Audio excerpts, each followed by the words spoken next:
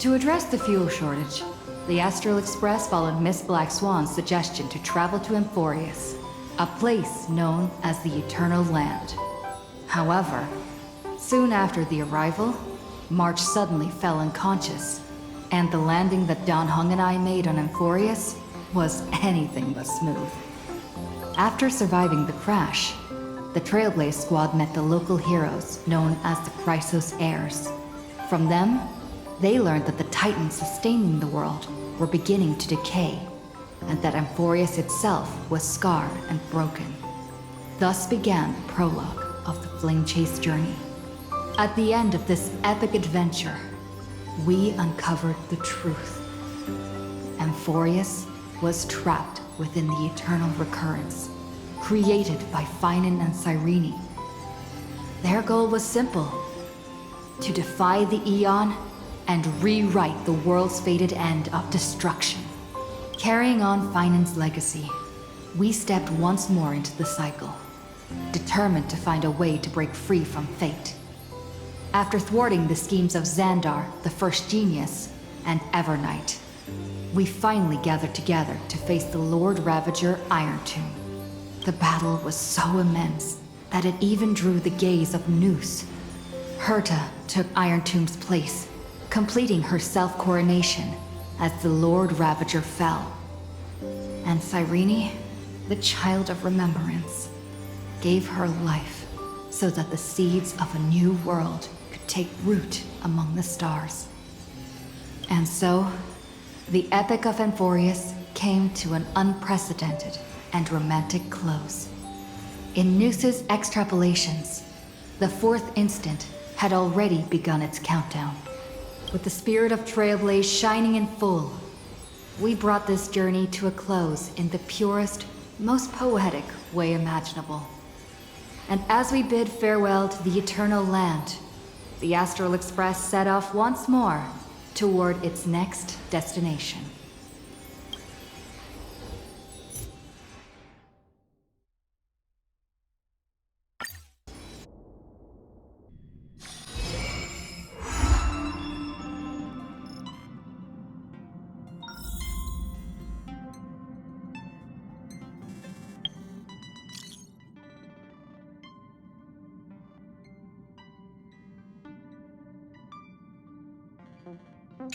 A guest? Wonder who it could be.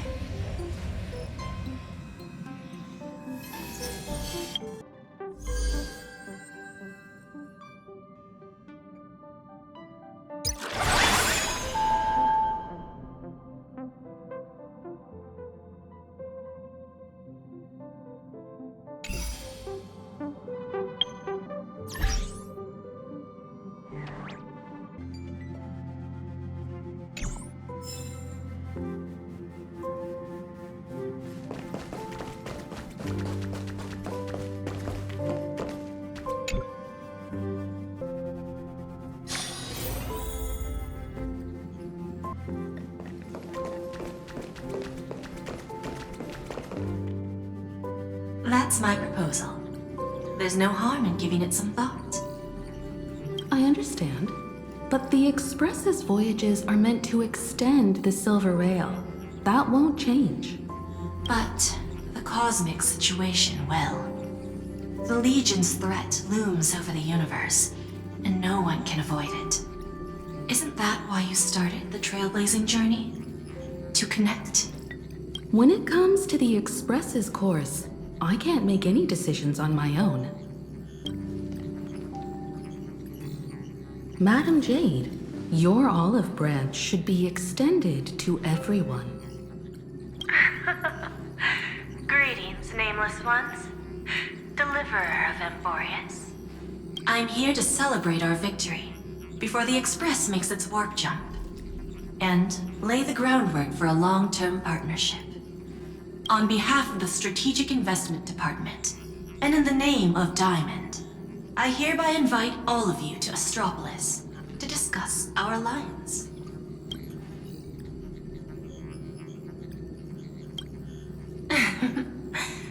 Might as well think of it as a gift. A celebration feast for allies, and a well-deserved vacation. crown jewel of Epsilon, headquarters of Interastral Peace Entertainment. It might not quite match Penacony in terms of glitz and glamour, but in the eyes of IPC folks, it's the ultimate vacation spot.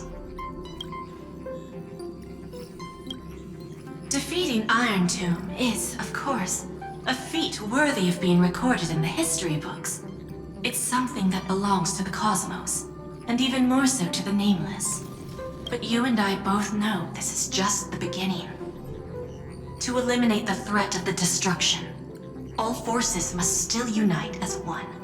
To this end, the Preservation hopes to join hands with the Erudition and the Hunt to establish an anti-destruction alliance, bringing together all forces that can be rallied to the cause. I'm glad to see the Astral Express is on the list. You're being too modest. You're heroes who defeated a Lord Ravager, and therefore the most brilliant emblem on this banner. I believe the Trailblaze would make a strong candidate for leadership. I'm truly flattered. Consider our vote as a show of sincerity from the 10 Stonehearts. So, may I have the honor of expecting your presence? Every stop the Express makes is decided by all passengers together. Madam Jade, please, give us some time. Of course. Then I shall wait with anticipation.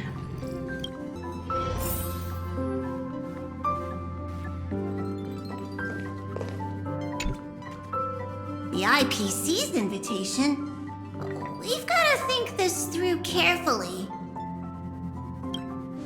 The conductor will respect every Nameless's choice.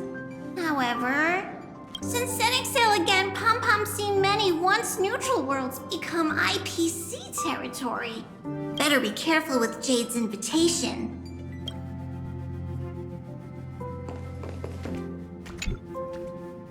Getting to visit the Interastral Peace Entertainment headquarters and become the leaders of the Anti-Destruction Alliance? Come on! When has anything that good ever just fallen into someone's lap? Jade is a shrewd businesswoman. Her idea of a leader might not align with what we have in mind. What do you think?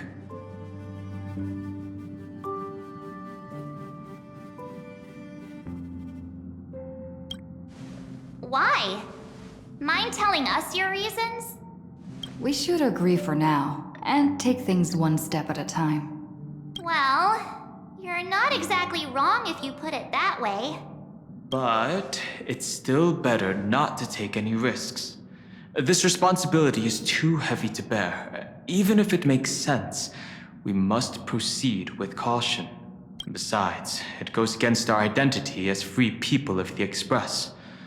Once we accept, the nature of the Trailblaze would completely change. Anyway, we should politely decline for now.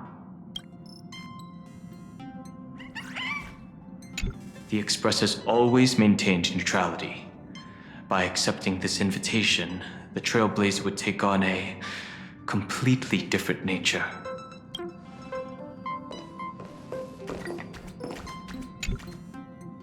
Sunday, what does your gut tell you? From what I know about Madame Jade, every favor she does is just groundwork to put things in her control.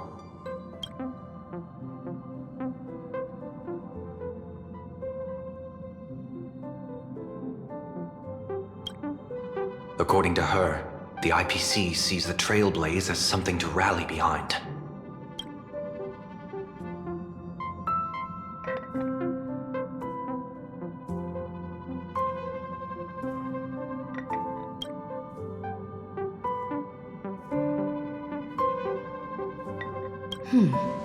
What do you think? Your misgivings are valid. The Express has its own path to follow. It's not the right time to be getting involved in political games. The discussion's over, so let's take a vote. I reserve my judgment on this. I second that. Me too.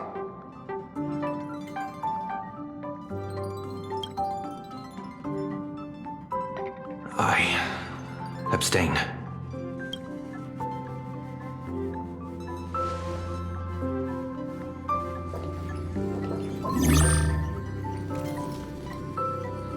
After careful consideration, we regret to inform you that we cannot accept your proposal for the moment. I don't suppose Mr. Sunday put in a good word for me, did he? As you can see, the Astral Express has made its choice. But somehow, you don't seem surprised. Change takes time. I understand. As Miss Himeko said, it's just for the moment. There's no need to give me an immediate answer. Patience is one of my strengths. After leaving Amphoreus, the Express will seek out a developed world to restock our supplies. When that time comes, our allies from the Strategic Investment Department are welcome to visit us aboard the Express. In that case, I have another proposal. One that might be more familiar to Miss Himeko. I hear the moon of Planarcadia is full again. I bet Miss Himeko would love to go home and see it, wouldn't you?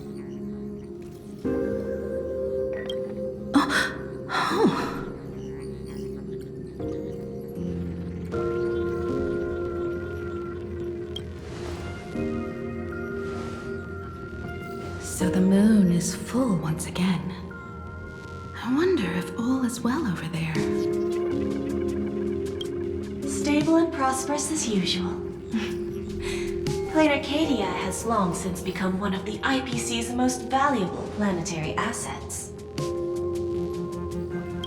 Although I cannot visit there in person, if the Express passes through Planarcadia, my colleagues will surely give you a grand welcoming ceremony. That's very thoughtful of you. We'll give it serious consideration. Sorry for taking up so much of your time. I should get going now. Remember, the gates of Astropolis will always be open to the Astral Express.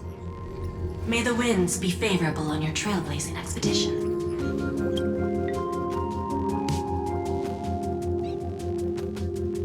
Planarcadia?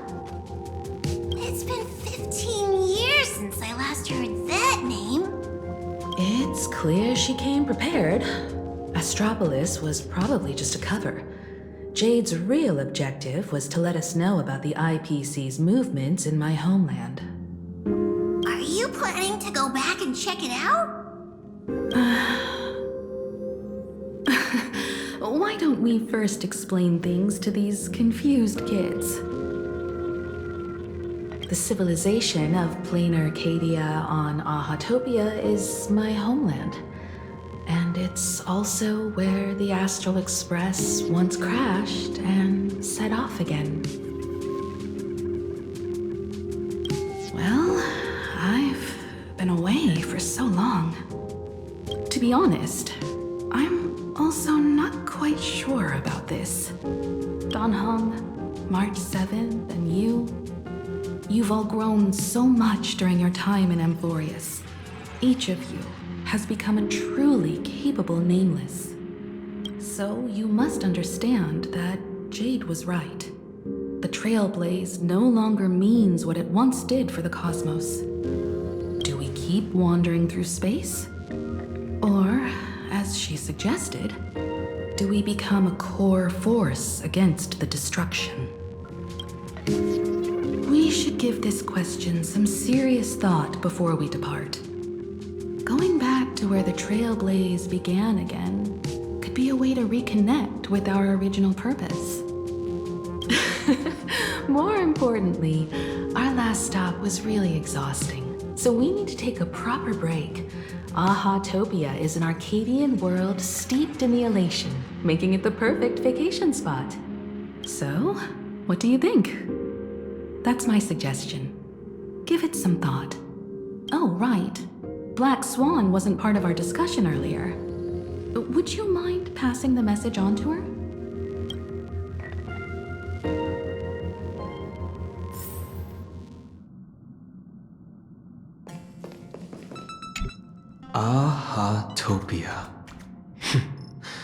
That's an ancient world, if I remember correctly.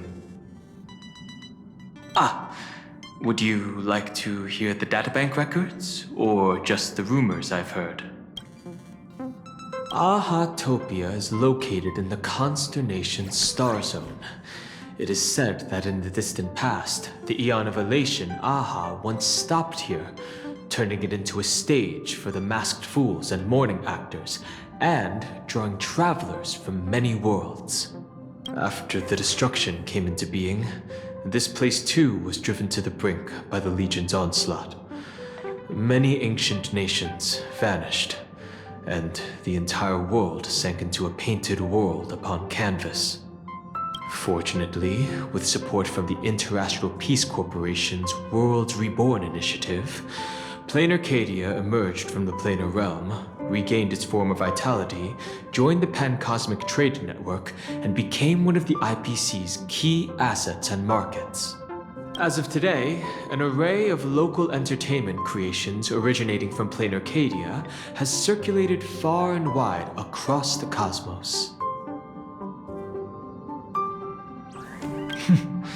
This information is pulled from the IPC's open source databank, for reference only. After leaving the Xianzhou, I spent some time with the IPC fleet, where I met a fool from this Arcadia. She told me a legend. Aha the Elation once shed a tear there, and thus bestowed a blessing upon the whole world. Hard to imagine, right? I can't wrap my head around it either. But the fool's tales have always been absurd. Seeing is believing. The best way to understand this peculiar world is to visit it ourselves. Have you noticed how Himeko gets lost in thought whenever we talk about her homeland? I'm like the Express's gossip queen, but when it comes to Himeko's past, I'm totally in the dark. I even asked Mr. Yang about it, but all he said was, "I don't know anything about this either." So I snuck a peek at the navigation log and found...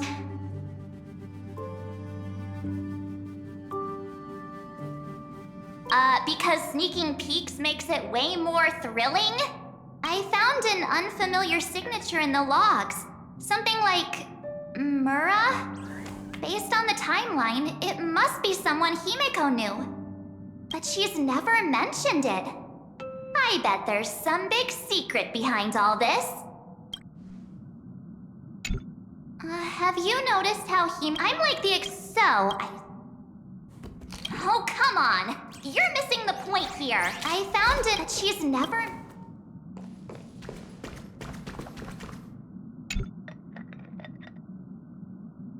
Me? Right now, I'm fine. Just feeling a bit nostalgic. I was just flipping through my first navigation log. Can you believe that was from 140,000 system hours ago? 15 orbital years have passed.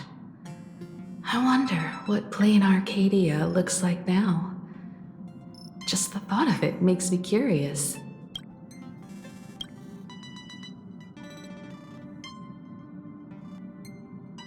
Before Pom Pom knew it, there were more and more passengers on board.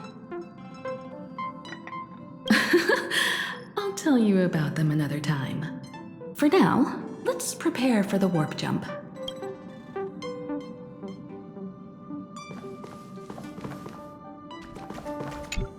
When discussing the Alliance, Madame Jade only mentioned the Strategic Investment Department. Perhaps the Anti-Destruction Alliance is just the 10 Stonehearts one-sided initiative. The IPC is full of competing camps. If I'm not mistaken, all the factions on that list are forces that Diamond is trying to win over. The Strategic Investment Department needs enough leverage to silence their opposition within the IPC. Some olive branch. When discussing perhaps the IPC strategic...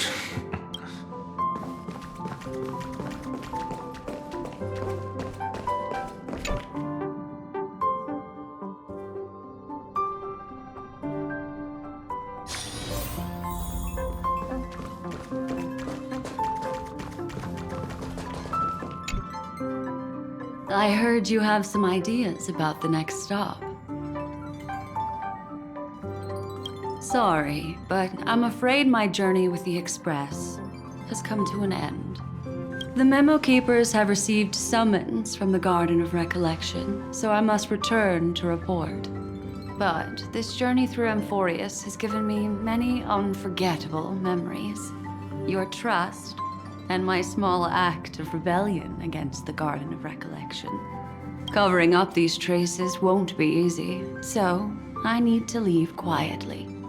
Fortunately, a cremator has agreed to help me out, and she's waiting for me.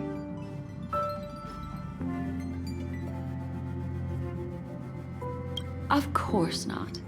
The time I've spent with all of you is a treasure I couldn't find anywhere else. When you miss me, gently call out to me in your thoughts. If needed, the lady slumbering within March 7th knows how to find me. If I need help from the Nameless, I will reach out to all of you. Please convey my apologies to everyone for not being able to say goodbye in person. Farewell, sleepyhead.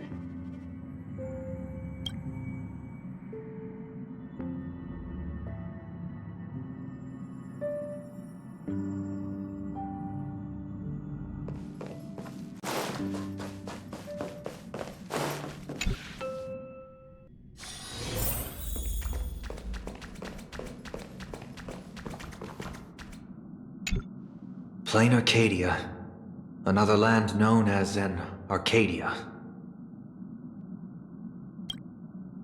Clearly, the fall of Iron Tomb has sent shockwaves across the universe. Even the usually scattered Memo Keepers have received a call to gather. Trust the lady. She's no stranger to dancing on a knife's edge, and she's always made it out in one piece.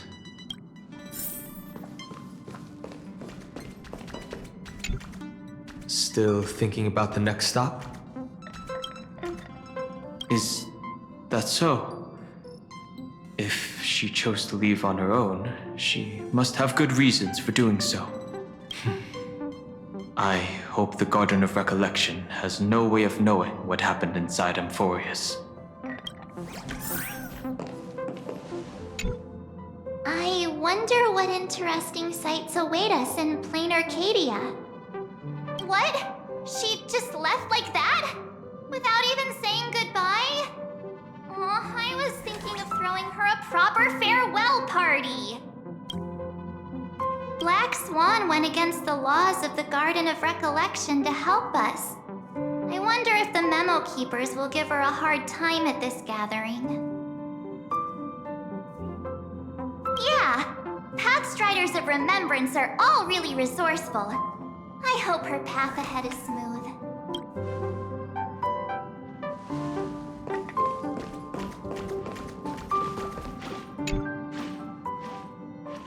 Without Black Swan, the Express would have never made it to Amphoreus, let alone experience this unprecedented adventure.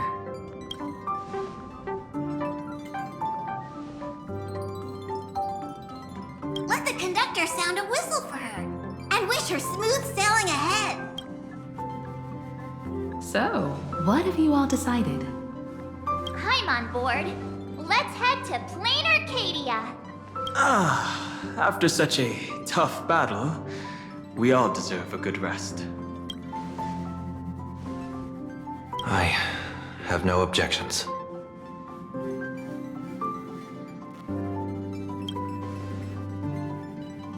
Since we're all in agreement, Conductor, prepare for the warp jump.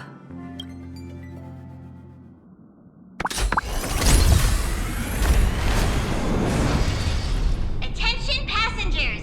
The Express is about to make the jump. Please be seated and hold on. Destination, Planarcadia. Let's go!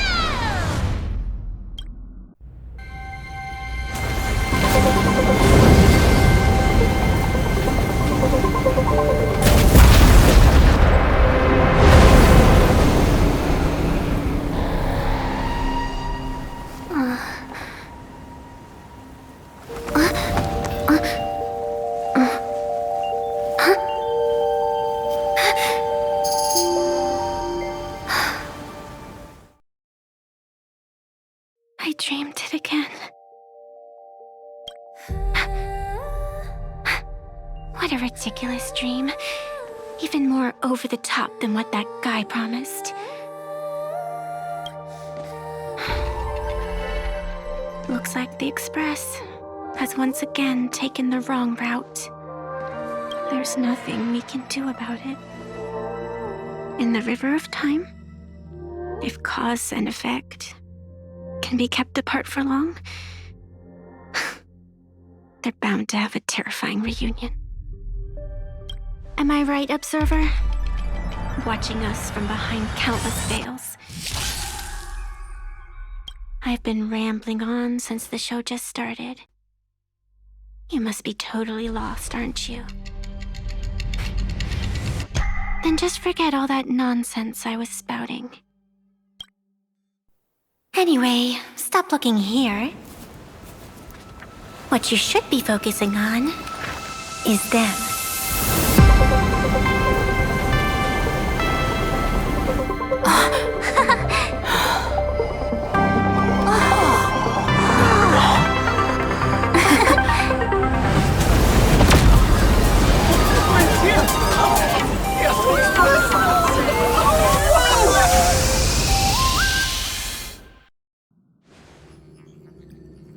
So we're not just stopping in low orbit this time, but making a direct landing? According to the comms, the officials have prepared a dedicated platform for the Astral Express to dock. A whole platform? Just for us? Is this some kind of VIP treatment for coming home? Oh, talk about rolling out the red carpet! The Express has arrived at the station, connecting to local communications.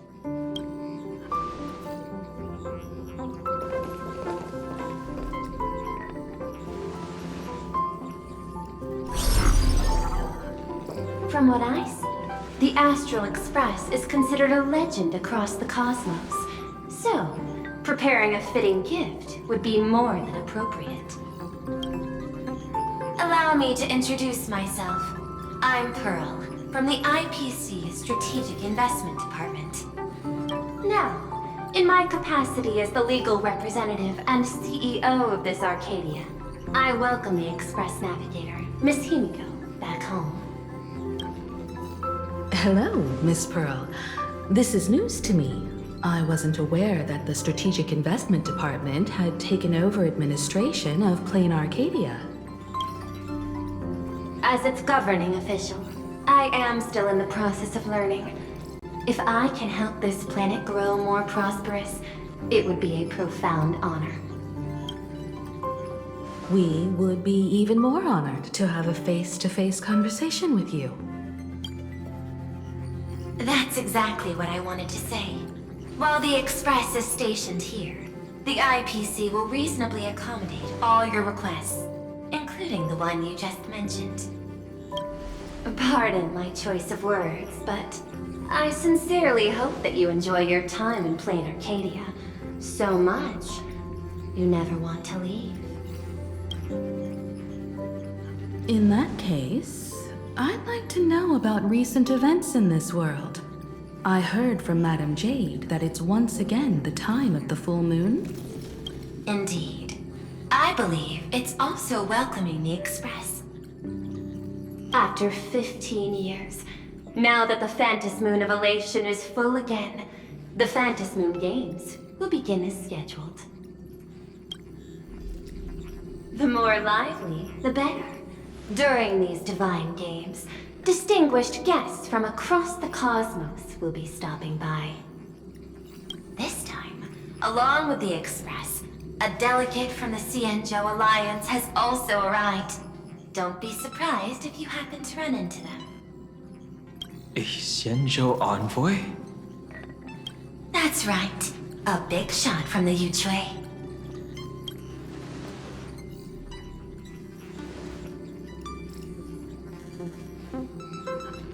Since you just arrived, I won't keep you any longer. I've arranged for staff to wait for you at the platform. Feel free to ask them for anything you need. All of this is a token of appreciation from the Strategic Investment Department to our friends.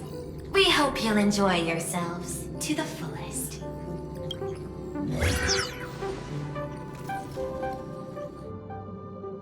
Madame Pearl's style is different from Aventurine's, but her methods are cut from the same cloth.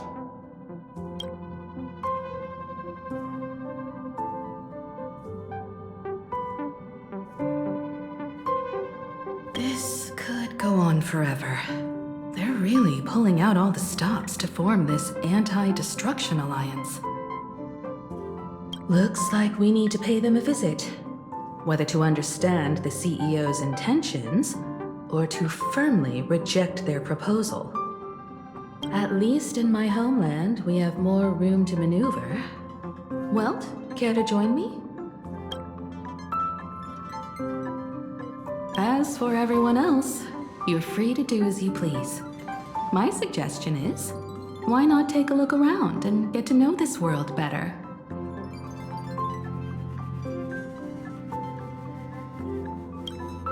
I appreciate your enthusiasm, really. But I have something else I'd like you to help me with. In that case, Sunday and I will go gather some intel about the Xianzhou envoy. Huh? Why you two? I asked Don Hung to bring me along. I can't appear in public given my identity, but I have a feeling that the Express might need to make some tough decisions in these complicated circumstances. Understanding the Xianzhou Alliance's stance might help us on our journey. Hey, you had the toughest time in Amphoreus. Since we're splitting up, why not make your mission take a break with March? I'm saying this from the bottom of my heart. I'm counting on you. Same goes for you, March. Aw, now we'll look like two immature kids just loafing around. Pretty proud of yourself, huh? Don't worry, you two. Just make sure to come see me in the parlor car before you leave. I have a favor to ask of you both.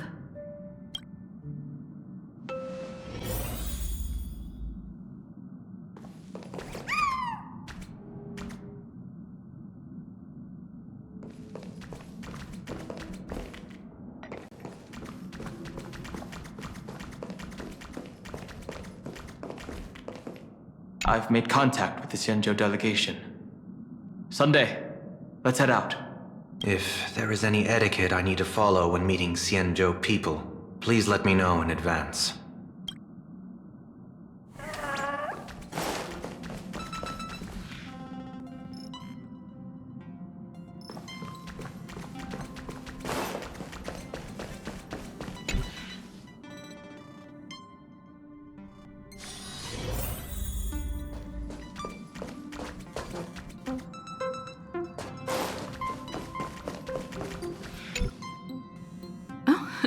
March, you're here.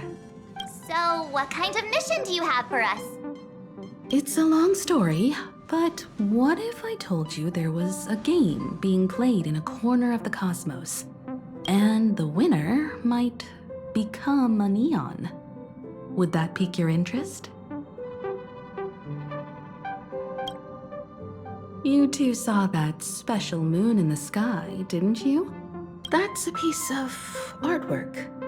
Here, a ceremony called the Phantasmoon Games is held every full moon. And that's what I was talking about. The game where the winner becomes an eon. Pearl mentioned that name too. Just what kind of ceremony could be so mystical? Historically, the origin of the Phantasmoon Games is tied to a group of mourning actors. Legend has it that they offered heartfelt stories to the moon, hoping for a chance to have an audience with an eon. Not really. As far as I know, many factions have their own ways of gaining an audience with them. Like the IPC's tourist package, one-day glory tour of the Amber Lord. Pay 1.8 billion credits and you can get a close-up view of Klapoth from an orbital ship at Pier Point. But the Phantasmoon games are different. They're one of the few well-documented ways where you can actually see an Eon and receive their response. Aha, the Elation. Legend has it that they personally started the Phantasmoon games, though their motives remain a subject of much speculation. Aha is also one of the Eons closest to humans. They have left behind countless pranks, with this miracle of Aha-topia being one of them. According to historical records, when a supplicant rises above the rest, the elation will manifest, listen to the victor's wishes, and share their authority for 1 minute. Considering this Eon once injected all their power into a noblesse worm, it's not surprising they would do something like this. What does it mean to become an Eon for a minute? Among past winners, some sought ultimate power. Some yearned to erase their past regrets. And someone even stored this planet within a scroll painting. But how their wishes were granted and what became of them, only rumors remain, and no one knows the truth. The first signs of the war among the Eons are beginning to show. I believe this is why the IPC has been positioning itself here for years. When I saw the Phantasmoon at its fullest, I became even more certain. This ceremony to commune with the Eon, whether genuine or not, could be the turning point that determines the destiny of the cosmos. With all eyes on these games, the IPC won't be the only ones with ulterior motives. The road ahead will likely be fraught with hidden dangers. But what's important is that you make your own decisions, such as whether you'll take part in these grand games, and if so, how. I have only one mission for you both. Explore and understand this world in your own way, as the place where the Trailblaze began anew, and my homeland. You might hear completely different versions of what I just said from others. Trust what you see with your own eyes, and believe in what you choose to believe.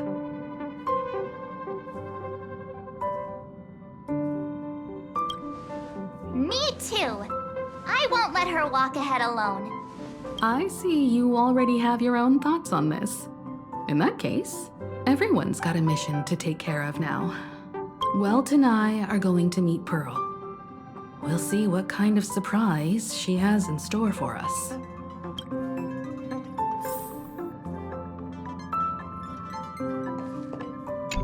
Ready to head out? Have fun out there. Isn't Miss Pearl, who we're going to meet, an Intellitron herself?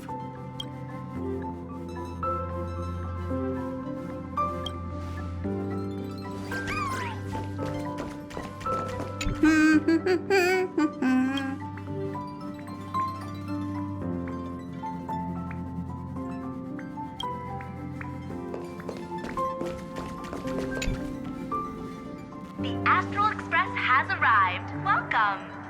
Oh, now this is what I call a grand welcome. Let's get off the train. Oh, right. After a few trailblazing expeditions, I've totally figured it out. The first person we meet at every stop is somehow involved in some earth-shattering secret. So when the door opens, keep your eyes peeled.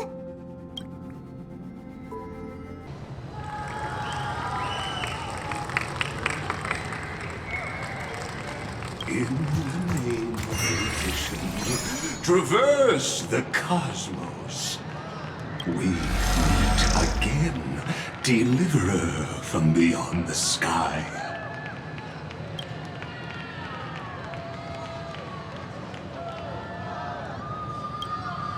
I am not the Theoros you know, but the masked fool, Xandar II Kuwabara. This time, I choose to walk the path of elation, and I shall defeat Noose with my sense of humor.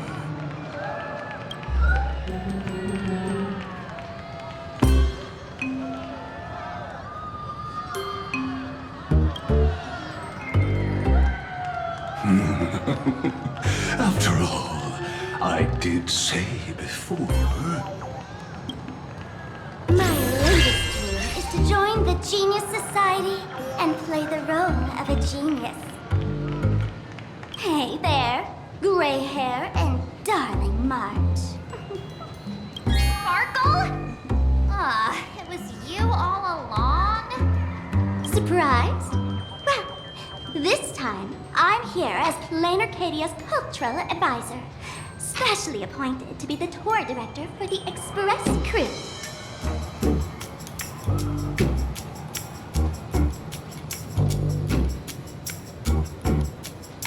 What are you talking about? I am your director, Director Sparkle. I know we had some minor entanglements in Peliconia, but you all had fun there, didn't you? Now, the Astral Express has become quite the hero. Her Excellency, the CEO, wanted to find someone who got along with you to show you around this place. So I took on that job. What kind of misunderstanding does she have about the phrase got along? Time's ticking away. Thankfully, there's no bomb here. So are you coming with me or what?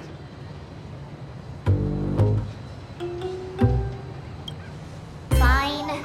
But from now on, no more pretending to be someone else. Lame. Anyway, shall we get going?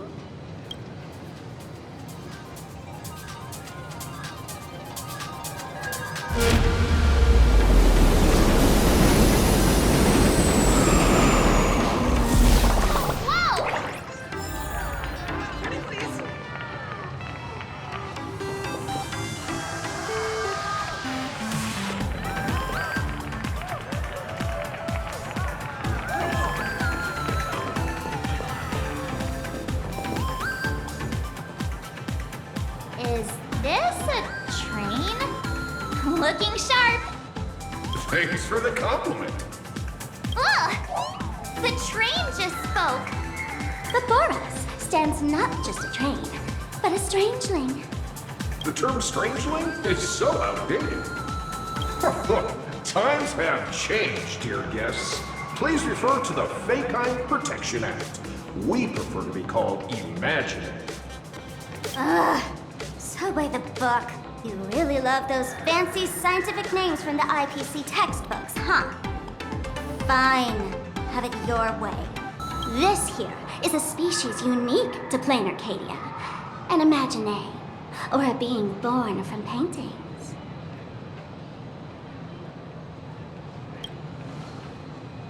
Pretty sharp, aren't you? You caught on quick. Once upon a time, the artists here discovered that by sketching creatures from their imagination and giving them names, they could bring their creations into reality. This belief in things yet to exist is called wish power, and it sustains the existence of imaginae. If you ask me, this power must be a blessing from the laughter. Oops, got sidetracked. This here is the Bulletworm Express, an imaginee in charge of transportation. You could say they're in the same line of work as you folks. Oh, so you two must be the nameless from the Astral Express. The passengers in my stomach are always gossiping about you. When you get a chance, hop aboard and give me a try. Let's see who's faster, me or the Astral Express. Thanks. We'll definitely do that when we get the chance. But, man, who would have thought that the Express here is actually a living being? An imaginary. That's absolutely mind-blowing. Hello, everyone. Welcome to Duo Mention City. Holy smokes, there are cops at the station? Sparkle, don't tell me you're about to get arrested on the spot. Having heard about the Astral Express's visit, many citizens got up early just to catch a glimpse of the Nameless. If anyone acts out of line, please don't hesitate to call us. Oh, gray hair and darling March. You're real celebrities now. Next up, I'm gonna show you even more mind-blowing stuff, so try not to faint.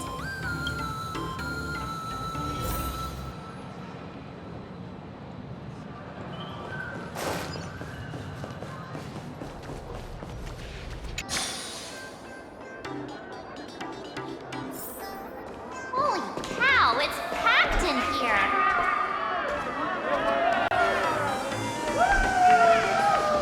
What do we have here? Don't worry, just some local specialties.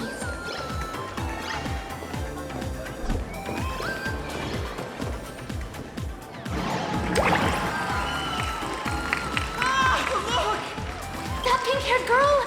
She's got this adorable little bunny vibe going on. Is she the inspiration for March Bunny? And that girl with the gray hair next to her is so dashing! She is the baseball raccoon! But she doesn't look anything like a raccoon.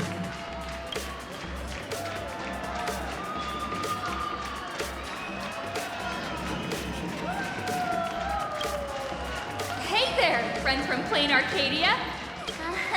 I don't know what's going on, but hello there. She spoke to us. The laughter. This is the most amazing moment of my life. Mr. Raccoon! Hello? Is he here yet? Please, someone for her! I love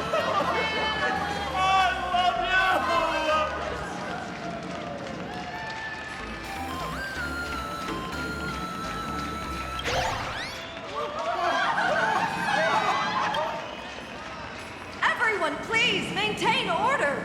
The people here are way too passionate. I've never experienced anything like this before. So, this is what having rabid fans feels like? Feels intoxicating to be the center of attention, doesn't it? Just don't get too caught up in it. You might not find your way out. Excuse me, bosses. Stop getting caught up in fan interactions. Today's schedule is really packed. Hey, you up there, Mr. Noodle-looking cat. Could you tell me how to get these two out of here? Excuse me, that's quite hurtful. I am Station Master Meowton, responsible for overseeing Perdido Station. Whoa, cats really are liquid. Wait a sec. This kitty is the station master? This world is so weird. The station's completely surrounded. If any of our esteemed guests get so much as a scratch or loses a few strands of hair to these rabid fans today, my measly pension will go right down the drain. So I've prepared the staff passage for our Astral Express VIPs. Please hurry and exit the station that way. Station! Passengers exiting, please use your tickets to pass through the gates in an orderly manner. Please be mindful of your personal belongings. Thank you.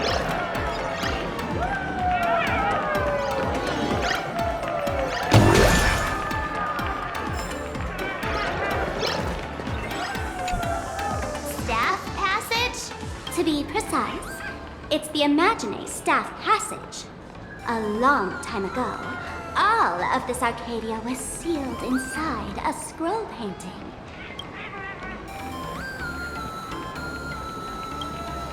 For people inside the painting, they just entered another dimension. It was completely safe. That's because someone brought everything back to reality. Care to guess why the IPC is here? This nation that was once lost in a painting was salvaged by the IPC. That's right. It's Planarcadia's must-see attraction. The portal entrance known as the Interplanar Jump. Though civilization has moved beyond the canvas, the world within the painting wasn't abandoned. Instead, it became part of life for both humans and strangelings. Come on, you two. Follow my lead, and let's dive into the Interplaner!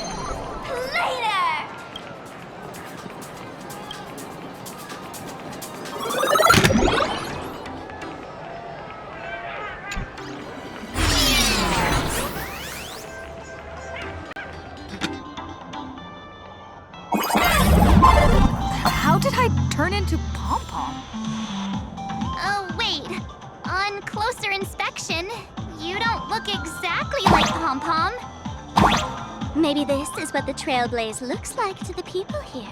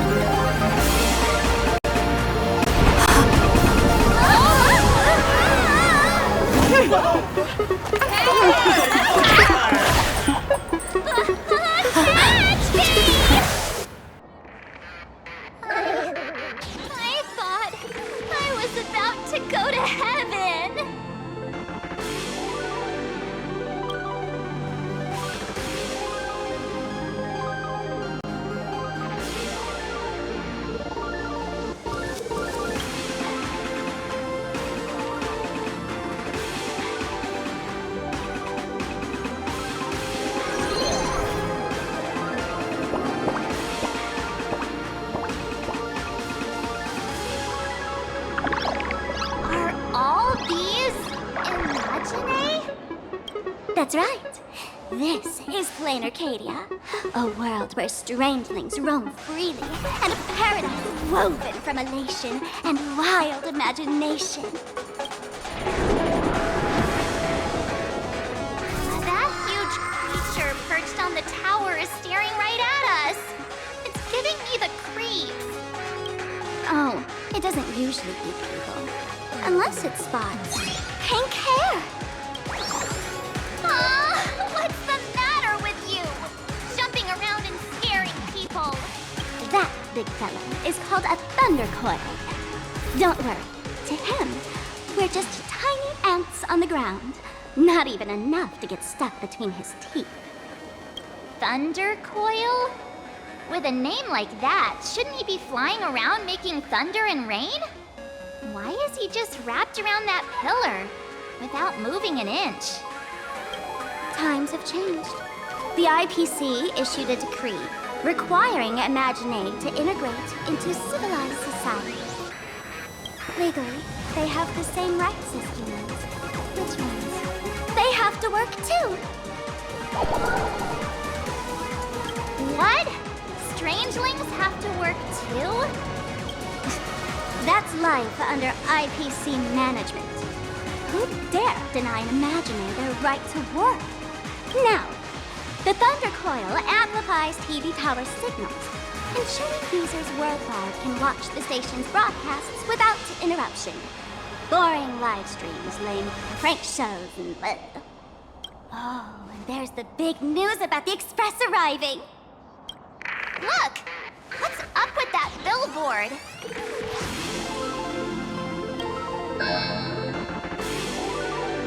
That's not fair! Why does she get a huge poster while I don't? Huh. The IPC is really pulling out all the stops to hype you guys up. Don't mind me saying this, but for every penny the IPC spends on you, they expect a return in the hundreds or thousands. You'd better watch your back. That's one of those giant robots Mr. Yang loves.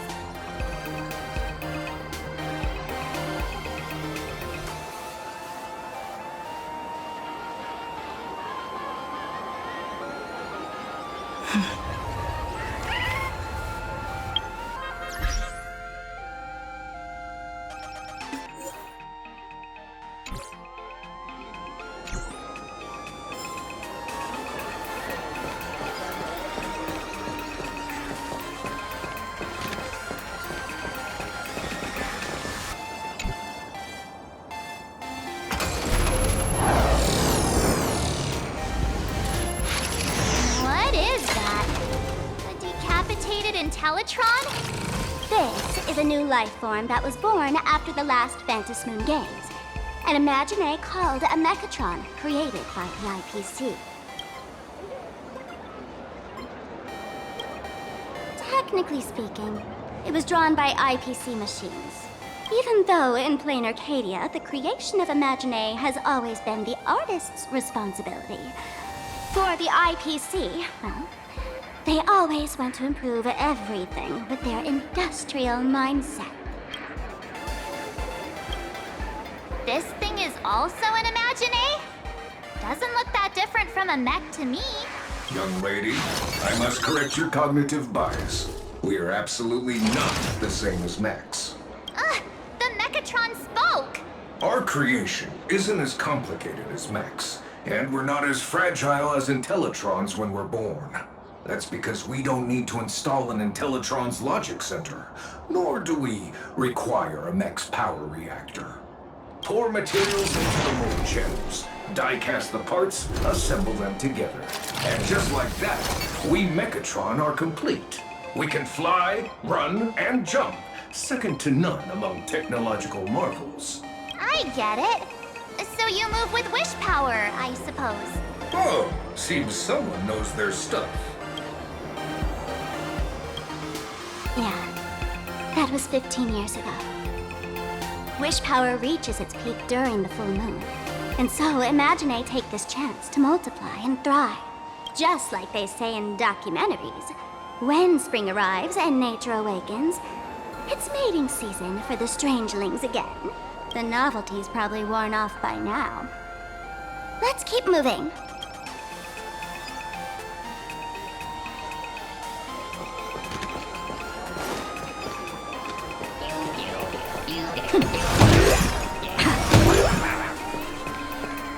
Is that a dessert shop run by cats?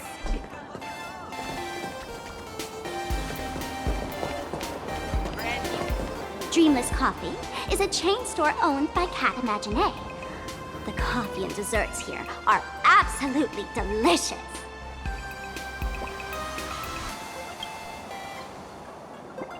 Comparing it to Himeko's handcrafted liquid bombs would be a bit unfair to this place. Let me have a taste. Are you two travelers from outer space? Welcome to Planarcadia. How's the situation in the cosmos these days?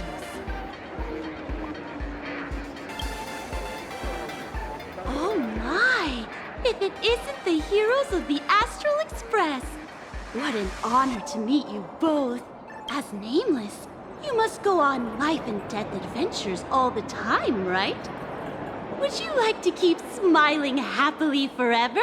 No matter what adversity comes your way. Happy forever? Is that even possible?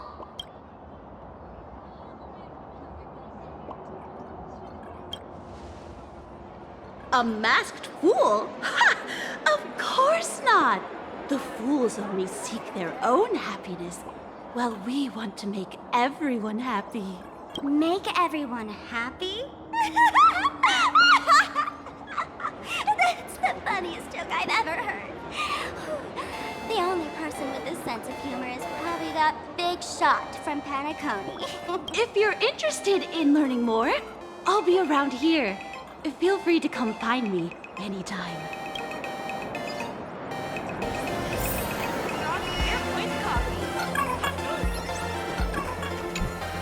I'm from the Research Society of Happy Smiles. As everyone knows, this place is blessed by the laughter, making it a peaceful paradise. However, even while living a peaceful life, our existence remains entangled in countless worries and suffering, crushing workloads, measly pay, demanding bosses. Turn on the TV, and all the bad news from across the cosmos hits you in the face. These are all enemies of happiness. Just like how the Astral Express defeated the Lord Ravager, we, the founders of the Research Society of Happy Smiles, have received divine revelation from the laughter and vow to help the residents of Planarcadia defeat these enemies of happiness and bring joy to everyone. Every fool in the tavern says stuff like this when they get drunk. Listen, the laughter is talking to me. Hey, you two, interested in joining us? It would be such an honor for all our members if you could become part of our society. Oh, gray hair March, don't tell me you two are buying into her nonsense. This lady seems a bit off her rocker. Let's get out of here quick.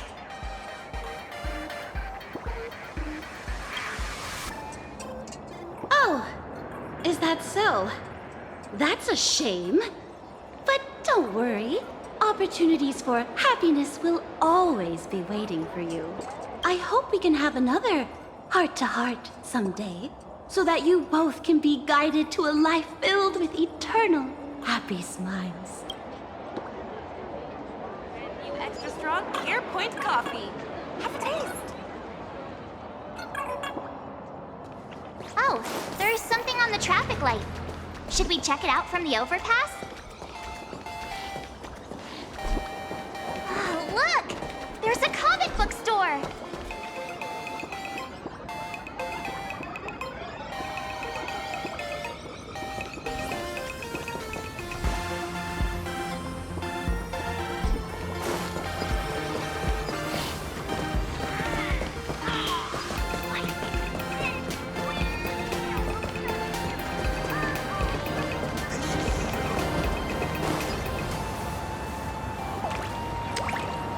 I've been wondering about this since we were at the station.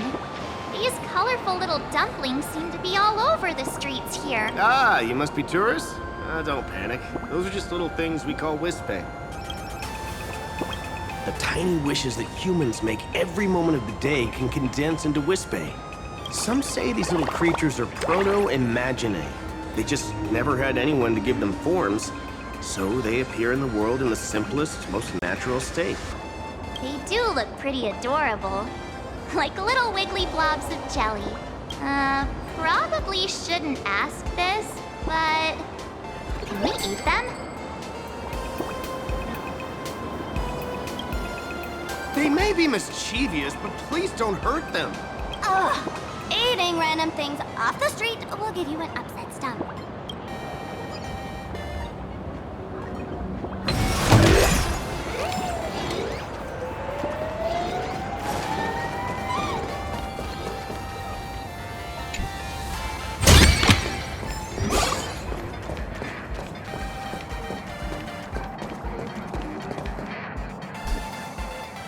When the express passed through the skies, I saw it. That's the Phantasmoon, right? Legend has it the Laughter themselves painted it. But who knows what's true and what's not. So, does Aha really watch over those who attend the Phantasmoon games through this moon? Well. Didn't expect darling March and little gray hair to be interested in this Eonic game too. I knew it! The Laughter once traveled with your Akibili, and now the Nameless are drawn to their game in this Arcadia. Must be fate. So, what aspect of the Phantasmoon games would you like to know about? You must have heard the legend of the 8 morning actors who offered their stories to the moon in order to try to move Aha. The masks that were worn by these 8 people are the tickets to joining the games. Under the full Phantasmoon, choose one of the masks and become a supplicant. Then you can compete with the other 7 for the chance to meet the Eon. Looks like we'll need to get a mask first if we want to join the games. In modern terms, it's all about getting views and clicks. Views and clicks? Are you kidding me? They didn't have that kind of stuff in, mythological times. That's how the legend goes. The morning actors offered up their stories, but the Laughter didn't even spare them a glance. And so, to catch the Eon's eye, the Phantasmoon games ended up leaving behind incredible feats each time. From forging swords that could cleave mountains in half, to transforming snowy peaks into floating jellies of sugary frost. It's still the same today. The supplicants must give it their all to capture the attention of the people of this Arcadia and accumulate wish power. And the Laughter will only reward the most thrilling miracles. Oh? Don't tell me our little drama in Penacony wasn't entertaining enough for you. Gray hair, let's drop it this time. I've been dealing with some minor issues lately. Oh, what kind of issues could possibly be bothering you? Don't tell me you're cooking up another crazy scheme. I'll keep you in suspense for now. So, where do you want to hang out next? Let's head this way. We can turn into the food street. They've got all sorts of goodies there.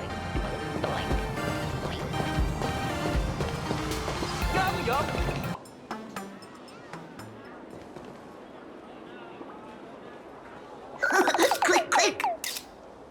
Huh?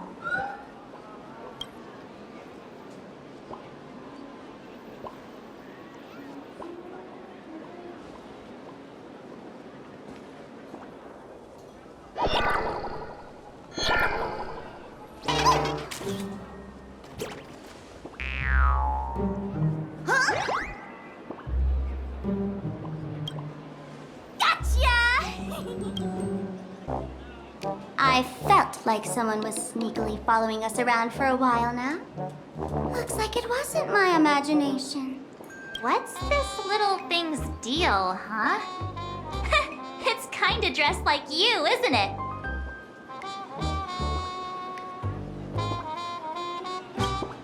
Not surprising at all. The Astral Express is quite the celebrity these days, turning heads wherever they go. There's always someone keeping a close eye on your every move. Click, click, click, click! Holy Furbo! Furbo Weekly exclusive scoop! Famous raccoon from the Astral Express caught in secret rendezvous with streamer Sparxie, seemingly to join forces for the Phantasmoon Games. Famous raccoon? Secret rendezvous with Sparxie? What is he talking about? Some tabloid journalists trying to stir up the juicy scandal, huh? They might both use cameras. But our darling March is way cuter than this paparazzi creep. Hey, I can speak for myself.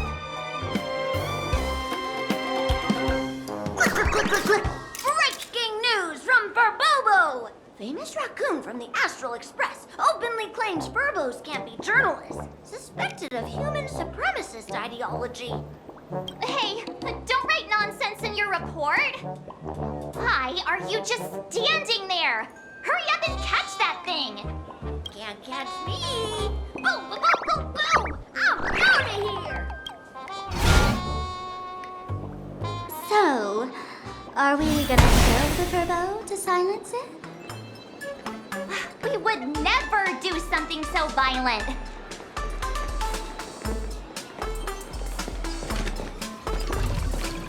You are going unlimited free.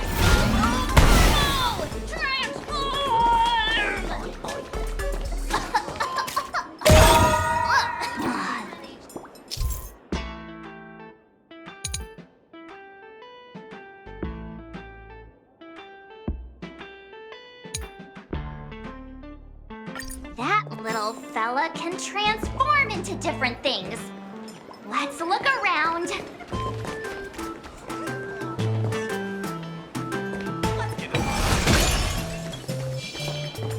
Welcome. That's good.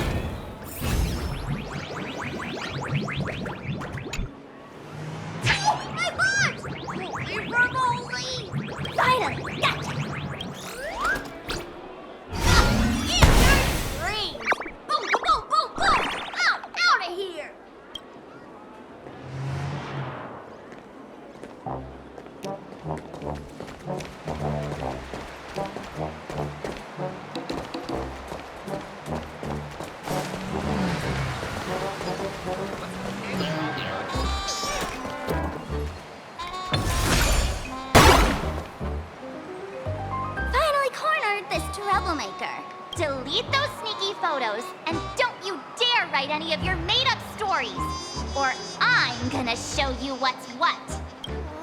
Where do escape now? I, Trailblazer, may just be a humble tabloid journalist, but I'll never bow down to evil forces when it comes to defending freedom of the press.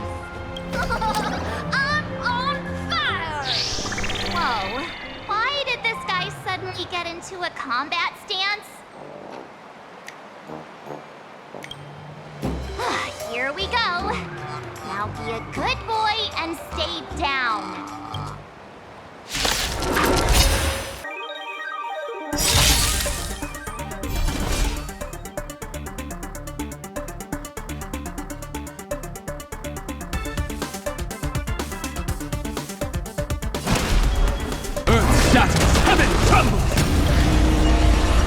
Trust me. We can do anything! Future could come! As we've written!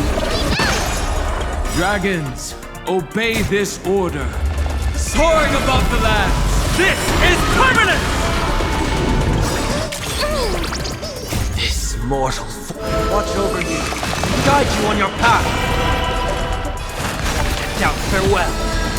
Tomorrow!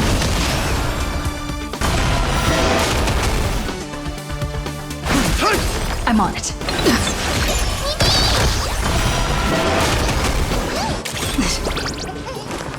Serenity is before me. No other future will come!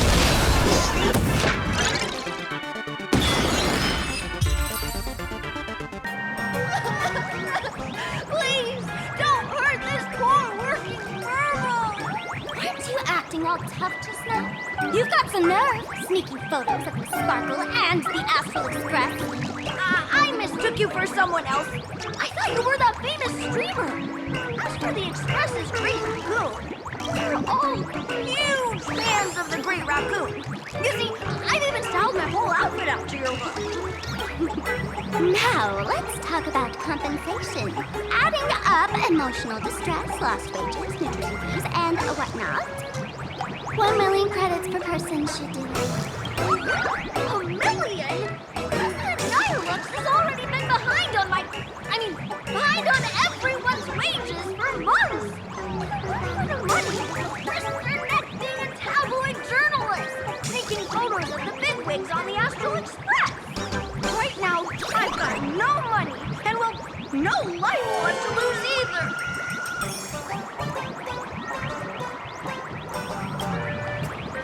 This camera is my trusty companion, carrying my journalistic dreams.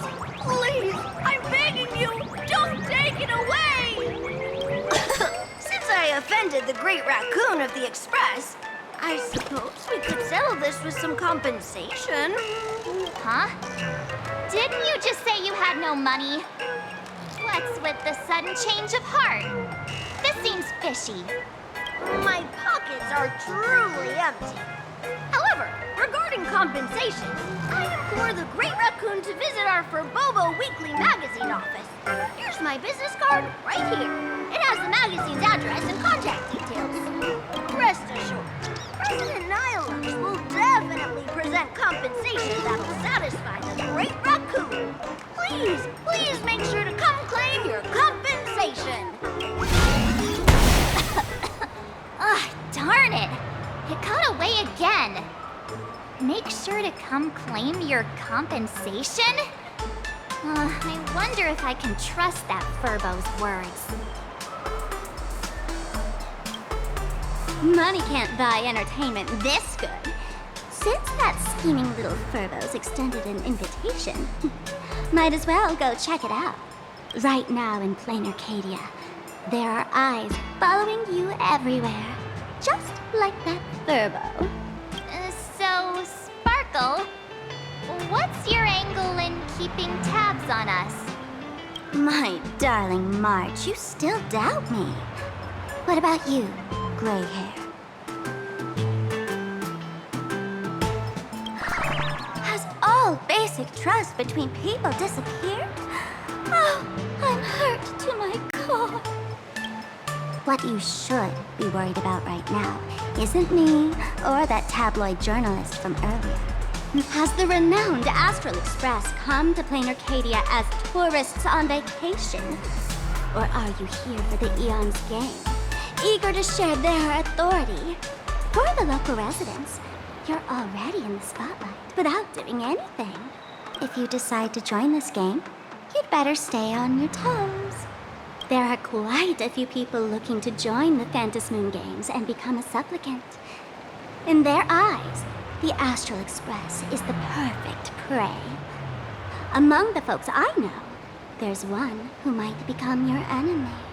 She's about to put on quite a show at the plaza up ahead. Wanna go check it out together?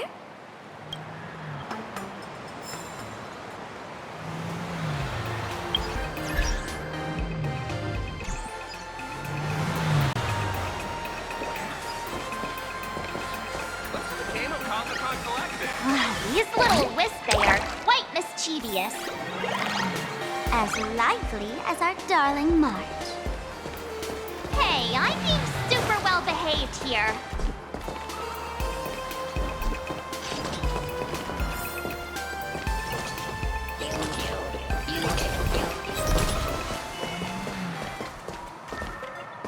Wow, so many gold coins! Just some unclaimed wish power fragments. Pick them up when you find them.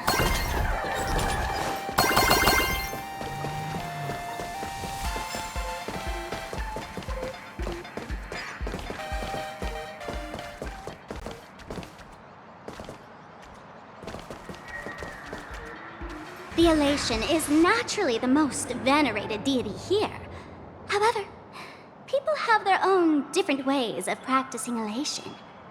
you've noticed those massive @signs floating over there, haven't you? The IPC has built a comprehensive network in Planarcadia, letting people soak up entertainment around the clock. Word from the Tavern is that the IPC wants to control this year's Phantasmoon Games. Though, they've been itching to do that for 15 years already. To us fools, those IPC folks are like a swarm of buzzing worker bees, tirelessly building their dull, mechanical business hives everywhere.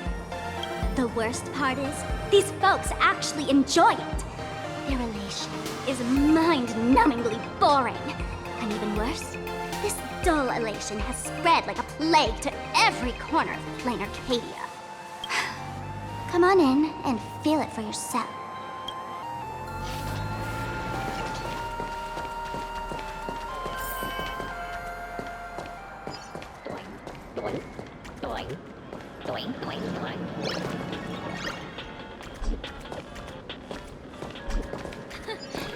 You aren't a dual mention.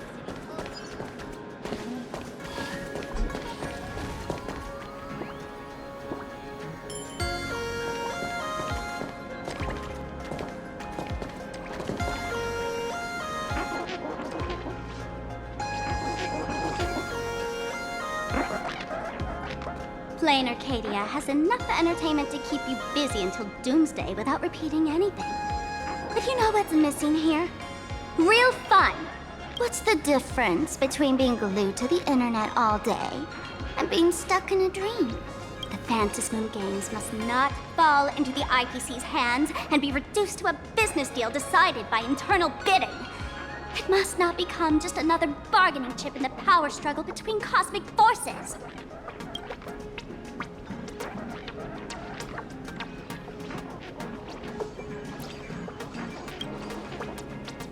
You know, the laughter and Akavili go way back. I witnessed the potential of the Trailblaze in Penacony. The sparks that fly when paths collide. It's absolutely mesmerizing. In Planarcadia, what surprises will you bring for the elation? And there's also the preservation, the hunt. Don't you think that on the eve of the Phantasmoon Games, Planarcadia looks just like a card game among eons? If that's the case.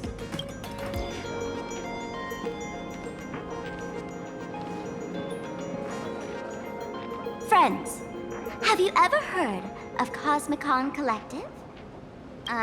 What's that? It's the hottest trading card game in the world right now. Tons of people are playing it at the Tavern, too. The cards feature legendary figures from across the universe, along with their power levels. Just roll the dice and compare numbers to see who's stronger and who's weaker.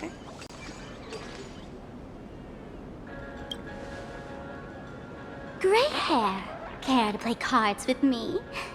Think of it as a rehearsal for the Phantasmoon Games, right here, at this tiny card table. If you beat me, I'll tell you the enemy's name. Maybe we can team up and take her on.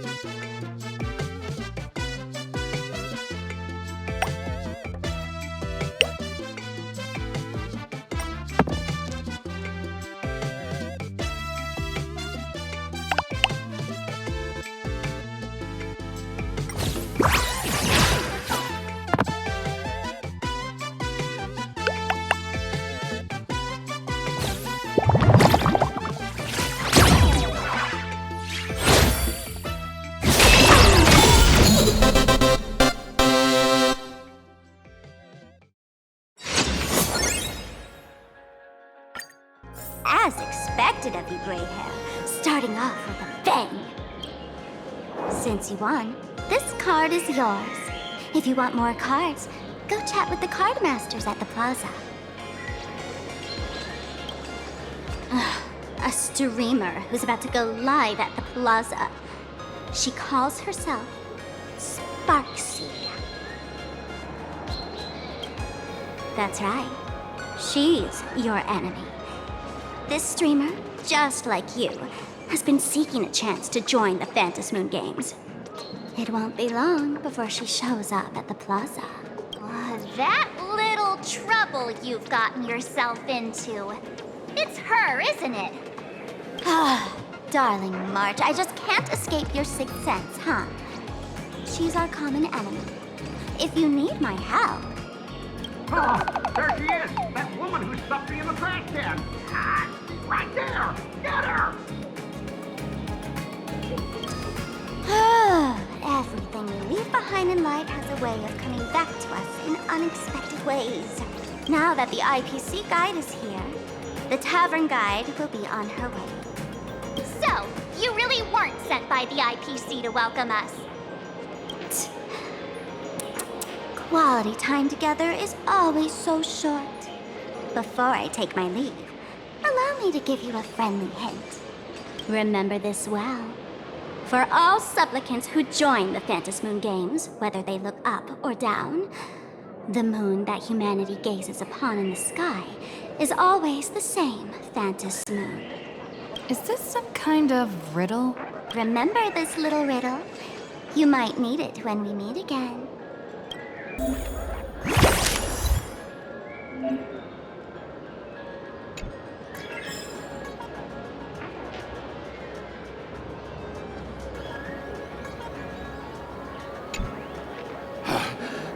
Finally! Found you guys.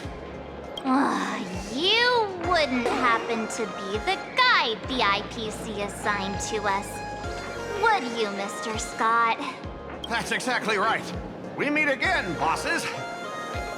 After the Holy Grail War back in Penacony, Mr. Aventurine graciously offered me a chance to turn over a new leaf by working for the Strategic Investment Department. And as it happens, Madame Pearl wanted to find someone who got along with the Express crew to be a guide. So I was assigned this important task. But just before I came to start my job today, someone suddenly knocked me out cold. And when I woke up, I found myself stuffed in a trash can. That's right. It was that woman who kidnapped you just now. When I catch her, I'll make her pay until she's completely broke.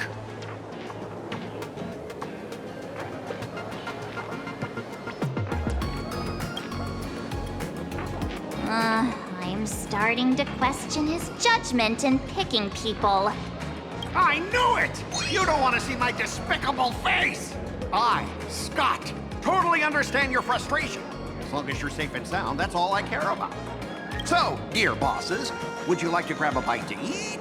Keep playing around here? Or perhaps enjoy my latest animal impersonation act, huh? Mr. Scott's dedication to his work is so intense. It's almost painful to watch.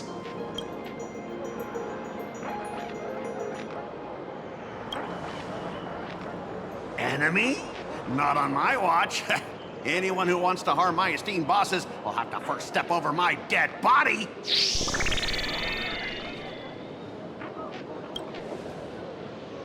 At your command, I, your humble servant, Lyndon Skott, shall fade into the background like a shadow, completely unnoticeable, until the end of time. The annoying guy is finally gone. Let's head into the plaza and see what fun stuff they've got.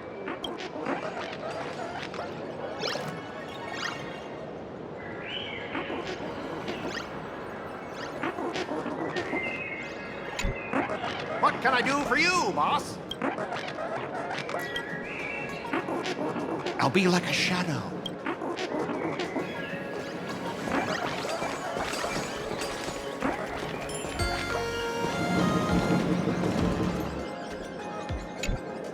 Hey there, young lady. You getting the hang of traversing the world in canvas yet? Need some practice? You can always try your luck with me.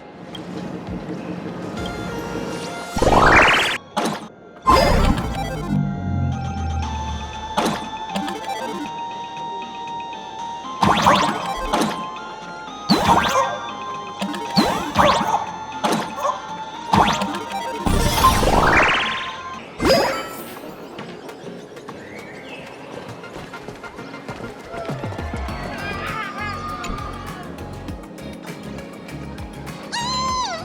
Sparxie's stream should be starting soon!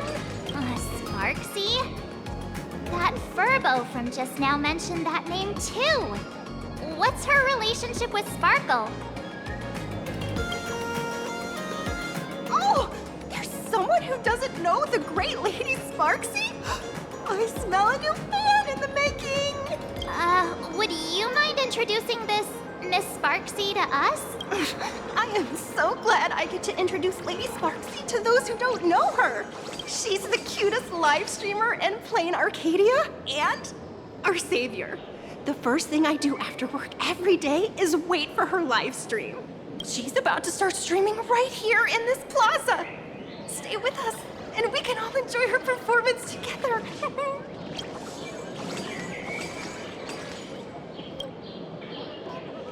Hello? Hello? Oh, my lovely fans. Sorry to keep you waiting. Can you hear me? We can hear you, Sparxicle! Has everyone been working hard today? Did everyone eat properly? A full belly makes a happy heart! Let's watch Sparxicle till it gets dark! Has everyone been treating me with lots of love today? Forever devoted to Lady Sparxie! If ever not, may lightning strike me! Something's off. Why do I sense my old model's aura on some people in the audience today? Oh boy, she must be talking about us. Let's see. Which naughty ones went to meet someone they shouldn't have? Sparxicle! Sparxicle! Sparxicle! Isn't this the gray hair my old model always talks about? Teaming up with her to deal with me? What a jerk! Her favorite toy is mine now!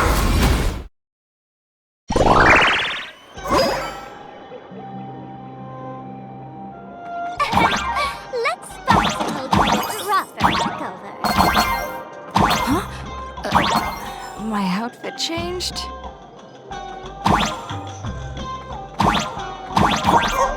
Are you the enemy that Sparkle mentioned? What exactly is your relationship with Sparkle?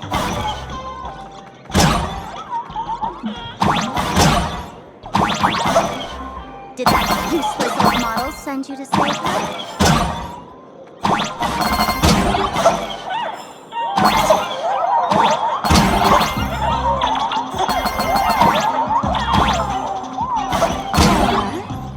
Is she hoping that you will join the Phantasmoon games?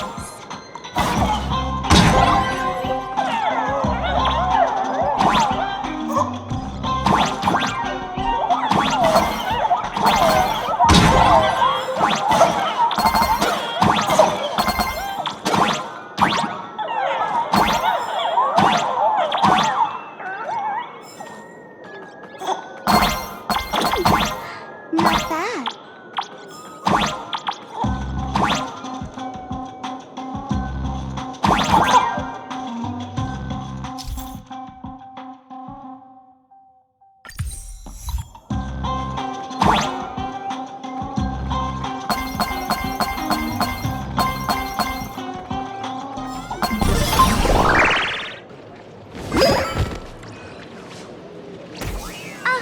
So my little pets managed to escape from their electronic cage.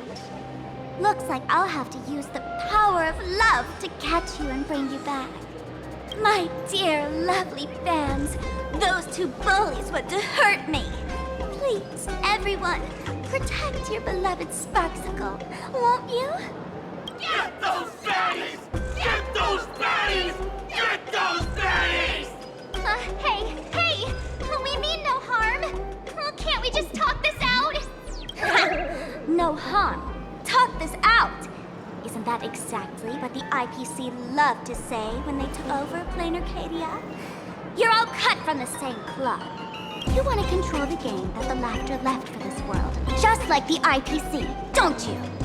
The ceremony left by the Master of Elation must not be defiled by the likes of you and turned into some boring, pathetic, dull, tedious, profit-driven social mixer.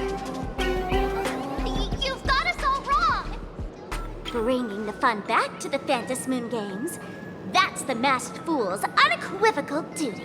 My dearest, cutest fans, let's get this party started!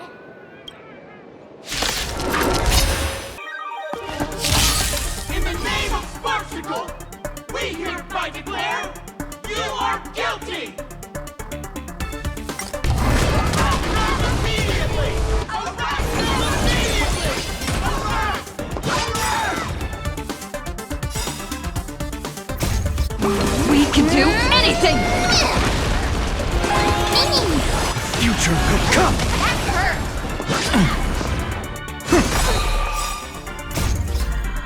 Watch over you. Guide you on your path. As we've written, You just don't learn. It's of no consequence. Now farewell tomorrow. Do your thing, Sparxie! We'll crush all the haters for you! Oh, darn it! She's rallying her fans to attack us!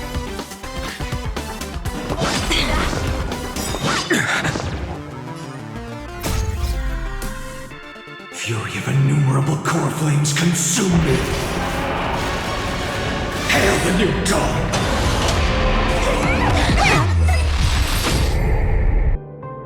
Stand down! Everyone, don't move a muscle. Imagine you're under arrest for breaking the law.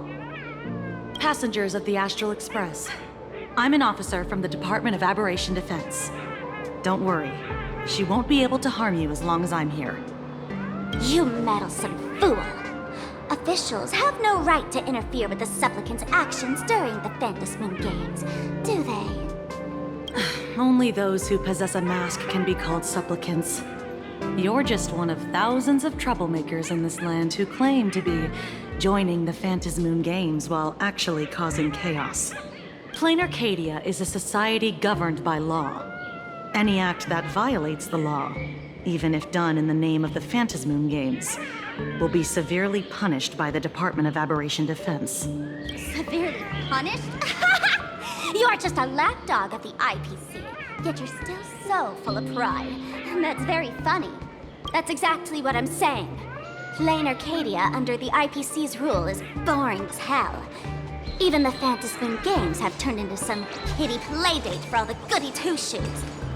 Nameless, you're free to go for now. But I'll be keeping my eyes on you. Next time we meet, I'll turn you into devoted fans. I'll make you mine.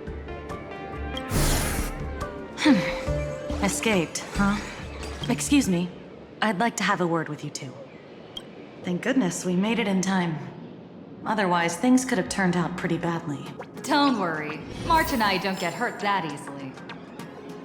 By saying things could have turned out pretty badly, I meant you and Miss March knocking out all of her fans.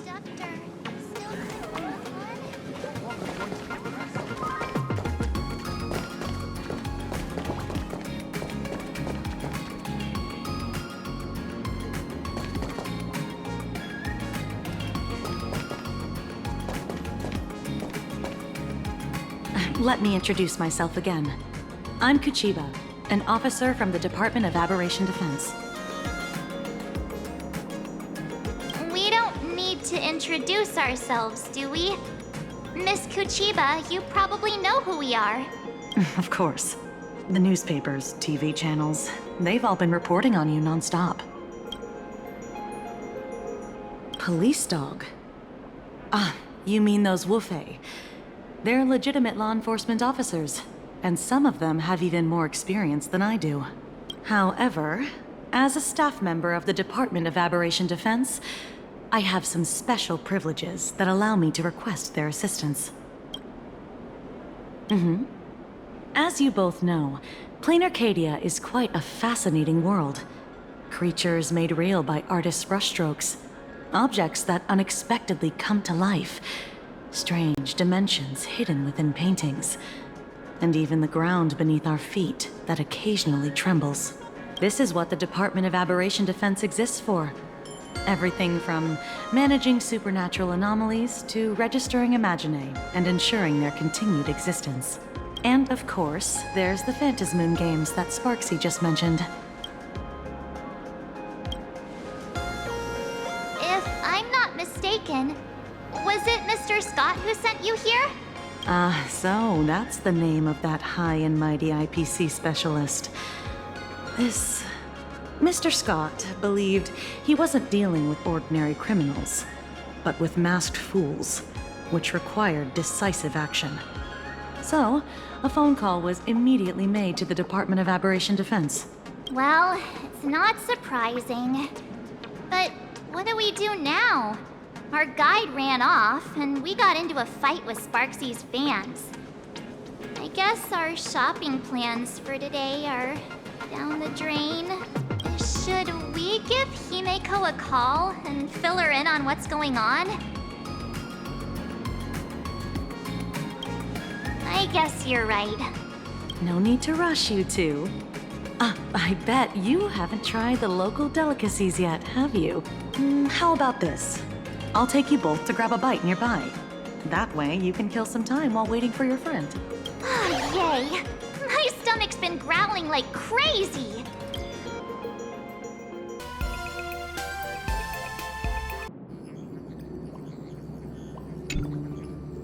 Color reproduction, 96.2%.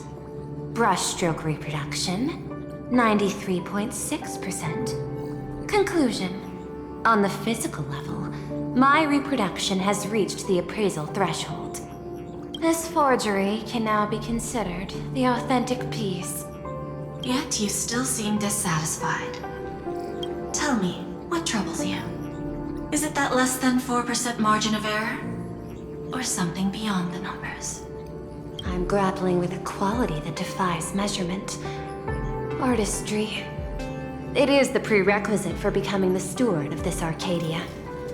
But you already are its steward.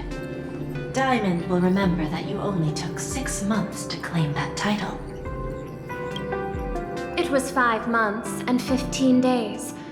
Empty titles mean nothing. In Planarcadia, political influence carries limited weight. To add a stroke to this artwork, one must first understand art. I know you. This is the conclusion, not the cause. The piece before you, Worldbreaker Waves, is a relic from one of the civilizations in Ahatopia's history.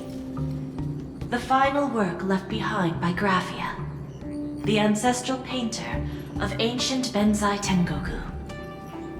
Legend says she performed a miracle, conjuring an entire plane of existence and sealing the whole world within her scroll. Do you want to know how she did it? I will not deny it. People call her achievements a miracle, meaning its true nature remains unknown. In other words, it is an unexplored market. Understanding comes first, then investment. That is the natural order. Perhaps this is why Diamond chose you. An Intellitron devoted to results and efficiency. Cast into a realm sustained by imagination. The 10 Stonehearts await a metamorphosis. May you find your own pearl in this strange and dazzling sea. Thank you, but my mission is to oversee the progress of the Phantasmoon games. Personal growth is not part of the task. Jade, allow me to point this out. The 10 Stonehearts are 10 independent decision-makers. Your attempts to bind people together will only prove counterproductive and bring needless loss. As always, I follow the optimal choice. Neutrality. That is also my answer to Obsidian. A flawless reply. Your cool logic is always captivating. Lady Pearl, that Express Navigator has come to see you. It seems we no longer have the leisure to speak of art. This is all I have to say. Tell Diamond, I will fulfill my duty of strategic investment. Send the guests in.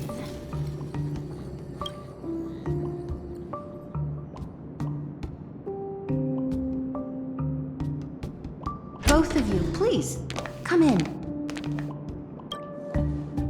Forgive the sudden visit, and thank you for receiving us. It is not sudden. In my deductions, a visit from the Express crew was an optimal choice for achieving effective communication. I am glad. Everything is proceeding smoothly. To skip the formalities would be best. I imagine that, at your core, you're already well aware of our purposes. I know that you have come for the Anti-Destruction Alliance. The probability of refusing the proposal stands at 91.2%. Can you tell me why?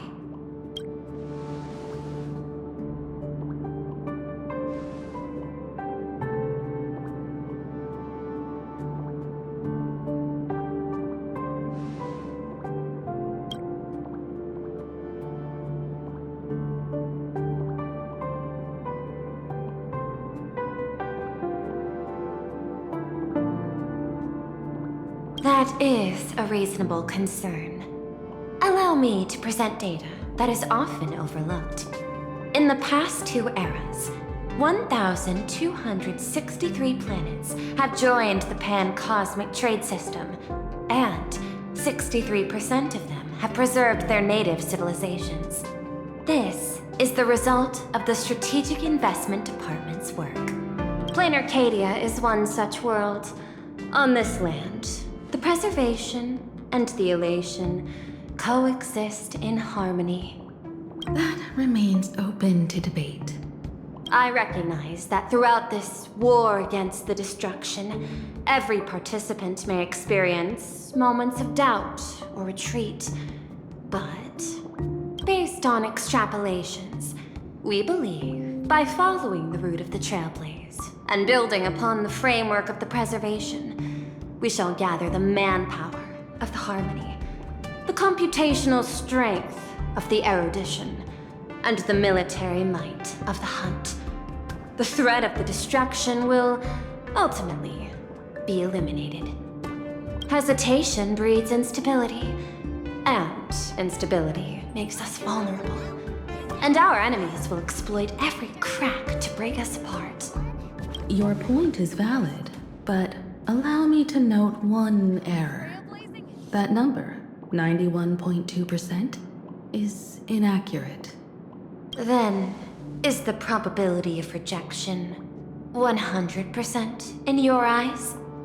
No, it is 0%. Interestingly, the difference between 0 and 1 is also only a matter of perspective. We did not come to refuse the notion. On the contrary, the Astral Express seeks to work with you. This outcome exceeds my extrapolations. Tell me, was it a change in your emotion that led you both to shift your decision? No. Actually, your earlier perspective inspired me. The IPC deals with powers that command billions of lives in this cosmic game of cards. The Express had always been insignificant compared to them. We've simply been earnestly trailblazing and exploring all this time, trying to help worlds in crisis. Now it is this earnestness that has drawn many to journey with the Express, while the Nameless's simplicity assures our friends that they will not be consumed and lose their sense of self.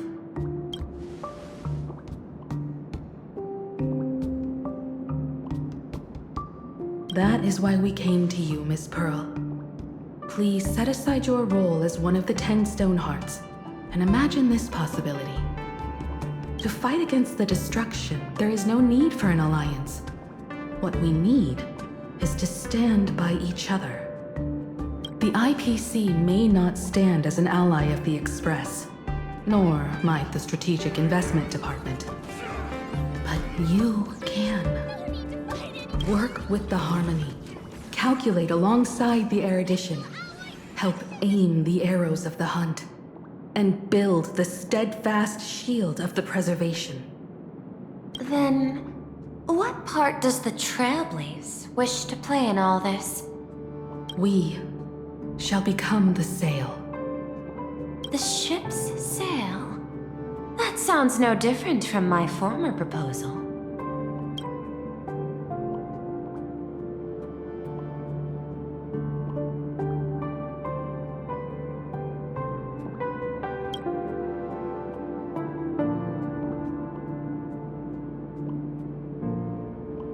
Interesting. Logic reminds me that those words you spoke are little more than rhetoric. However, I will follow the optimal decision. Neutrality. You mentioned that the IPC has never changed Planarcadia, and it still follows the path of elation. But in my eyes, Planarcadia has not been altered because it still has value. Just like the Astral Express. The IPC intends to use the Phantasmoon games to reach out to an Eon and draw them in. Am I right? That involves classified information. I have no comments. However, since Miss Himeko is open to cooperation, I can share more within reasonable limits. This way, guests.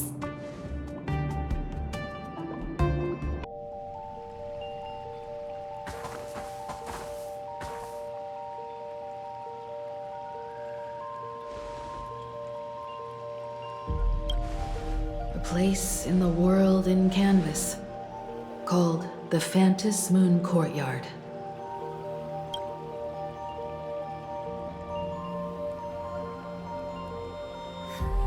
This ancient tree has stood for 1,000 years, blooming only on the eve of the games. According to ancient texts, this is the heart of the Phantasmoon Games ceremony. 8 masks, 8 supplicants. When people don the ancient masks in the near future, the altar will also reveal the masks' forms. Then, the games shall begin. I've been told, Miss Himeko, that Graphia's blood courses through your veins. The messenger of the hunt is here as well at this moment. This ceremony, to compete for the elation, is but a reflection of cosmic politics. In that case, why not use the result of the Phantasmoon Games to decide whether the Express will become a sail or a banner? We'll consider your proposal. However, to take part in the games, one must have a mask of elation. I assume the IPC has prepared for that. As of now, the number of masks I possess is 3. With more time, I could obtain even more. In all of history, no one has conceived of a unified command of all supplicants and masks, let alone accomplished that feat. But this time, the IPC intends to regulate the games with our resources and influence. It is not unusual for visitors from beyond the sky to join the Phantasmoon Games, but the IPC actually seeks to control the entire thing? The Eon of Elation is famed for unpredictability. Miss Pearl, you must take care. This is a word of caution. It is precisely because Aha is so mercurial that such an elated attempt has a chance to succeed. Pardon the interruption, Madam Pearl. The guide you dispatched has sent word. The masked fools have stirred up trouble, attacking him and the Express guests. They were separated in the chaos. That is not surprising. Those masked fools have long kept the IPC in their sights. It seems the Phantasmoon Games have begun, regardless of the Express's choice. I'll get in touch with those two kids.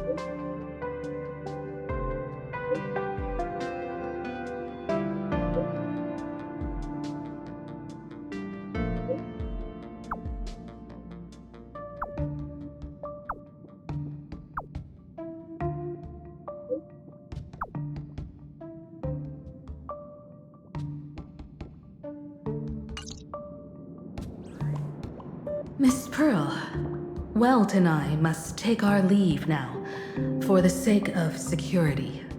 Are you both leaving already? I had another plan in mind. To speak with Miss Himeko about the art history of ancient Benzai Tengoku.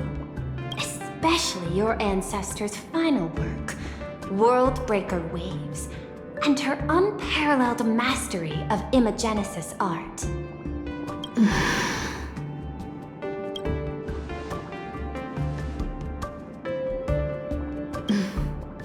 I'm counting on you, Welt. Mr. Yang, please accept this gift before you leave.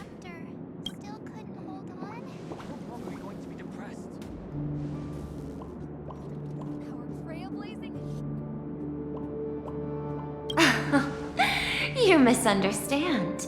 To offer the Nameless something so mundane would be far too discourteous. Please, open this case first, and see for yourself.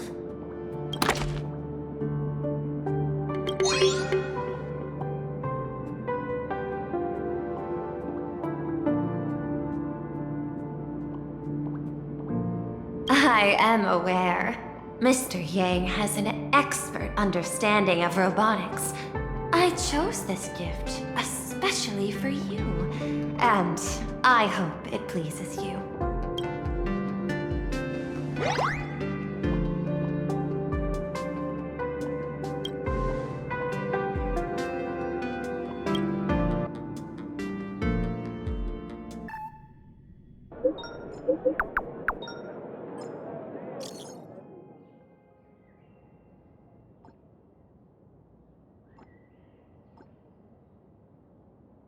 Graphia Academy?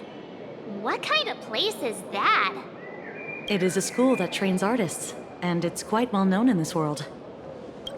We need to wait for someone there? Do you know the way, Miss Kuchiba? Allow me to guide you both and ensure your safety along the way. I want to eat sweetman waffles! Soliciting is strictly prohibited.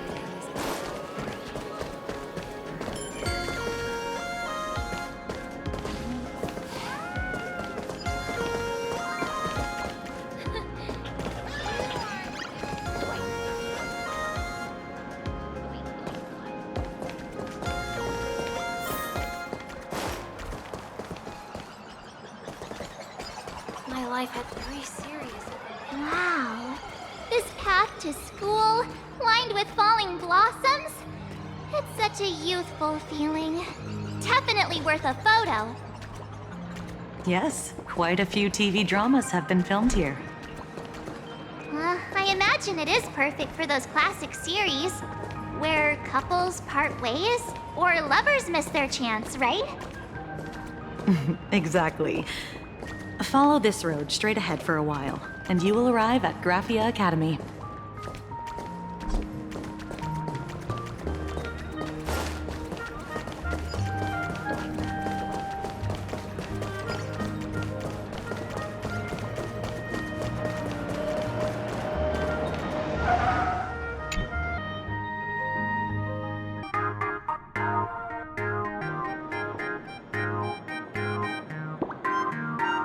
This is Graphia Academy.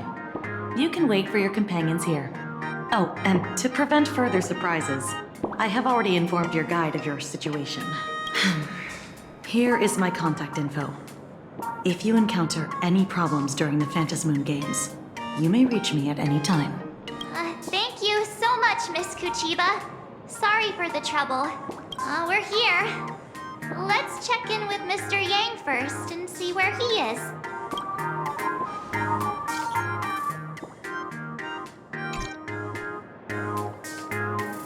Mr. Yang still hasn't replied? Shall we find a place with better reception? How about heading inside the school to take a look? No way. I was just thinking, isn't this Big Sis Himeko's alma mater? The school lobby. It looks exactly like what I've seen in animations. Too bad neither of us ever went to a real school. If only we could taste a bit of campus life here. Hey, how about we sneak in and pretend to be students?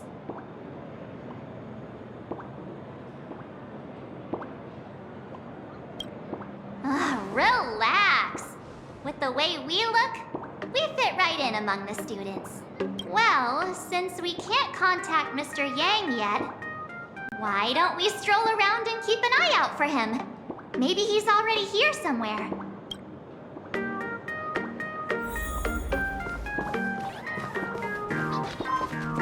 I heard Sparxie has so many news to announce.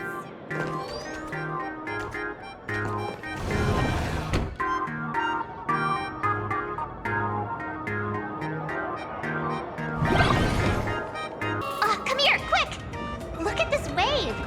It's so spectacular. It won't suddenly come crashing down and drench us, will it? Wait, this is painted too? The painter's name is even stated next to it. Graphia. Who's that?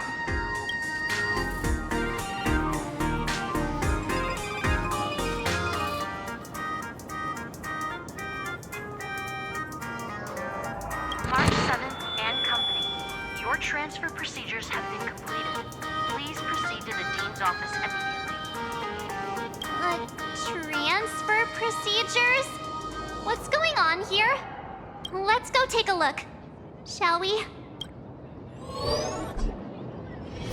Back to the teacher again.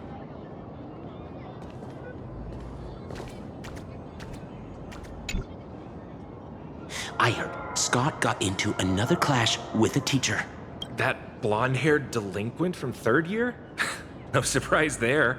No idea, but it looks like he's about to be expelled. He should have been kicked out long ago, if you ask me. He struts around as if he owns the place just because his dad works for the IPC. Just expel that scum. Soon enough.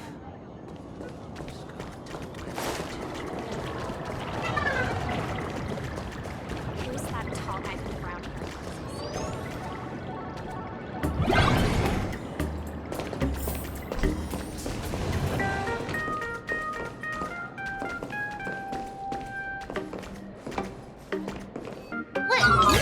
What the heck? Why is Skott here? What year are you two in? Senior, and not even bowing. How rude! Wait, you. Why do you two look so familiar? It feels like someone sent me here to find you. Now I know it's definitely the real Skott.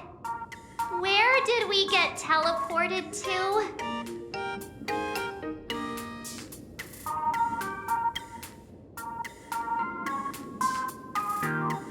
Ouch! Pinch your own cheeks, not mine. This is real, not a dream. Mr. Yang, you're here. That was Skott. Where did he go? Wait. Why did you just call us students?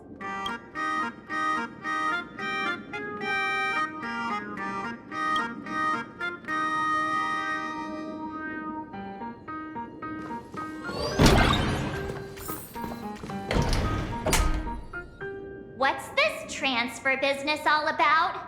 Well, starting from today, you two are officially transferring to this academy to begin your brand new school life. Sparxie! Yoo-hoo! My good classmates, we meet again. What are you doing here? What news on the net could possibly escape the all-knowing digital fairy Sparxicle?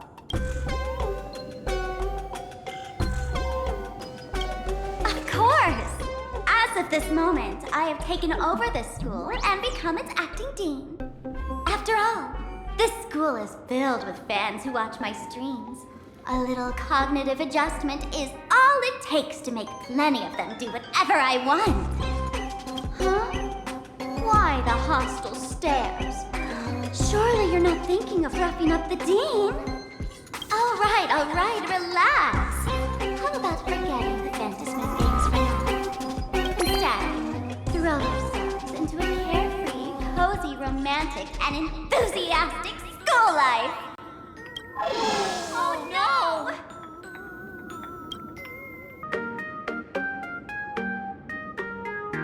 Wake up!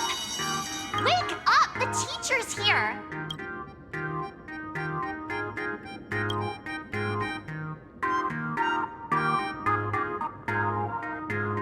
Idiot! The dean has had their eyes on you for ages. The artist qualification exam is right around the corner, and some students are still dozing off in class. Silence! How dare you call the dean by name? Do you have no respect for her at all? Before you stands an online streamer, a singer-songwriter, a trendsetter of internet culture, a rising star in education, and the masked fool among masked fools. Show some respect and address her as Dean. Thank you. It's fine, Skott. Thank you for standing up for the teacher. Such strong willpower. No wonder that outdated model wanted you in the Phantasmoon Games. Too bad you crossed paths with me. Soon you will be just like these students. All of you will be turned into my little toys. Students, today is campus cleanup day, so help Dean Sparxie find that thing. Search places like the archive room from top to bottom. And teachers are all required to pitch in as well. If anyone spots that truant teacher, be sure to tell me. I will reward obedient students handsomely. Okay. If not for Miss Sparxie, I would have beaten you to a pulp right now. Skott, it has been 2 years since that baseball club incident. Are you still holding a grudge against her? Ha! Easy for you to say. If it weren't for this one, I would already have made my mark at the school sports meet. That jerk crushed my baseball dreams! Huh? What do you mean, that's it? Were you planning something even worse for me? Just last week, when I was about to confess my feelings, you folded my love letter into a paper airplane and sent it flying into the toilet! And when I tried to fish it out, the girls in class completely misunderstood me! Listen up! I'm here to challenge you to a duel! After school today, I will be waiting on the rooftop. Do you dare to come? You two, out of my way! I'm done with class! School? Students? What in the world is going on here? My dear classmate, you're acting kinda strange today. Is it because graduation's near? She has always been our dean, hasn't she?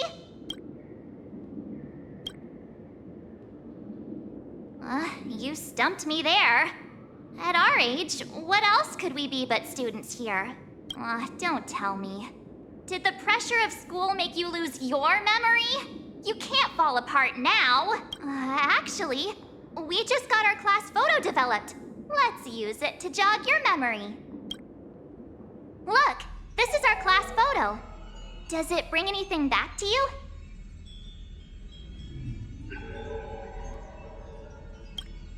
That's me! I mean the other one. That girl with pink hair and long ears? Who was that again? Is she really someone in our class? Or just some random outsider sneaking in? Anyway, let me introduce the people everyone knows. See this guy? That's Skott, the one who argued with you earlier. He's a spoiled brat who flaunts his family's money. You were both aces in the baseball club 2 years ago, but he lost a bet with you and had to bark like a dog. That drew the attention of some strays that chased him down, so he twisted his ankle while running and missed the school sports meet. Do you remember that?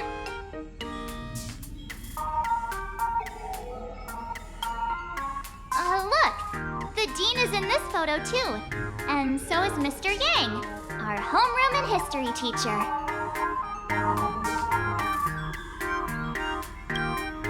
Yeah, I think that's right. Remember that night we snuck into the archive room to retrieve the camera we left behind? And that time you bravely stopped Skott from bullying the underclassmen. We've shared so many wonderful memories in this school. Don't tell me you've forgotten them all. Yeah, I think that did happen. No wonder Skott hates me so much. See? I knew you'd remember. Nothing sparks our memories better than Skott's barking like a dog. With graduation just around the corner, these are likely our last days at Graphia Academy. My classmate. Is there anything left you still wish to do here on campus?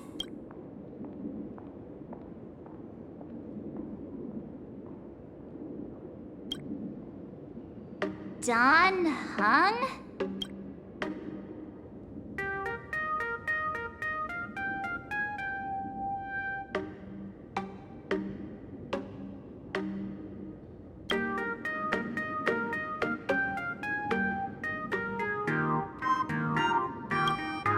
Anyway, even though our time at school is running out, we still have the chance to do something now, don't we? Many adults only start to regret once they step into society, longing to return to those carefree school days. But time does not go backwards, and life gives no second chances. How does the saying go? Youth is fleeting, and time waits for no one. So, let's seize the fleeting moments of elation before they slip away. Let's spend these last days of youth together.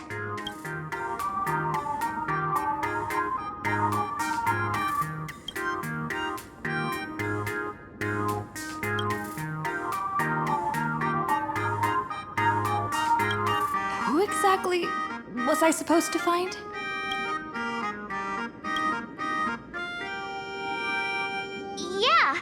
Waste your youth with me.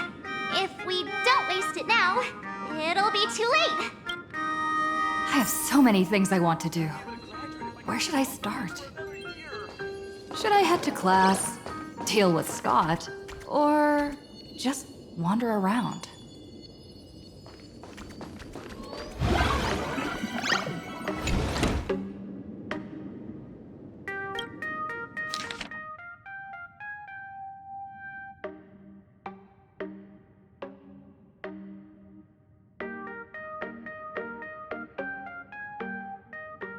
Next class is history?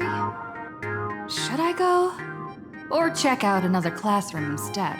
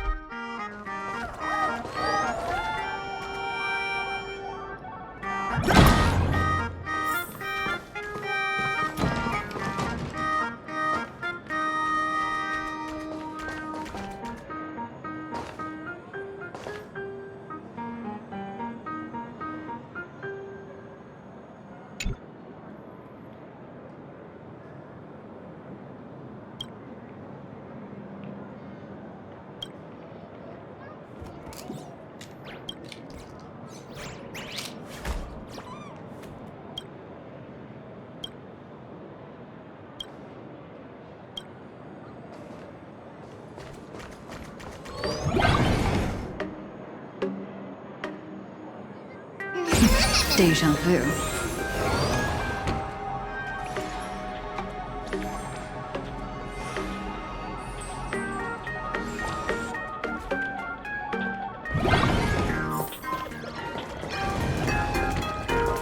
Competition is coming up.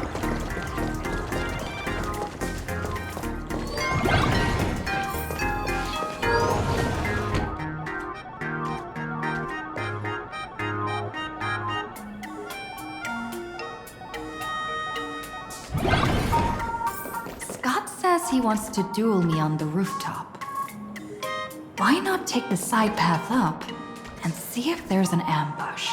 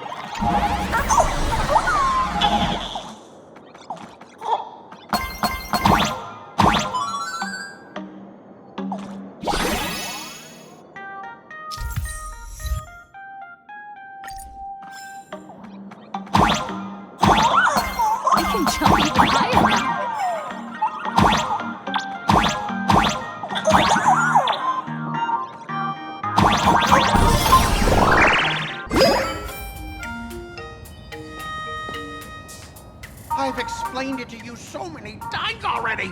They're jealous of me, jealous of my passion for you, blazing as bright as the sun. So she set me up on purpose, making me into what you girls call the maniac of the swirling waters. You have to believe me, Lakshmi. I'm innocent.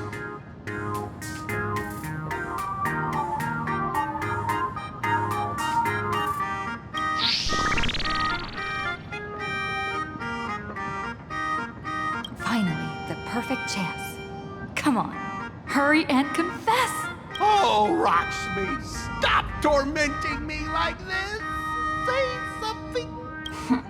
Skott, did it ever occur to you that the gray-haired human you say is so jealous of you might actually want to possess you? After all, we girls know these little schemes best.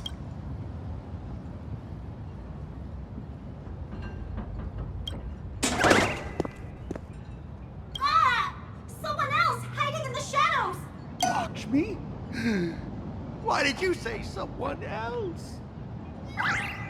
And you, Ash Hair, every single time! Why do you have to completely ruin all the important moments of my life? Skott, weren't you the one who called me to the rooftop for a duel? Huh? Skott, did you deliberately get this gray-haired human to come here just to spite me?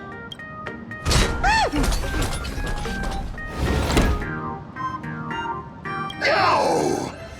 I challenge you to a duel.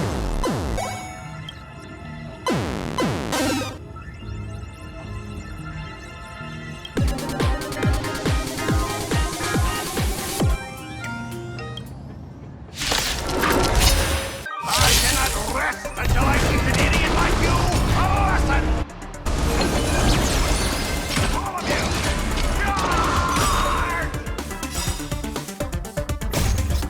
We can do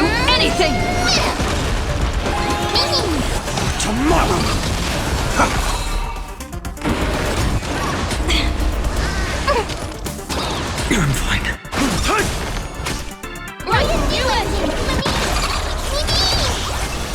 Future will come! Trinity is before me. Watch over you. Guide you on your path. Tomorrow! Hey! Why aren't you getting in on this yourself, Skott? This is justice by numbers!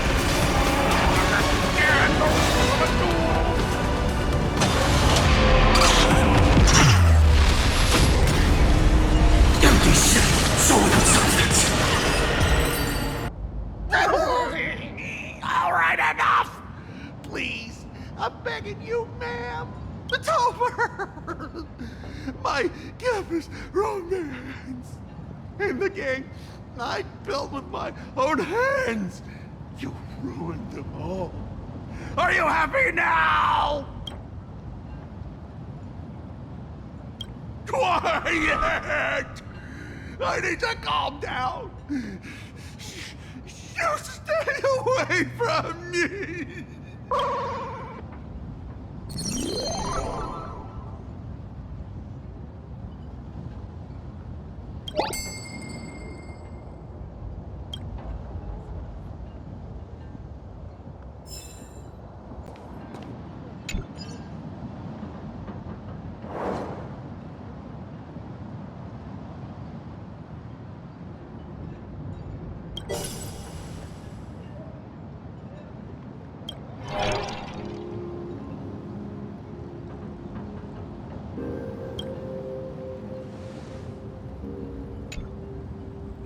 That's Skott. No, wait. I remember now. We found Mr. Yang in the dean's office, but Sparxie suddenly popped out. We were actually here to find Miss Dollie. But why did we come to see Miss Dollie in the first place? Yeah. What exactly did we come here for? Remember how Sparxie kept ordering students to rummage through every corner of the school? Students, today is campus cleanup day, so help Dean Sparxie find that thing.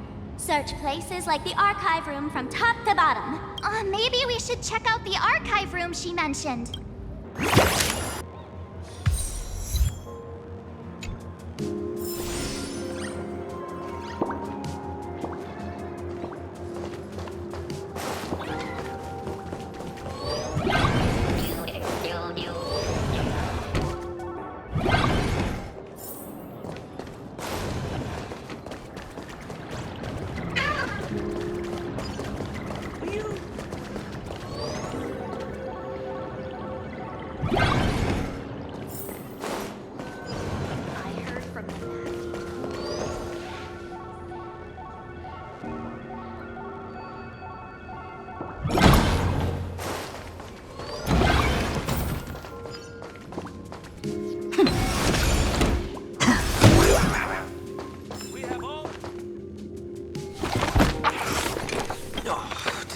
Send you here? Seriously, leaving us here to do all the work is just too much. What's going on? Not paying attention in class is bad enough, but you don't even listen to the teacher's instructions? Have you seen a mask with a smile on it? The teacher told us to find it. A mask? Now I remember. We came here to look for a mask. What a coincidence! I'm here for the same thing. Get to work already. Do you know which teacher is Miss Dollie? How should I put this? She is such a unique woman. Super unique. Once you meet her, you will never forget what she looks like. Whoa. How beautiful is this Miss Dollie? Huh? Beauty and Miss Dollie have nothing to do with each other. If you have any group photos or faculty event pictures, I can point her out to you. But seriously, are you going to help me with this work or not? March, didn't you show me a group photo earlier? I have a class photo right here. But it only shows 2 teachers. Seriously? There are 3 teachers in this photo. Isn't Miss Dollie right here? Wait, that's Miss Dollie?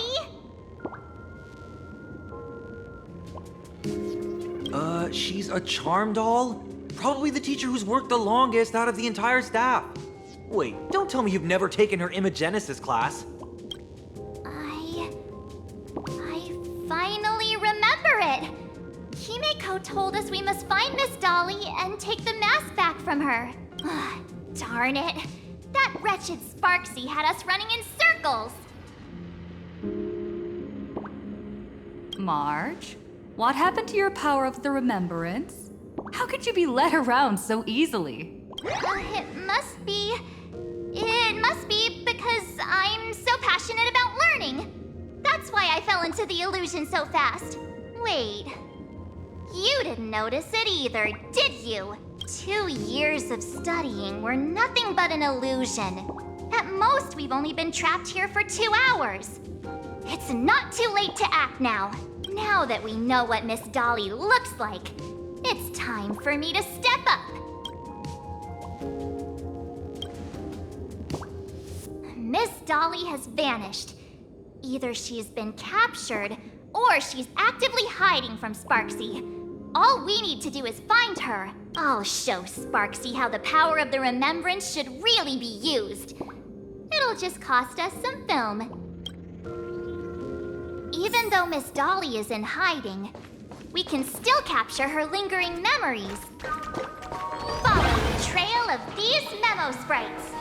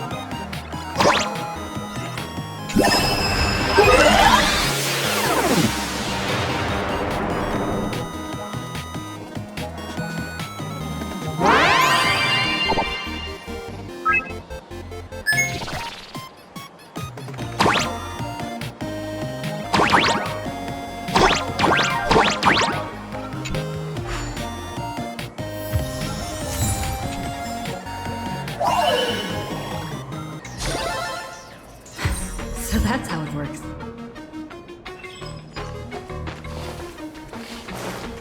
We're getting real close. There's a fragment of Miss Dollie's memory here.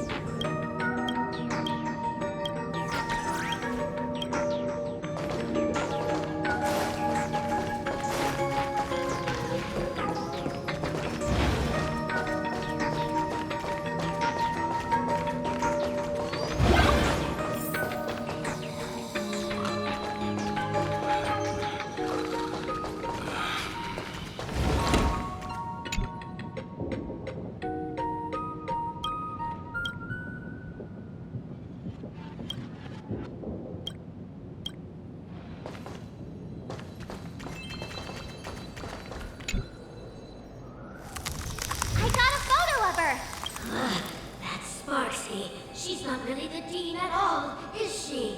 What are her intentions?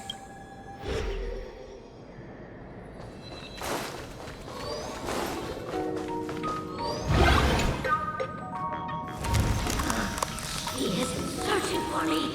I must stay hidden. See him up in the Genesis classroom. Can't let her find me. Found it. Let's go. We have to get the mask before Sparxie does.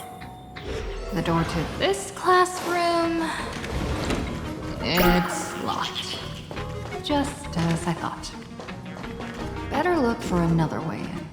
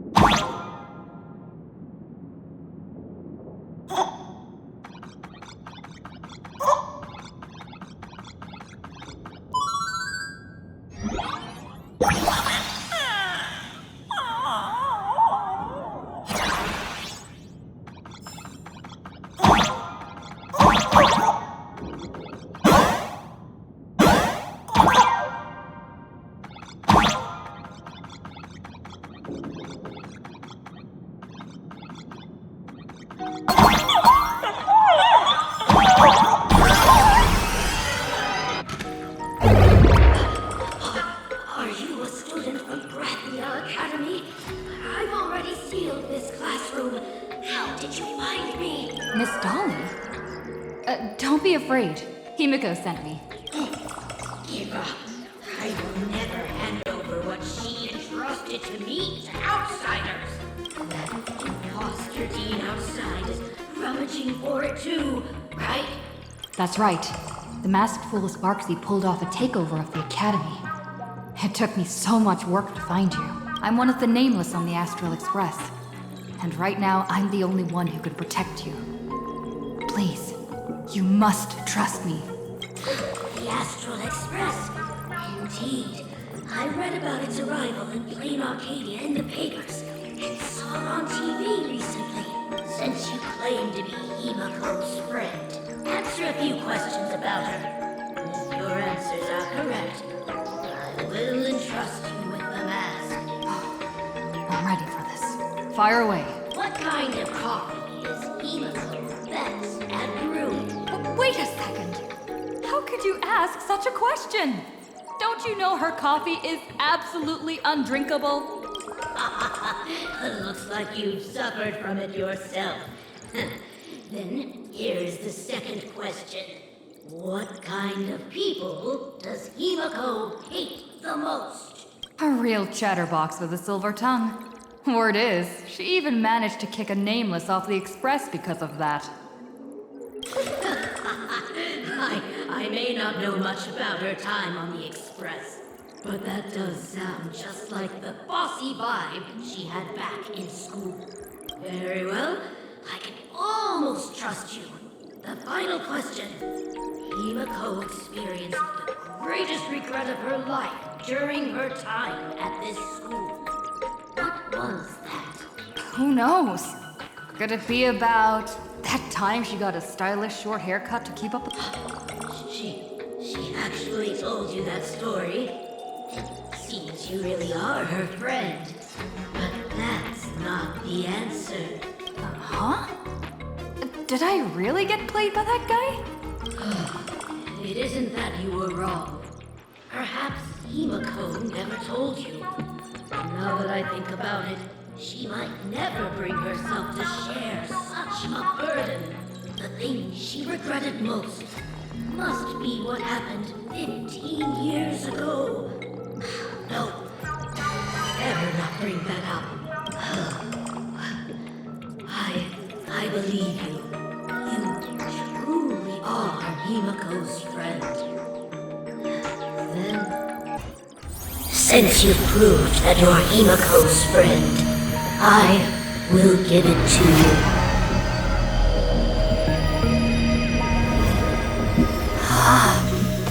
Wait, if you're right next to me, then who's this?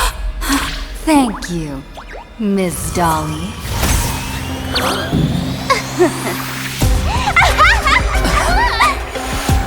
The mask is mine now! What? I actually let myself be fooled by such a cheap trick. You two came much too late. Sorry, Miss Dollie. Darn it! Sparxie got ahead of us again! But how could she know so much about Himeko?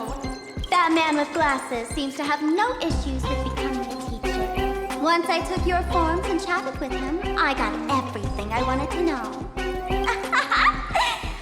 Sometimes trust among companions can be quite dangerous. Now you've done it! How dare you trick Mr. Yang! You have really made me angry. She can't run away anyway. So, why don't we take the mask from her by force? Woohoo! Congratulations! You figured out my weakness. The mask of elation that has been worn is like a clipped movie ticket. It only belongs to the one who used it first during the Phantasmoon Games. Seems you're completely unaware of such simple common sense. How sad. What? Astral Express out! The only one worthy of joining the games is the adorable Sparxie. Now then, it is time to treat my fans. You two will stay and witness my Sparxicon that I've carefully prepared, right? Oh my, how defiant. No wonder you are the toy favored by my old model. It's okay. I will erase the last residues of resistance and hostility in your hearts and turn you into my loyal fans. My dear fans, time to prepare. Carry out these two noisy haters for now. I have more important work to attend to.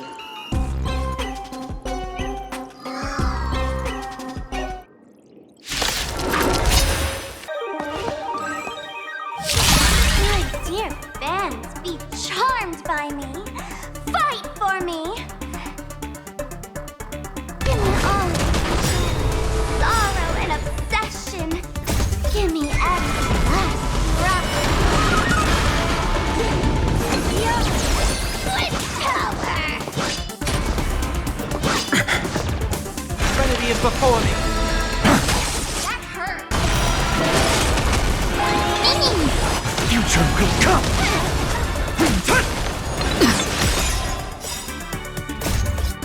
We can do anything!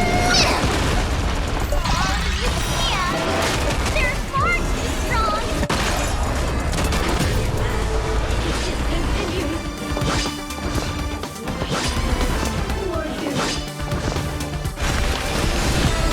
Tomorrow!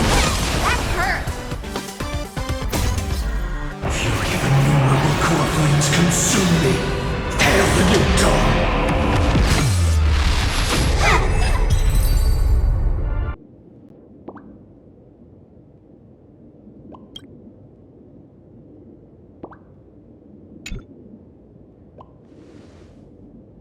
Is this the archive room?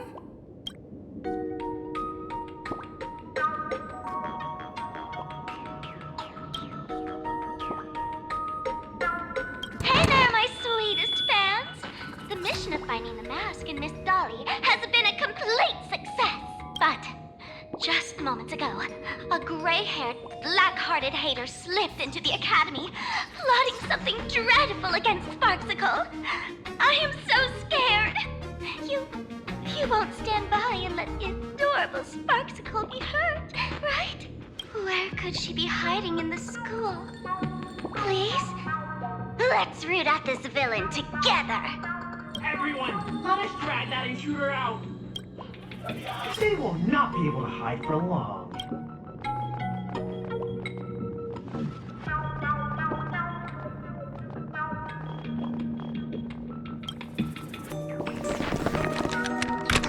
In the door! Hiding won't save you. We will drag you out soon enough.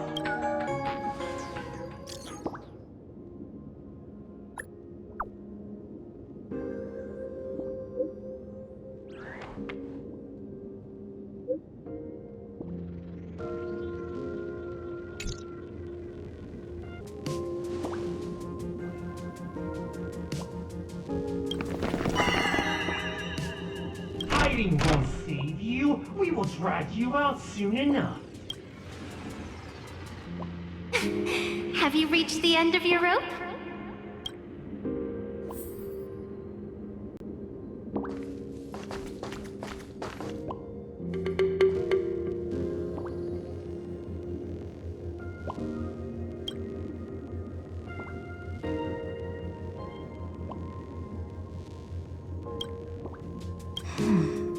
This pink-haired person. Where have I seen this person before? I remember now! She's the fox girl in the class photo! So you actually managed to remember. Seems like this is what they call in comics a fateful encounter. You stumble into a bit of trouble and I will happen to show up here. Hey, come a little closer, will you? Come closer. Even closer. Don't be so scared. I don't mind. Oh, shoot. I think I'm stuck inside. Give me a hand.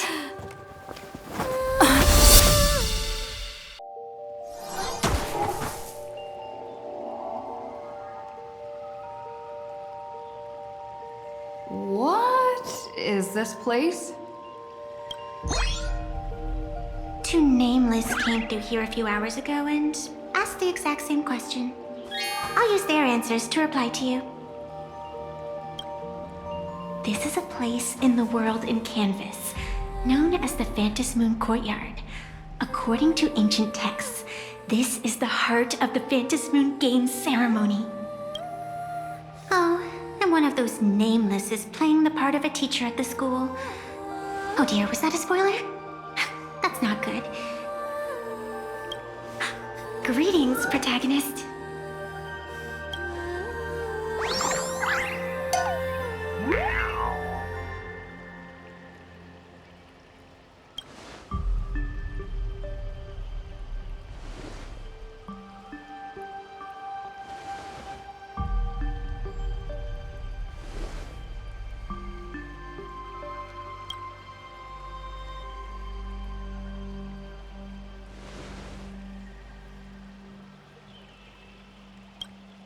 Call me the Nameless. Technically, everyone is the protagonist of their own story. But you are different. You are the protagonist of the Fluffy Across the Blue, aren't you? Galactic baseball raccoon? You do not really look like a raccoon. I forgot to introduce myself. You can call me Evanescia. Great seeing you.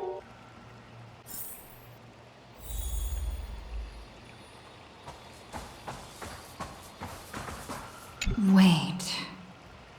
Isn't this Sparxie's mask? There's a reflection of the moon in the water. But you can't even see the moon from here.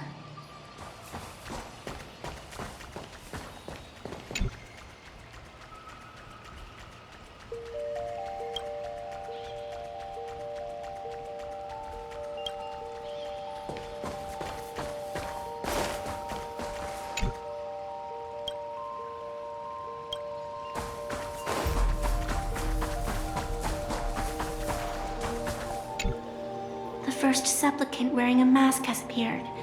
The Phantasmoon Games will soon begin.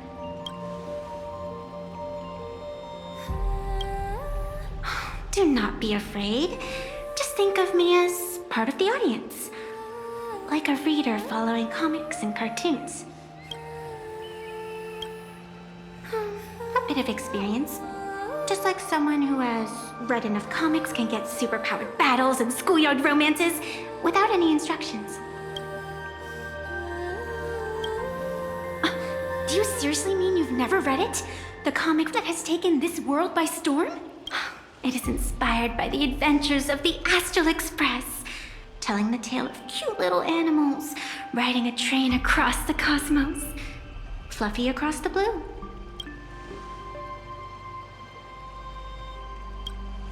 Of course, this is Planarcadia. Any story can be turned into a comic in here.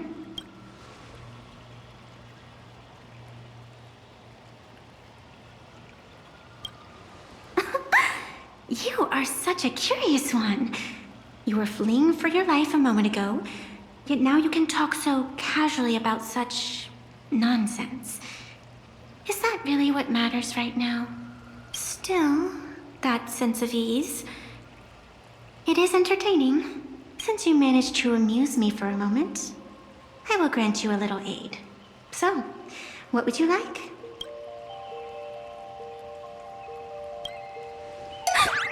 You are hiring a killer? That will not do. The story is meant to stay wholesome. I can see it in your eyes, Miss Raccoon. You will not accept defeat. That resolve is interesting. There will always be foolhardy supplicants donning the mask in these ancient Phantasmoon games, laying before the Phantasmoon their madness, fancies, and humor. They would weave schemes to slay monsters descending upon this planet from beyond the sky, steal the laughter of the gods to forge blades that could split mountains, or descend into depths of the world in canvas to swindle the souls of the departed. Such entertaining individuals have not appeared for ages. Perhaps you have a chance to become one of them? After all, you are the protagonist. I can lend you a little power. But an equal price is required. Otherwise, it would violate the rules. You must defeat the enemy who pursued you here within the next day and night.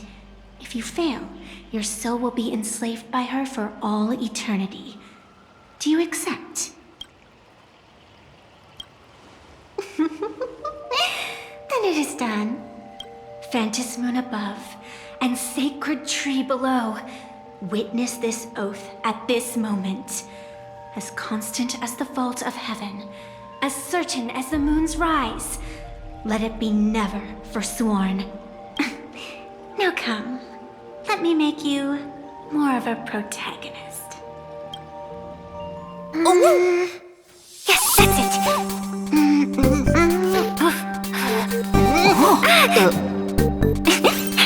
Change!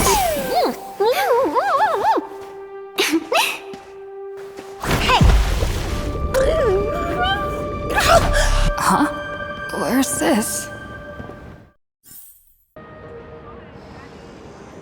Gray hair, are you all right?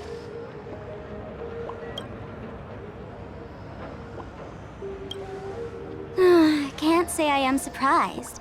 It sounds exactly like something I would dream of, and something she would carry out the moment she awoke. Still, it ain't too bad compared to the horrors that unfolded in previous Phantasmoon games. At least you still have friends willing to stand by you, right?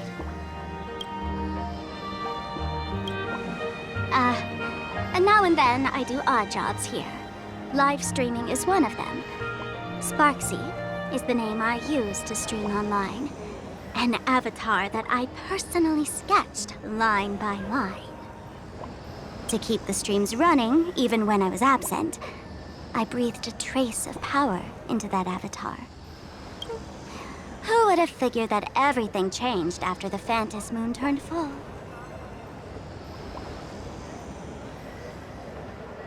She's nothing more than a basic skin that's desperate for online attention. Don't compare her with me. People offload their wishes and desires to her. And in the end, she too got consumed by these emotions. Once a creation gains a will of its own from the attention of the masses, even its creator can no longer restrain it.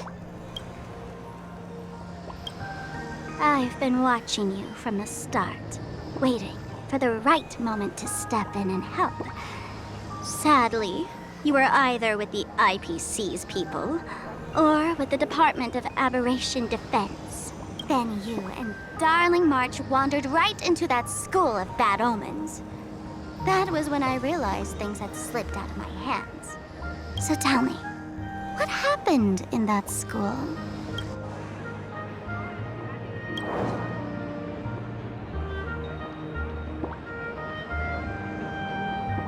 Is this the Mask of Elation that grants entry into the Phantasmoon Games? What do you think? Call your companions on the Express ASAP. Or, since this is a civilized society, you could try phoning the Security Bureau. But these matters are obviously far beyond what they can do. They say that no one could restrain the supplicant's actions in the past. Ah, those were the good old days of freedom. Gray hair, you are so naive. You've been to countless worlds. When the skies collapse and the end draws near, what can the authorities possibly do? Don't make their jobs too hard. The Phantasmoon Games are nothing less than a ceremony set down by the Master of Elation. Amazing miracles always appear in the world after every game ends. Like the birth of a new imagination, unthinkable phenomena, or a future brimming with hope. Perhaps you have heard this question. If the world's science and technology could leap forward by 100 years at the cost of a single kitten's life, would you kill the kitten?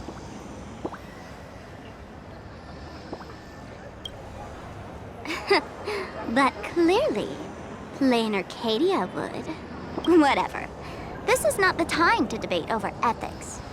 Gray hair, are you gonna save darling March and Mr. Yang or not?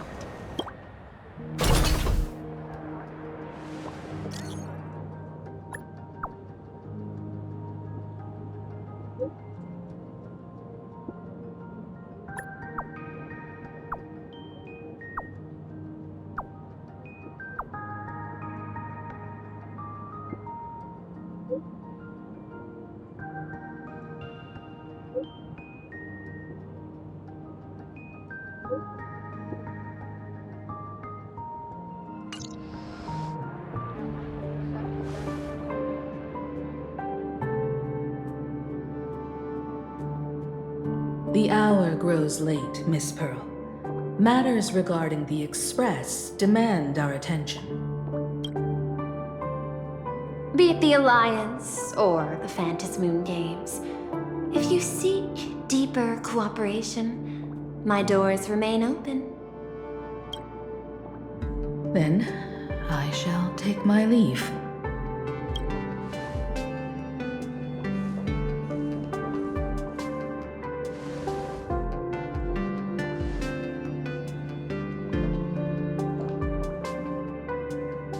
Intricate human social interaction models are. My extrapolations still cannot account for the full strategy tree of the Astral Express. Master, General Yao Guang of the Xianzhou Yuchui is here to see you. Shall we have her wait? No. The Xianzhou will also become a key ally. Only through enough contact and emulation can we hope to comprehend their methods and strategies. Conclusion. I don't think I'll be able to keep copying the painting for the rest of today.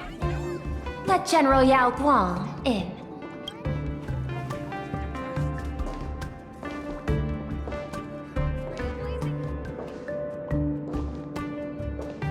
I am the honorary dean of the Omniscience Sapientia Academe, master of the Decalite Reflection Barrier, bearer of the Xianzhou's intangible cultural heritage, the sparrow-shaped fist, and the seer strategist, General Yao Guang.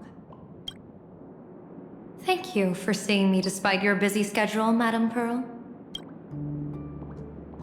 For a moment, I nearly mistook your words as a fault in language processing. I believed you had brought the entire delegation inside. Few Intellitrons in the cosmos have a sense of humor. I have heard that, like that genius, you are one of the many wonders wrought by the celestial differentiator of planet Screwlum. Meeting you in person far outshines your reputation.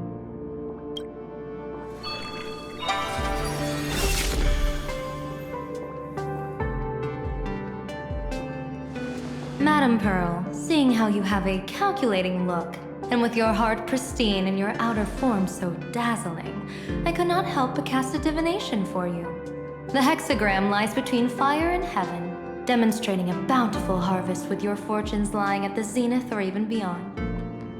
I have no training in divination. General, may I ask you to interpret it?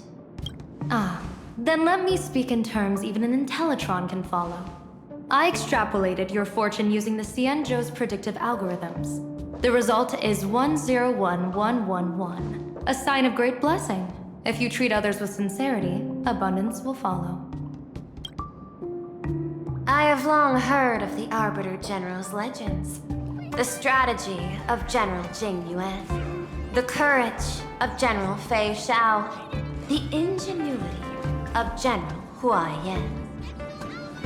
Often, I have wondered, what kind of figures are the Xianzhou generals who remain away from the public eye? Meeting General Yao Guang today, I cannot help but think that, with such beauty, you should step into the light more often. Looks like you've studied the words of the Xianzhou well. You've even learned the art of provocation. You praise the others for their individual and unique talents, yet when it comes to me, the only thing you had to say was beauty. Do not misunderstand me, General. To me, beauty is the rarest of treasures, and the most fragile to preserve. Besides, intel on you is truly scarce. It is quite difficult for me to find ways to compliment you. But what I do know is, the Yuchui is the think tank of the Xianzhou ships, and its general is the master of all diviners. Speaking purely of deciding the course of affairs, no one is better suited than you to cast the Xianzhou Alliance's vote on whether to join the Anti-Destruction Alliance. So, General, what is your decision in this? This topic is far too great for me to decide on a whim. But as a gift and to complement the respective gaps in our knowledge, allow me first to offer you a piece of vital intelligence. And with it, I ask the IPC to show sincerity beyond empty words. I do not follow your logic. With the threat of the destruction looming, what need is there for further reasons to cooperate? Set a mighty foe as a common goal. Convince former enemies to turn allies, then devour them in turn. Such feats are hardly rare in the IPC's annals of glory. I understand. The Xianzhou questions the IPC's sincerity. It would be better to say we ask the IPC to demonstrate its sincerity. Courtesy demands reciprocity, and the intel I now offer you is both urgent and weighty. Question. What could be more important at this moment than forming the Anti-Destruction Alliance? Nanook won't erase the universe in the next few days, but someone else might destroy Planarcadia within that time. You have heard of Blade, the Stellaron hunter, right? The IPC has long placed a great bounty on his head, though I have never laid eyes on him. The Yuchue recently intercepted a report, styling himself as Xianzhou's #1 assassin.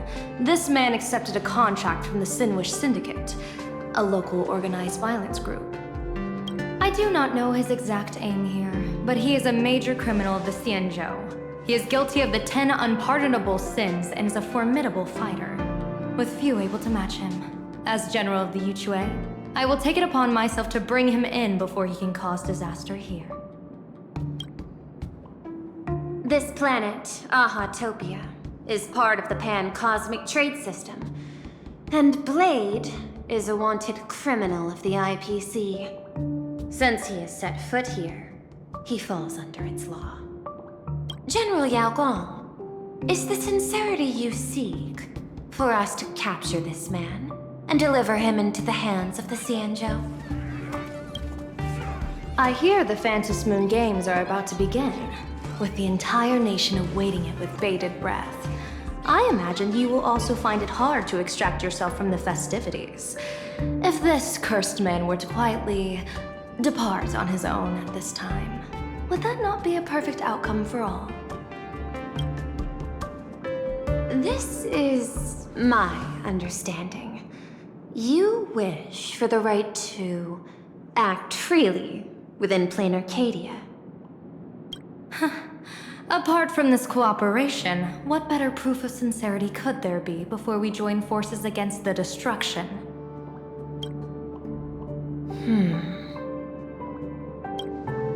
Deal. What I do not doubt, the might of an Arbiter General. However, I do doubt, will the Xianzhou's #1 assassin truly leave without a commotion? By my extrapolations, even without accounting for the guidance of Destiny's slave, the probability of capturing a single Stellaron hunter is less than 9.8%. Not even 10%. As a diviner, that's not how I see probability. Even if the chance of success is only a coin toss, once I enter the fray myself, I always treat it as a 100% certainty.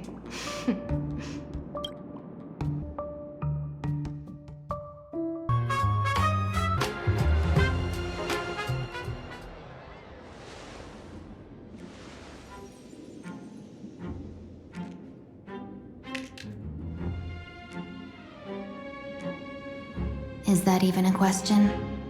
100%. Of course. In other words, there will be no survivors. Anyone who recognizes my face, I will not let them off even if they hide at the ends of the world. I was willing to make an exception when I was hired by your gang's leader, but I see you folks are not interested in accepting my goodwill. Not that I don't trust you, but you know the rules of the trade. You hire someone to do a job, you gotta see what they're made of first. People say that the Lords of Hell are easy to deal with, but their underlings are the real trouble. If a group's underlings don't know their place, even their masters may not be safe. So, since the mighty Sinwish Syndicate gang actually had the guts to hire the Xianzhou's #1 assassin, I guess you are also ready for destruction.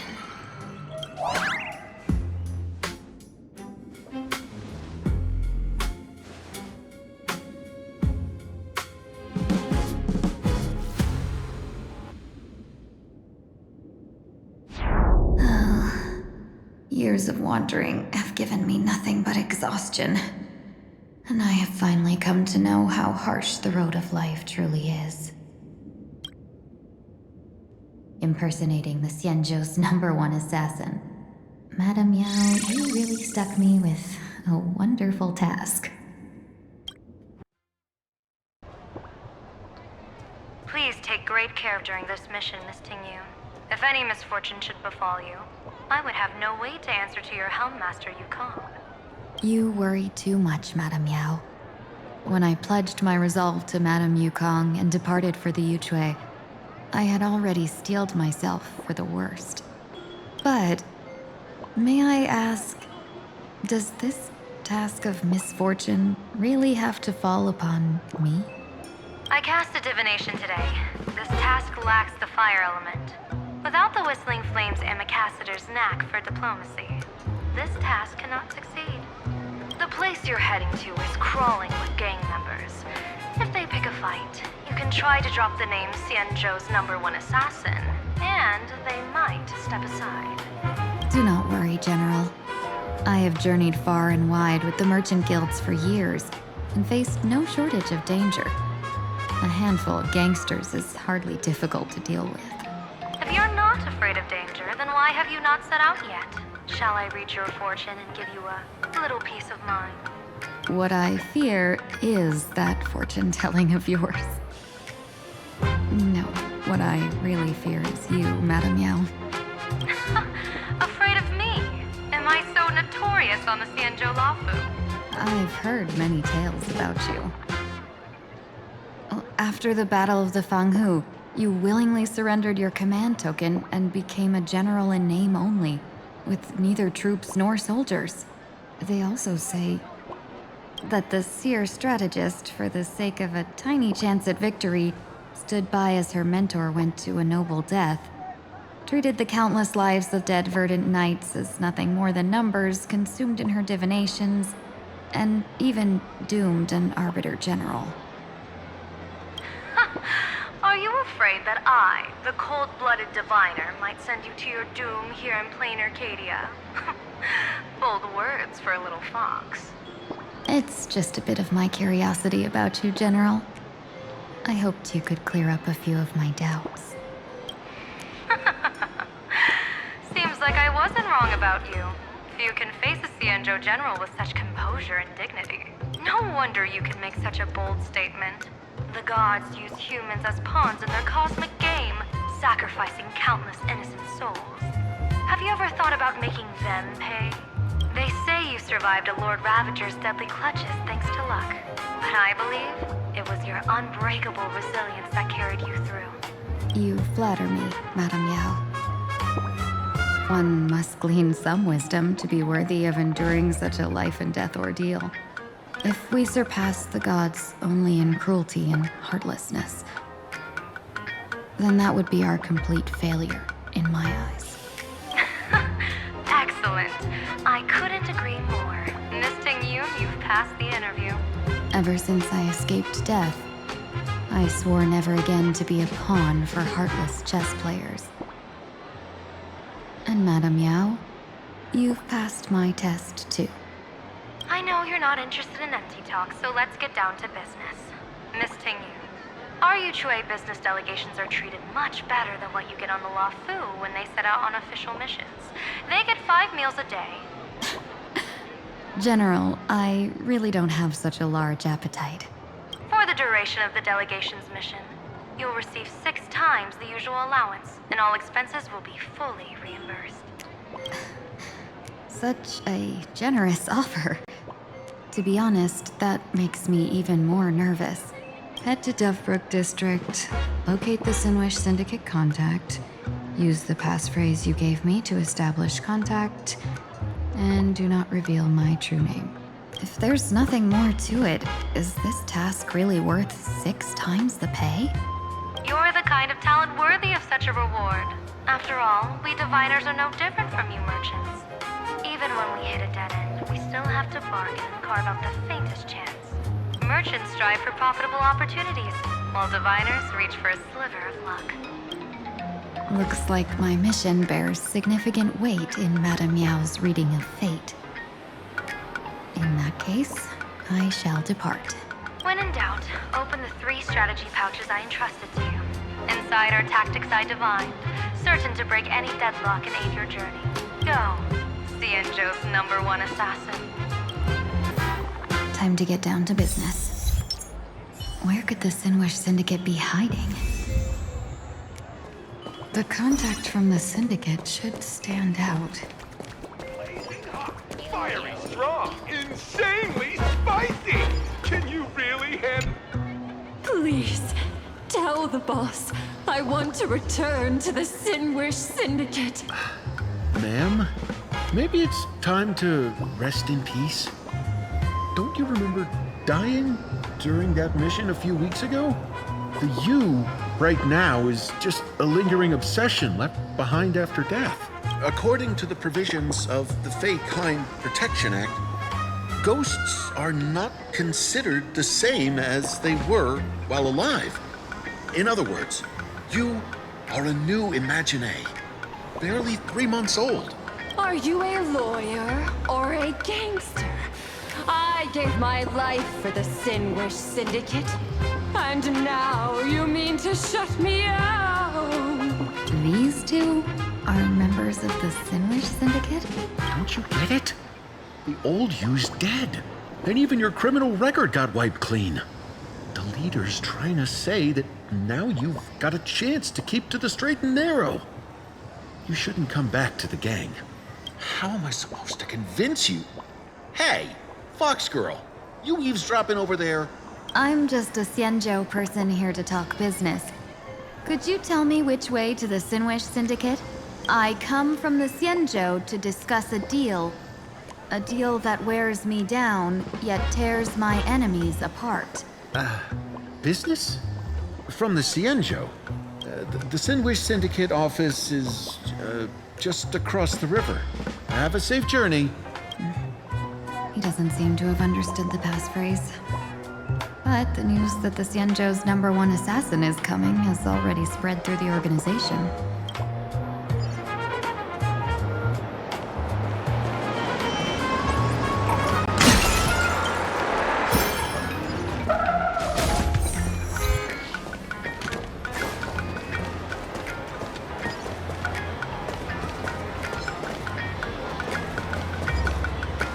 Those people over there. Are they also members of the Sinwish Syndicate?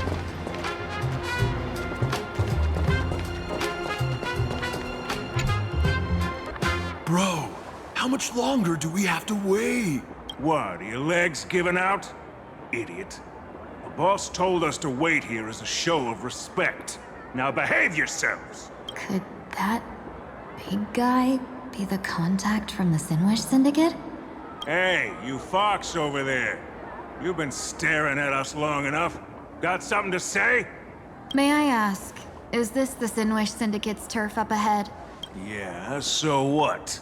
I should act tough and say less than what I want to say.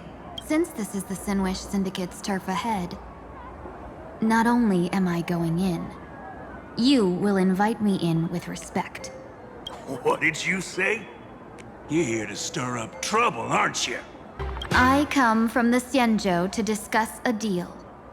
A deal that wears me down, yet tears my enemies apart. You're the guest our boss invited? Hold on. I nearly fell for that. Looking all delicate. How could you possibly be the Xianzhou's #1 assassin? Spill it! How did you know the passphrase? Why don't you take off your sunglasses and let me see if you still have your eyes? The Xianzhou's #1 assassin is nothing more than a nickname coined by the common folk. I have always considered myself a merchant. A merchant? Isn't a hired killer the oldest trade in the world? By the way, Mr. Imagine, do you know why they call me #1? You never miss a shot? Not quite. I kill in bulk.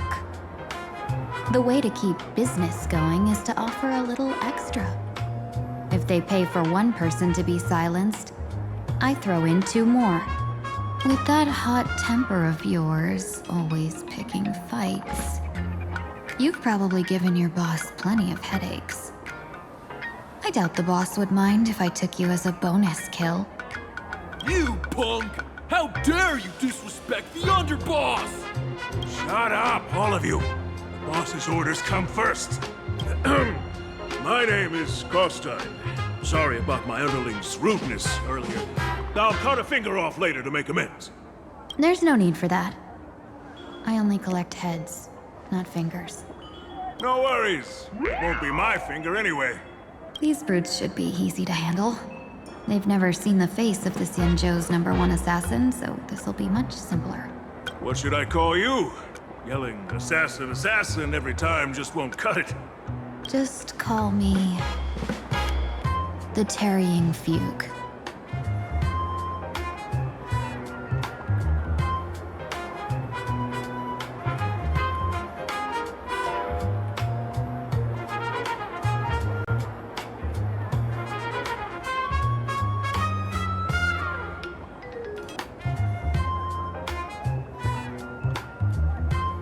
Terror and fog.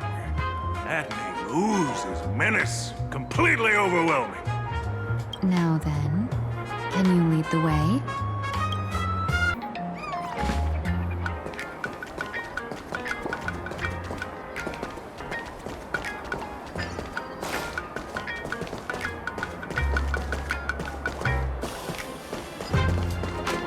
That's the Sin Wish Syndicate headquarters across the river. Quite impressive, don't you think? Please, follow me. Is this the passage in the painting? Of course. The Sin Wish Syndicate has it under our command for now.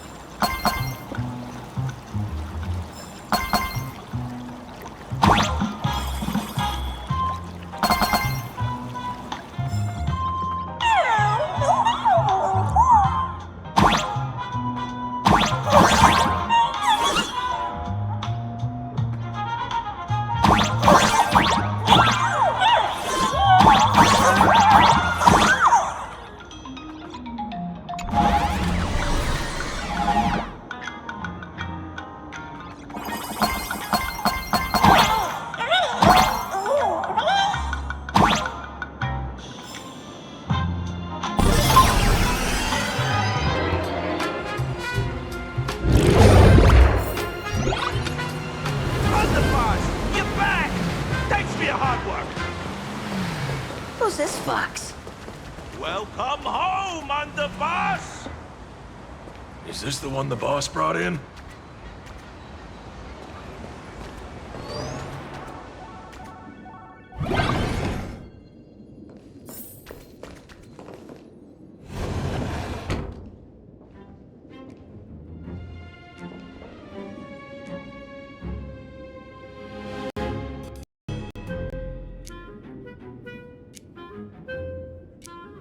Underboss, I mean no disrespect, but is this frail woman really the one the boss invited?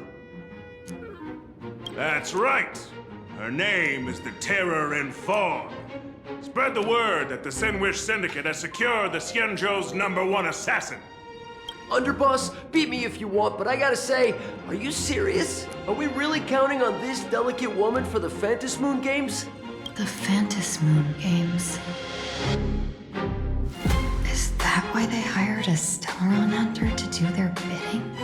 These Phantasmoon games are a once-in-a-lifetime chance for the Sin Wish Syndicate to rise. This woman doesn't look like she has what it takes, and we're trusting her. If she blows it, how are we supposed to save face? Underboss, we haven't been duped, have we? If word gets out, the other gangs will laugh us out of town. All of you, shut up! Useless. Lady Terror and Fog would wipe the floor with you even if you all came at once. Since you doubt her, why not let Lady Terror and Fog show you a few moves? Lady Terror and Fog, what do you say? I can find you a few sparring partners. No need to hold back. I thought you were naive, but looks like you're just playing good cop, bad cop to test me. I'm neither good nor bad. Just opportunistic. Still playing dumb, huh? Boss of the Sinwish Syndicate. Your people wouldn't be doing this on their own. I know you can hear me. I came for business. Making friends would be a fine bonus. But if not, that's fine with me. If you still want this deal, cut the tricks. A real expert is something else. You speak with such overwhelming presence, though we barely understand a word. Come on, show us a move. We fight and bleed every day, and that's the only way we'll be convinced. Oh no. These brutes are not interested in a win-win situation at all. When in doubt, open the 3 strategy pouches I entrusted to you. Inside are tactics I divined, certain to break any deadlock and aid your journey. Looks like it's time. Huh? Just keep alive and open the 2nd strategy pouch once you're done. What kind of strategy is this? There's barely anything helpful in here. Looks like Lady Terranfog isn't impressed with your skills. Out of my way! When I was young, I dreamed of becoming a musician. But fate had other plans, and I was dragged into a world of violence. But even then, I never let go of my love for music and rhythm. Even in battle, I kept honing my singing and instrumental skills. And that's how I forged my one-of-a-kind fighting style. They call me the Roaring Costine! Oh, Cribs! The underboss is getting serious! Lady Terranfog, I humbly challenge you. Show the Sinwish Syndicate the assassination skills you're so proud of.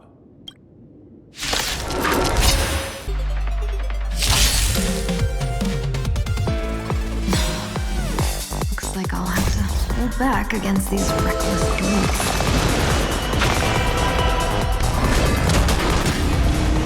I choose you!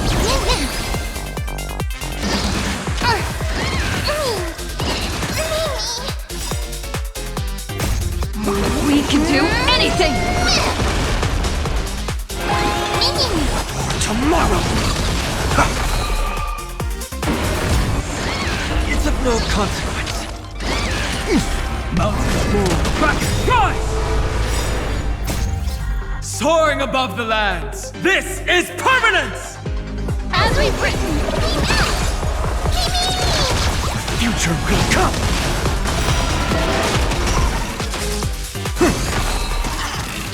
As expected of the Terranfog, such incredible grace! Power of destruction within me. It's hard to control. Now, done everything in my power to keep them alive, as you said.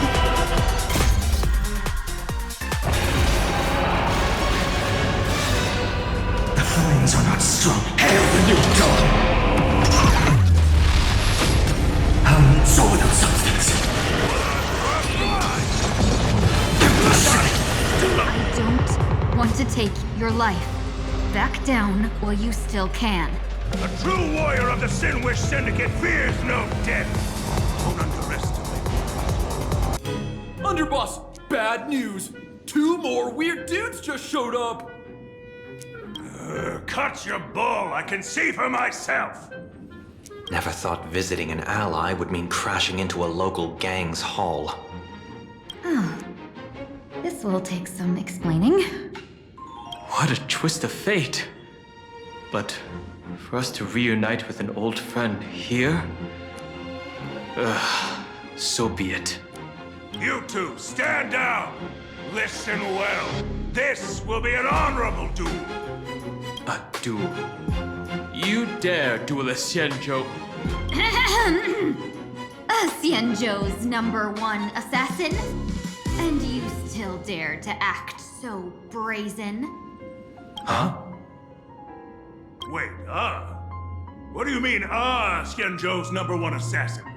Who exactly are you? Even a cunning hare keeps 3 burrows. Who ever told you there was only one Xianzhou's #1 assassin? So, there are 3 of you? No, it's 300.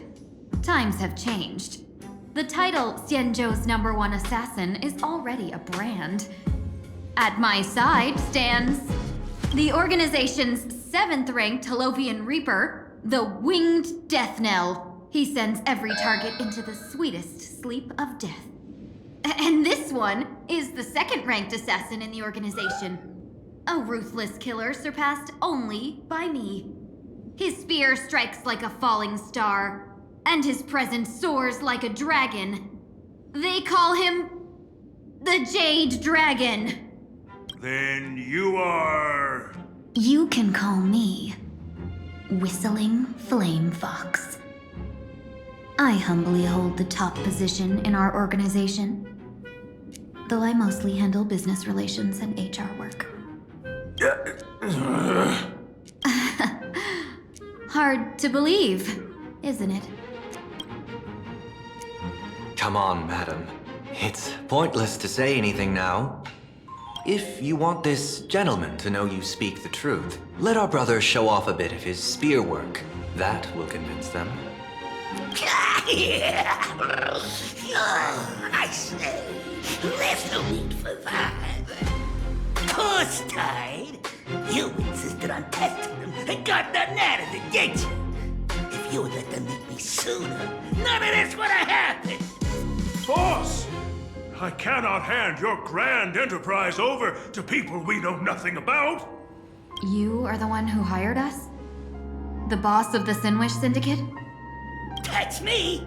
I am Polwave, current leader of the Sinwish Syndicate. My apologies. Our gang is full of roughnecks. I will make sure they are disciplined. As for that business, we'll discuss it upstairs. Everyone else, clear out!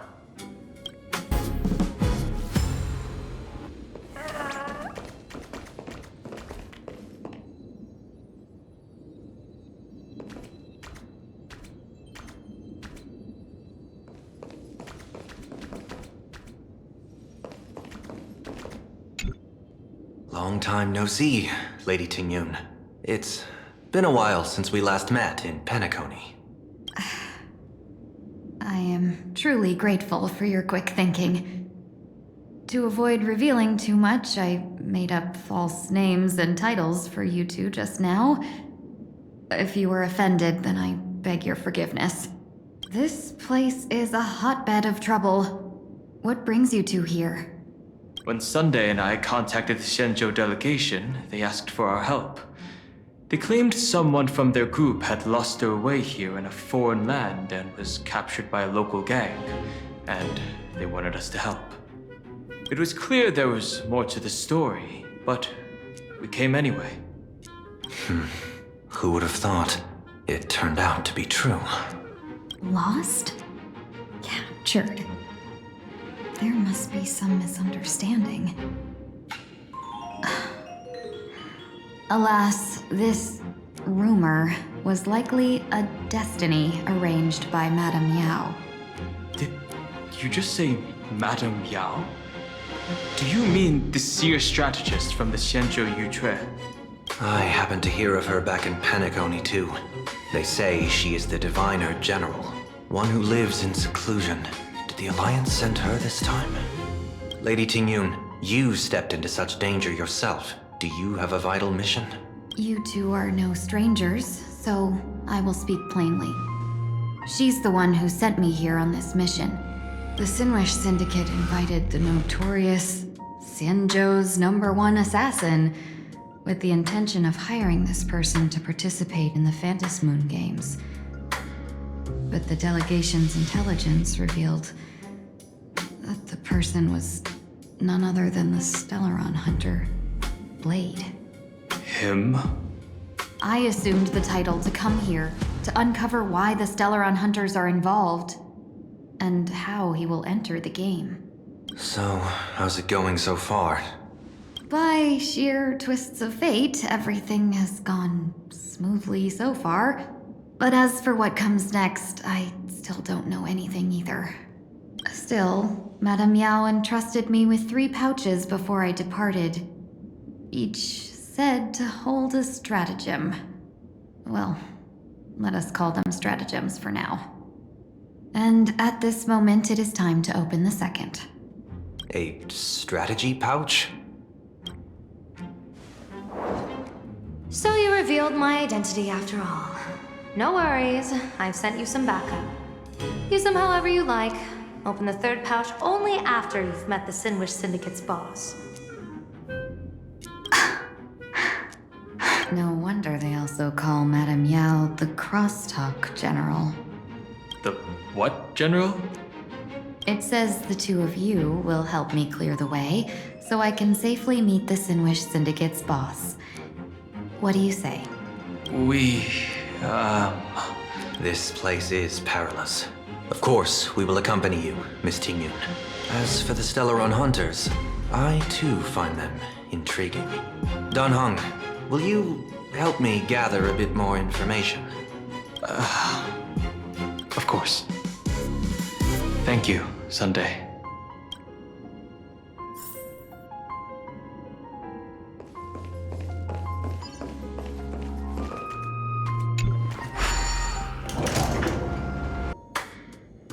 I gotta say, this place is decorated with a touch of style. The gang does not always flaunt brute force. More often, they need to flaunt wealth.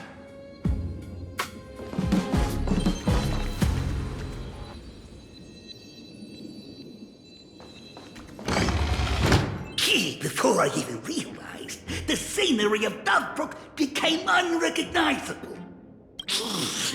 Back then, who would have imagined iron hulks running wild on the streets? Let alone us gang members being treated like vermin. You didn't call us here just to reminisce, did you? Of course not. Please forgive Korstide's rude little test. That narrow-minded fella never understands why young people flock to things that come from other planets. Like Mechatrons, Masked Heroes, and the Astral Express. What he does not see is that while cosmic novelties are more enticing, big shots of hail from the cosmos are even more fearsome. Wouldn't you agree? You're a clever one, so there's no point in keeping up this charade. We're not Xianzhou's #1 assassins. You knew that already, didn't you? Yeah, I might not live as long as those Xianzhou folks, but I've got a decent eye for sizing people up. You might not be the #1 assassins, right? But your skills surpass even such assassins. So I don't care who you are. I pay good money for a sharp blade, but I don't give a fig about its brand. And where do you intend to use this blade? On the Sinwish Syndicate. What? No, don't get me wrong. I'm not looking for bloodshed. Instead, I intend to perform surgery on the Sinwish Syndicate. Look here. Through certain connections, I secured this mass correlation. The entry pass to the Eonic game. Some covet this treasure, while others fear it as a curse. Now, you claim the name of Xianzhou's #1 assassins, huh? So surely you came for this. You want the god's reward, don't you? You are our employer. Therefore, the festival's prize should rightfully be yours. What do you want from the Eon, Mr. Polewave? The Eon? I harbor no such unrealistic desire. I'll leave this prize for you to claim as your reward. I'm happy enough to share in a bit of your glory. Whether you win or lose, all I ask is that when the press comes a-knocking, you say this. You were sponsored by the Sinwish Syndicate of Dovebrook. That is enough for me. So this is a sponsorship deal? The Sinwish Syndicate only wants fame? Since we are not truly in your employ, are you not afraid we might break our promise and ignore your request? If you truly cared nothing for what I asked, why even raise the question, huh? As I said before, I may not have the long life of the Shenzhou people, but I do know how to judge people. One more question from me, please. Why are you so set on chasing fame? In Planarcadia, Imagination exists due to wish power. And that wish power comes from the attention, curiosity, and demands humans place upon these Imaginae. The Sinwish Syndicate was founded to provide for those Imaginae who were ignored, had no wish power, and were not needed by humanity. Unfortunately, ever since that seashell woman rose to power, our path of blood and violence had run its course. That's why I want the Sinwish Syndicate to take on a new form. One that will draw more attention than ever before. The Sinwish Strangeling Pension Foundation, huh? What do you think of the name? It's a cozy and heartwarming name. So, will the three of you, accept this job?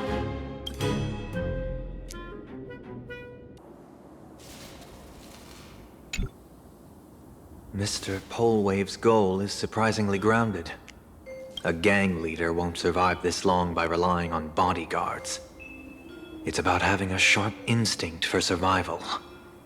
He wants to launder his gang clean, but that will not be easy. In my view, the underboss may not see eye to eye with his boss. My thanks to you both. With your protection, I managed to leave without harm. Yet, we carried off the mask meant for the so-called Xianzhou's #1 assassin. When I think of it that way, this mask feels thorny in my hands. That man. He seeks to enter the Phantasmoon games? What does he plan to do?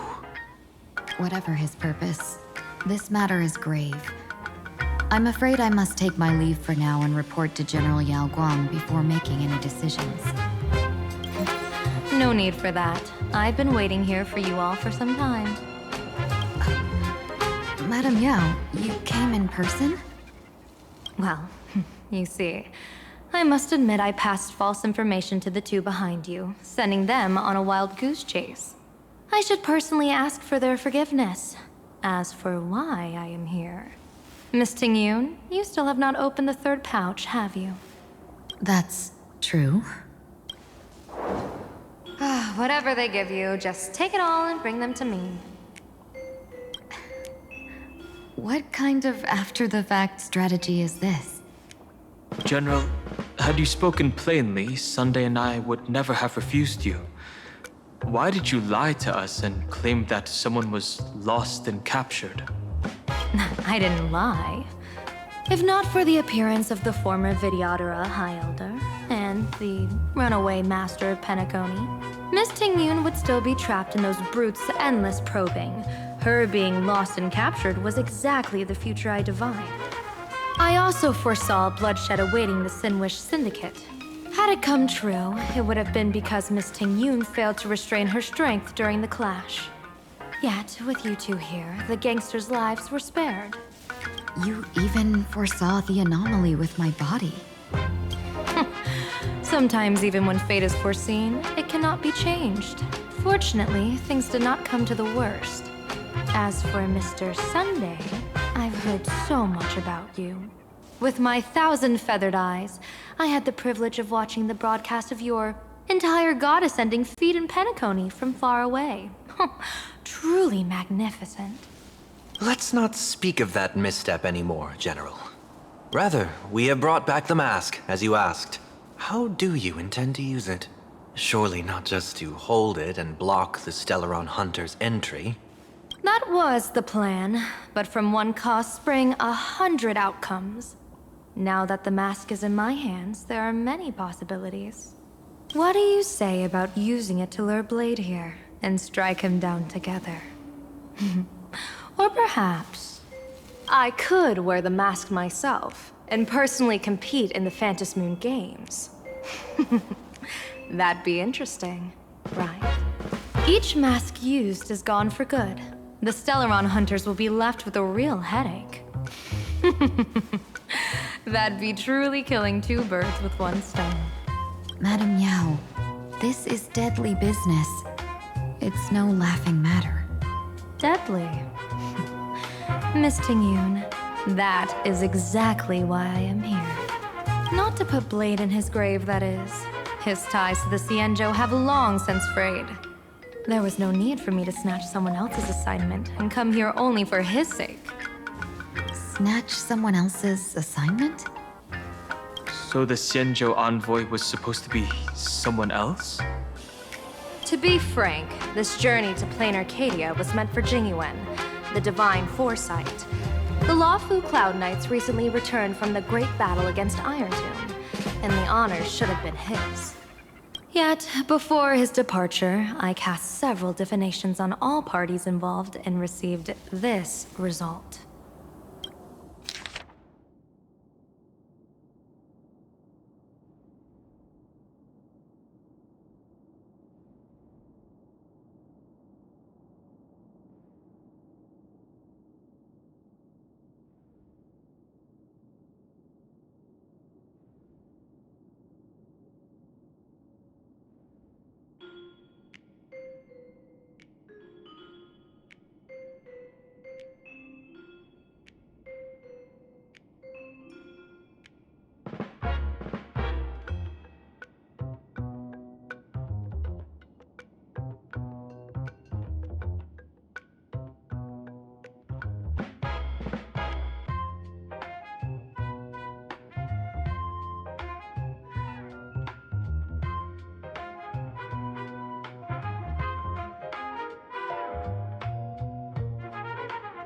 Incineration, death, abandonment.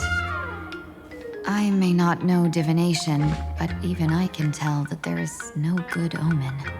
Unfortunately, the two top diviners of the Yuchui and the Lawfu, in other words, my junior soror, Fu Xuan, and I, cross-checked each other's extrapolations and came to the same astonishing conclusion. An Arbiter General will fall in this Arcadia of elation. Even so, you're still taking the mission meant for Tingyuan? Yes. I contacted the Marshal and took over the task. I've simply never seen such a bizarre fate and wanted to witness it. Even if it means your death? It's only death. If I can die in these Phantasmoon games to achieve a moment of godhood, then my death won't have sullied the Xianzhou's honor. Miss Tingyun, hand me the mask.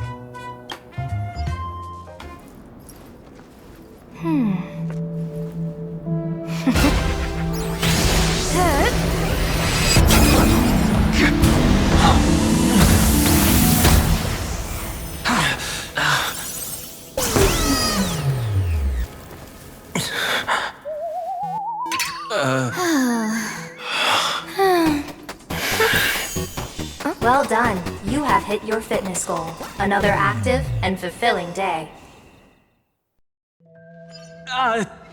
Sorry, Sunday. My body instinctively sensed danger.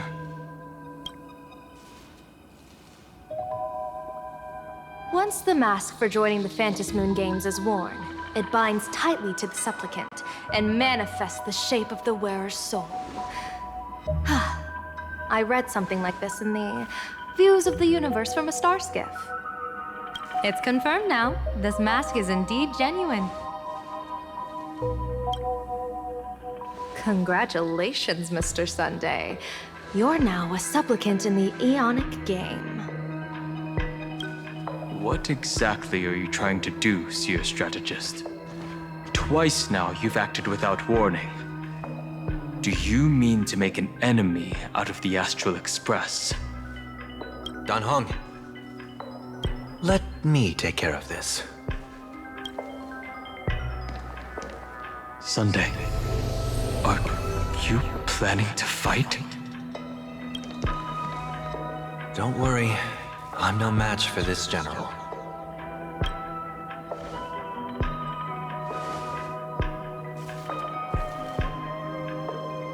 General Yao Guang, how do you pierce my thoughts?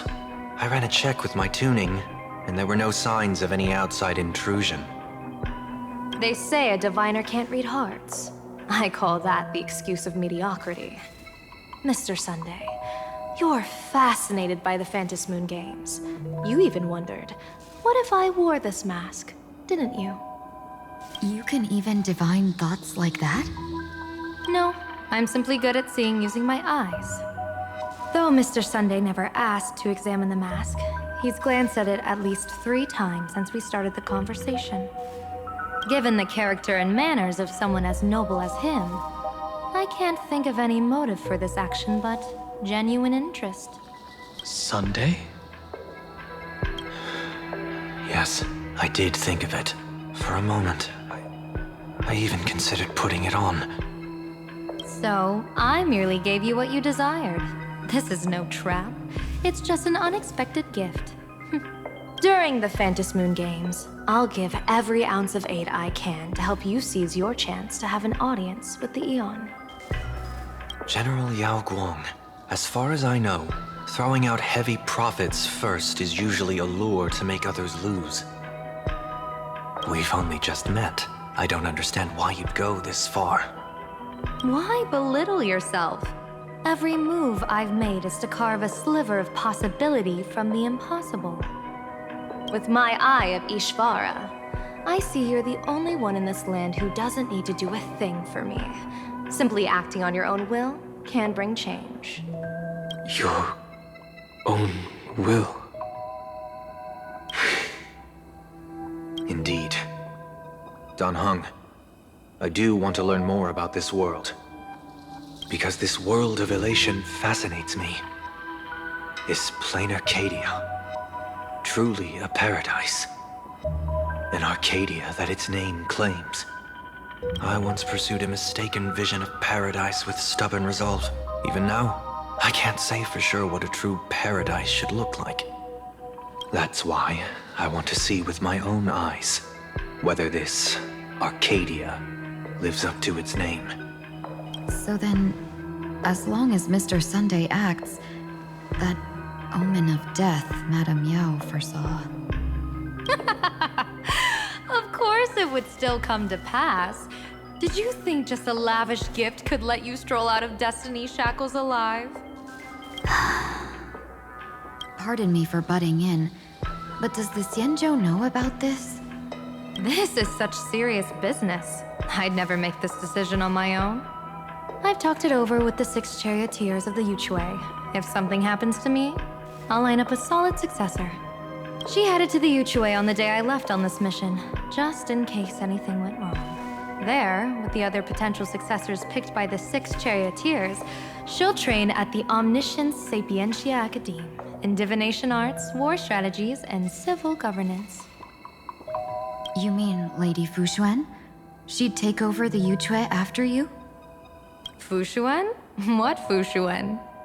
If I don't make it back from this trip, maybe Qingchue from the Law-Fu Divination Commission could take the seer strategist position and command the Yuchue. Qingchue and Yuchue. Whew, what a perfectly rhymed match. As for the details, shall we discuss this somewhere else, you 3?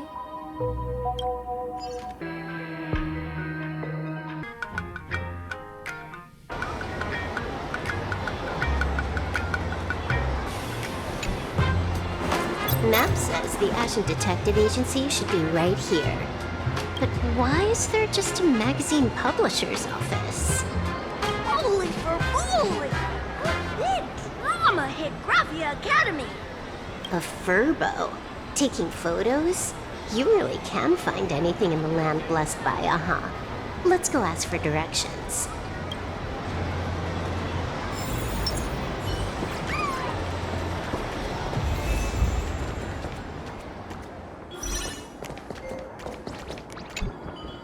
Hey, little Furbo. Know if there's an Ashen Detective Agency nearby? Beats me! But if I find 10,000 credits on the ground, I might recall the spot. 10,000 for directions? Fine, job first. Oh wow, Looks like 10,000 credits from my account just hopped to end up in yours for no reason.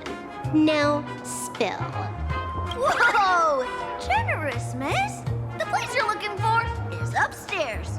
That detective's renting my boss's space for his agency. But he's zonked out in the day, and his doors are locked at night.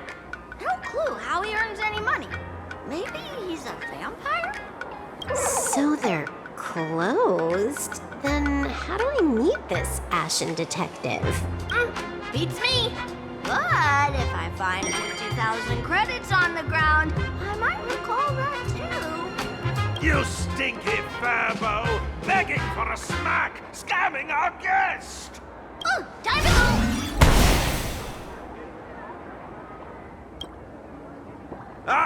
I'm narrator, receptionist at the Ashen Detective Agency. I'm the assistant of that Mr. Detective. Narrator? What sane person gives their pet that name? That would be the dude upstairs.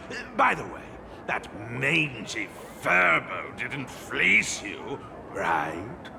It did. A full 10,000. Do you want me to catch that sneaky Furbo for you and get your money back? Nah, save your breath. Got it fixed. Money's back in my account, plus the last 26.5 credits from that guy's account balance. Oh, not bad, Punklordian hacker. You seem pretty knowledgeable. So, would you mind showing me the way? This way, please, Ms. Hacker. Sorry, but you will have to take a side path. The landlord of this magazine office fled to dodge his debts, and creditors have been storming in one after another. In the end, Mr. Detective sealed the front door entirely.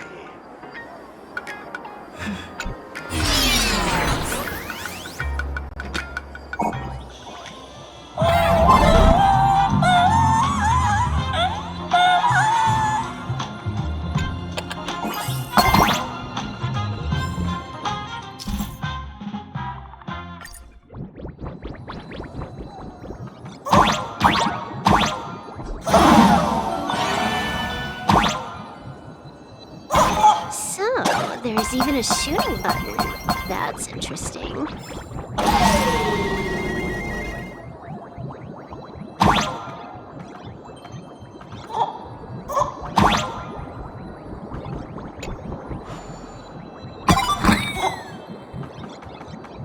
Why are there so many Furbos?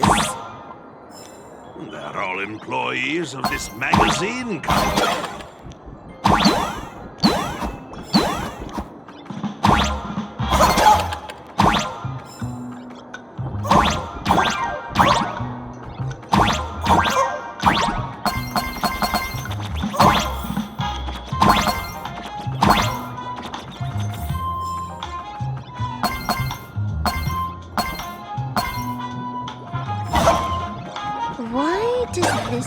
Feel like a punishment round from a game.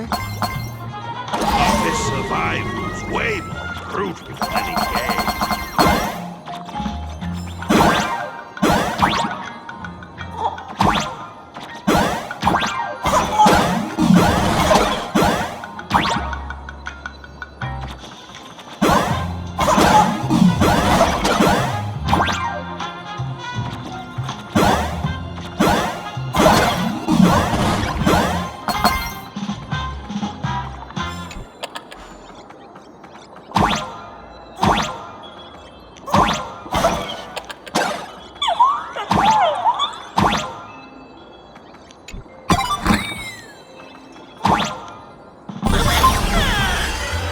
So, this is where the detective lives? Yes, his office and living quarters are one and the same.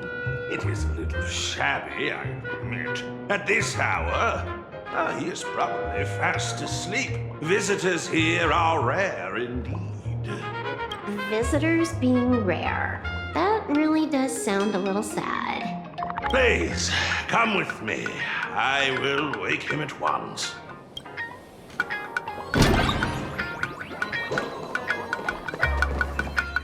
Time to get up, Mr. Ashveil.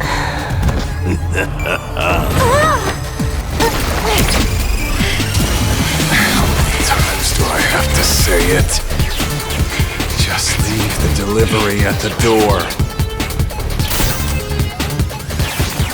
To disturb my sleep? Mr. Ashveil, this lady is not here for food delivery. Oh, then she must be here to kill me. Sadly, not that either. What do you mean, sadly? Not here to deliver food and not here to kill me. How strange. Oh, then you must be a client. You are here to hire me for a case. Your order of guesses is a little heartbreaking. Yes, I am here to commission you. Something has been stolen. Oh, What did you lose? A person, along with an ancient mask that should have been mine. Interesting. Are you here to join the Phantasmoon Games? At that moment, a cloud of suspicion rises in the detective's mind. Who exactly is this girl? Mr. N, stop the voiceover when we're talking business. Oh, stop! You pay me 900 credits an hour plus 2 bananas just for this, don't you? Yes, but at least throw me a few clues while you work. Between the detective and their assistant, at least one of them should know a thing or two about deduction, right? A name flashed through the otherwise empty mind of the detective. This unremarkable-looking girl was, in fact, one of the top 10 most wanted terrorists on the IPC's bounty list, a Stellaron hunter. Kafka! It's Silverwolf! She's Silverwolf! Mr. Ashveil, did you get your head caught in the fridge door or something? I feel like I need to wipe my personal data again. One of the Inter-Astral Peace Corporation's most wanted fugitives with the highest bounties comes to commission a broke detective who... I have seen plenty of stories like this. So, the next thing would be me getting dragged into a massive conspiracy and forced to run for my life, right? Drop the paranoia. I came to you because I hacked into the Security Bureau's criminal record system. What I found was shocking. In all those bizarre police cases, you were hired again and again. The curious case of the Harmony Sect Communion, the mystery of the Ghost Bullet Worm Express, the serial ghost resurrection incident, the super non-serial locked room murders at Cookie House, you helped solve them all. You may not be the most famous, but you're probably the most capable detective around here, right? Is nothing private anymore. Whatever, tell me, how did you lose your mask? Today was supposed to be our meeting with the Sinwish Syndicate. All right, now let's talk about the commission fee. Excuse me, I haven't even finished my sentence yet. A true great detective can know a case without ever leaving the room. While he sleeps, I gather the intel. We already have the basics about today's fiasco with the Sinwish Syndicate and those 3 Xianzhou #1 assassins who scammed the mask. Can you handle it? Money is not a problem. Do you take dirty money? Sorry, no dirty money. And please do not withdraw your payment plus the account balance after paying. Oh, then how about this? This is the IPC's turf, right? Turn me in for the bounty.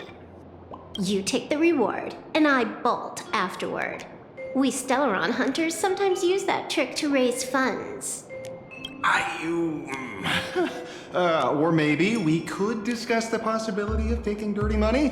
30 million credits? Pay us after the work's done. Deal. I'll try to get that money over the next few days. Here's my contact info. Update me the moment you have any news. Pay us after the work? When did our office have a rule like that? That rule got made just now. Oh, my dear Mr. M, did you truly want to take dirty money? I have come up with another way to make money. Let me reach out to a certain big shot first. Madam Pearl. I've obtained solid intel. Mr. Ashveil, the chance of you initiating a call at this hour is under 5%. Let me guess. Perhaps you are finally ready to consider my offer. No, I found the trail of the Stellaron Hunters. They are here in Planarcadia, and they even plan to crash the Phantasmoon Games. I can send you her coordinates quietly, without anyone noticing. Quietly, without anyone noticing. The Phantasmoon Games? The moment your IPC chose to speedrun it, it was fated to be more than just a game of fun. And you want me to take part? That is asking a bit much of an old man. We should have taken that hacker's deal earlier and turned her in for the bounty. An unexpected bonus. So Pearl still has other masks hidden away. That makes things much easier. Seems that listening in on one's partners after wrapping up business is a habit worth keeping. Hey, lady, where are you? Did you find the mask? Not yet, but I've got a new lead. We might have lost one mask, so I just need to find another. Fine. Promise me this. Next time, don't take contracts on the dark web using names like Xianzhou's #1 assassin. Okay. By the way, can you tell me what script Elio gave you this time? A completely blank page.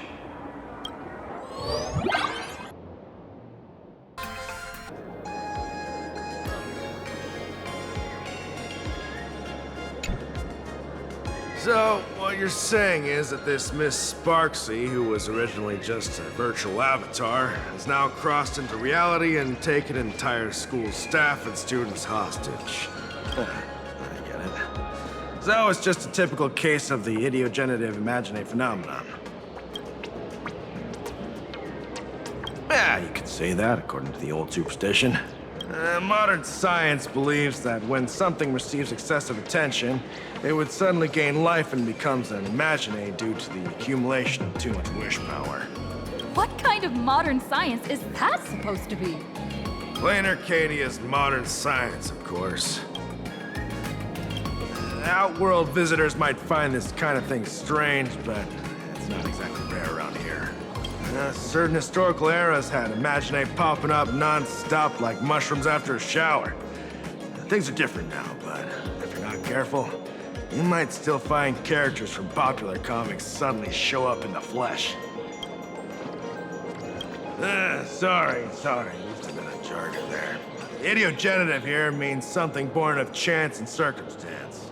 These imagine arise from incidental events. That's quite different from progenitive imagine, which reproduce by having artists draw their offspring. Heading out? Where to? Oh, you mean going to Graphia Academy to arrest this illegal imagine? We can't. I just received notice from the Department of Aberration Defense. The first supplicant of these Phantasmoon Games has revealed herself, and she's none other than Miss Sparxie, the one you mentioned. Although you're honored guests of the Astral Express, you seem completely unfamiliar with the laws and customs of this world. During the Phantasmoon Games, we do not traditionally interfere with supplicants' actions. That's their privilege. In other words, since she's a supplicant, we security officers can't do anything unless she causes actual harm. You say she took a school hostage, but the intel I have says otherwise. Oh, right. The news broadcast is about to start. Care to watch? Hello, everyone! Welcome to Full Wish TV's special news segment, Arcadian Morning Report.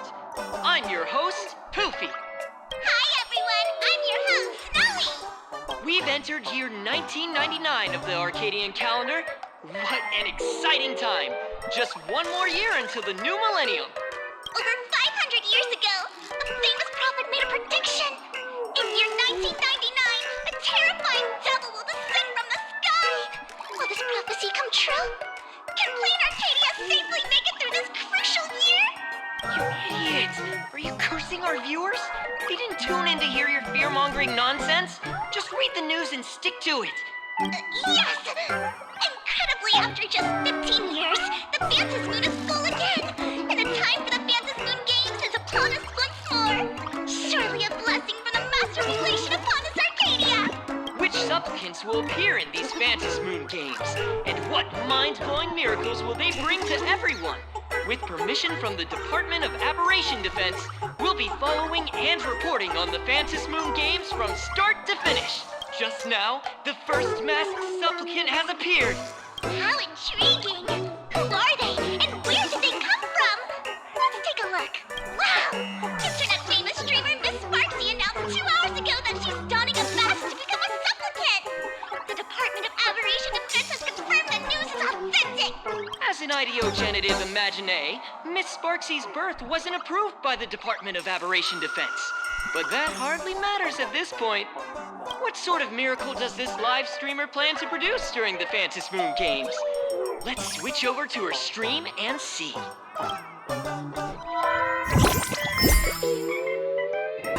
Yoo-hoo! And we're back from the commercial break. A big thank you to Love Insurance for being the title sponsor of today's Sparkstacular Arcadian Adventures livestream. One person, 1,000 faces. 1,000 faces, one person. Who will Sparxicle become today? Ta-da! Time for the big reveal! Everyone, follow along with Dean Sparxie of Graphia Academy as we check out how our new transfer student is settling in. March! Say hi to the camera. Sparxie! Don't you dare mess with me!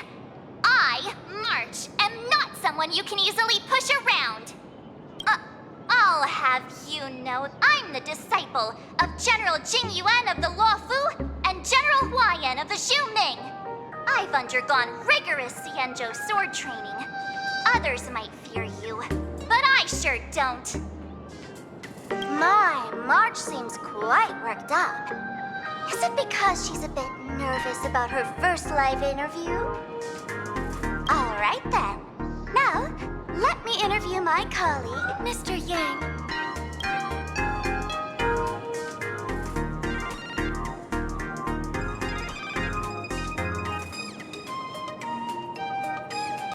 All right, that wraps up our interview for now.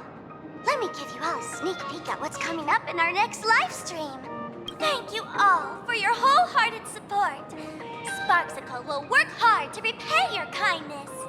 In 3 hours, I'll be hosting a special live stream performance, Sparxicon, alongside our special guests, the legendary Nameless from the Astral Express, who have carved countless legends across the cosmos.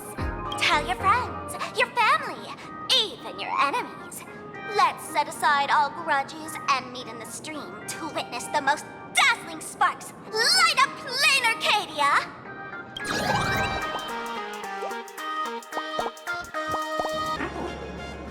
Now, see, Miss Sparxie was just doing a program with your friend. It's fine, really. Have you seen shows like that before? You know, where celebrities go somewhere to do everyday jobs, like those reality shows where they trade places with regular people. She picked Graphia Academy as a target. That school had its fair share of trouble 15 years ago, too.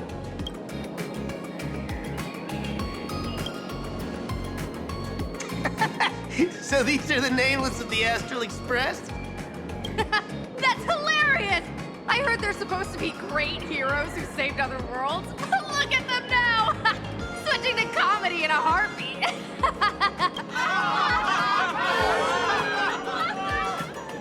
Darn it! Soon the whole of Planarcadia will be saying Sparxie caught the Astral Express crew in one go and made us the butt of jokes.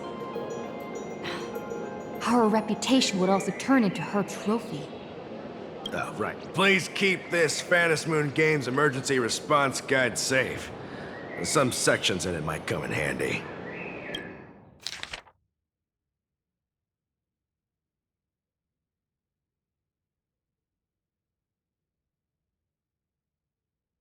If there's nothing else, I'll be going now. See ya. See? I told you so. Even calling the police was useless.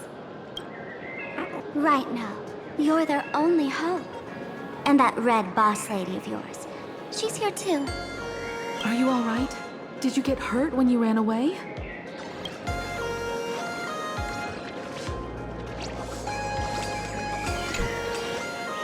So, March and Welt are both trapped in Graphia Academy now?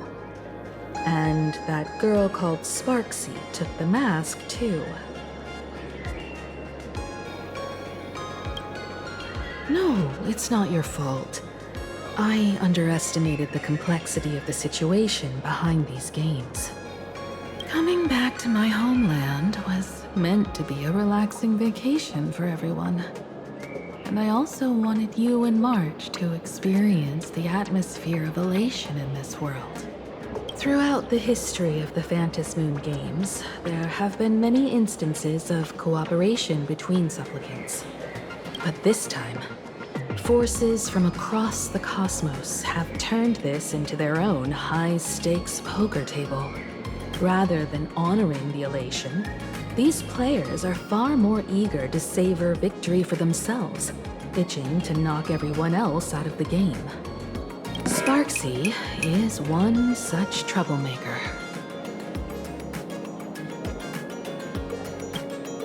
It's dangerous to rush back to school on courage alone when we don't know what Sparxie has done and what she's planning to do. For every supplicant, there are 3 key acts that must be completed once the Phantasmoon games begin. The roll call, the miracle, and the promotion. Sparxie has completed the roll call. She took the mask and declared her entry into the games, drawing everyone's attention to the news that the first supplicant has appeared. Next, she must strive to make a miracle happen. Bear the people's wishes and answer with a great feat. If I'm not mistaken, Sparxie is waiting for us to walk right into her trap. For her, there couldn't be a better opponent than the Astral Express for this first battle between supplicants. What could be more earth-shattering than defeating a renowned cosmic hero on a battlefield of her own meticulous design? So here's the question, Sparkle. Based on what you know about this imposter, what's her real agenda for joining the games? Simply toying with and defeating the Express crew alone won't be enough. What kind of world-shaking miracle is she after? Sure, she's a fake. But she's still a fake of Miss Sparkle. Guessing won't get us far. If you ask me, we should check out the tavern. Might find some leads there. The Masked Fool's headquarters. The World's End Tavern. That's right. How could we pull off something this insane without Miss Sparkle's prized collection I've been hoarding all these years? That imposter must have known this well. Before this operation, she definitely went to the tavern, using my name. Most fools can't tell the difference between me and that imposter. Or maybe they just don't care. But if we can find out who I talked to and which treasures I stole from my collection of items, we'll naturally figure out what that imposter is up to. That's a good plan, but I can't let you act alone. Can you take both of us into the tavern? Take this business card. The address of the tavern is printed on it. However, you'll have to find your own way to the tavern. That's been the rule since it was established, and there's nothing I can do about it. Since there's still time, I'll head out first. You two can come over when you're ready.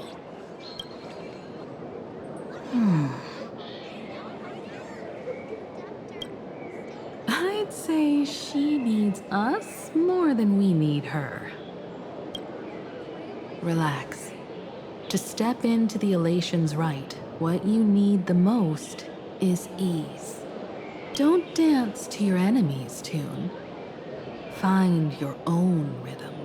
Now it's our turn to set the steps. Dovebrook District. It's been a while since I've been home. Perfect timing. Don Heng and Sunday have made some new discoveries. I asked them to meet up with us later.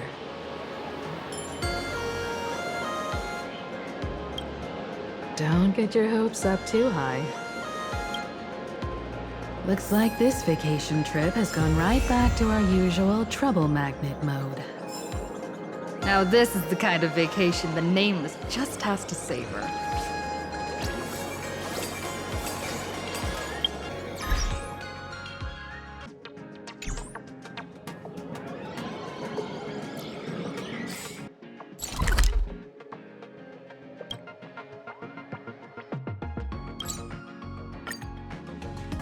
Furbo snapped a pic of me on the street without my consent just now.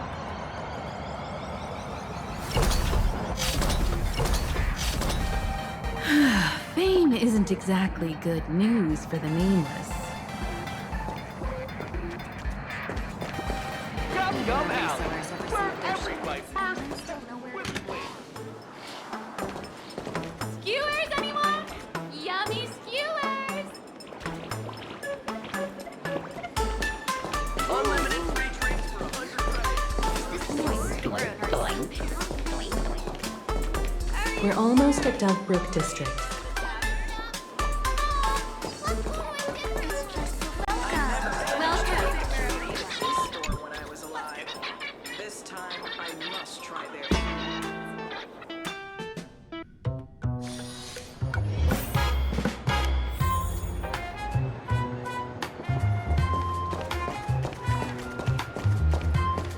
Blazing hot, fiery.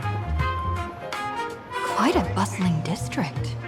Is this really where Himeko lived back then? It's been 15 years since I've been back. I wonder what's become of these houses now. If they're being rented out, or if they've been sold off already. Perhaps they've become like the Graphia family. Nothing but empty shells of their former glory. Let's go. Stay safe on the road.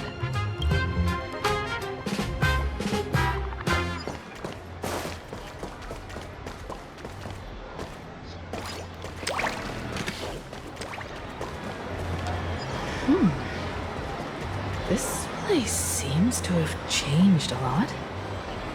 Holy Furbo! Great Raccoon, you really came! There's a Furbo calling out to you. Why don't we go take a look? Thank you for your interest in the research society. Rest assured, I haven't forgotten a single thing about the compensation.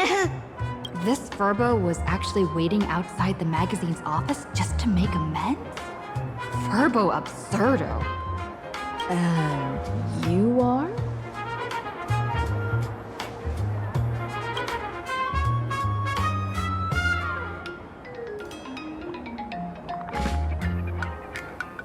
Would you mind coming into our magazine office to talk? Let's discuss compensation, shall we?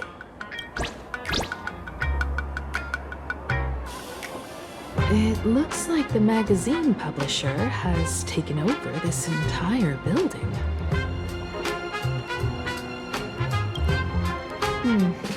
Strictly speaking, the entire street where this building stands belongs to my family's estate.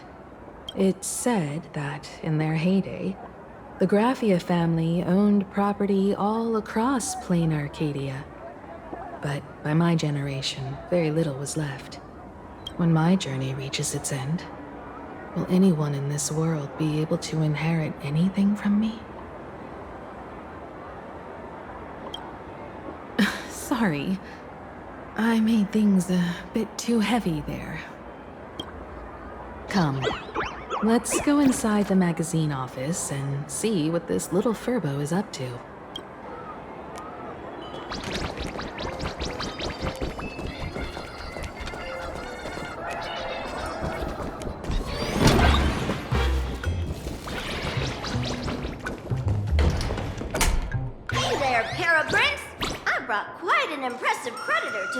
you. Beep beep. Debt collector signal detected. I'm out of here. Don't run! It's the Great Raccoon from the Astral Express! Furbos and raccoons. We're all one big family. Beep boop. Family or not, you're all just here to collect debts, aren't you?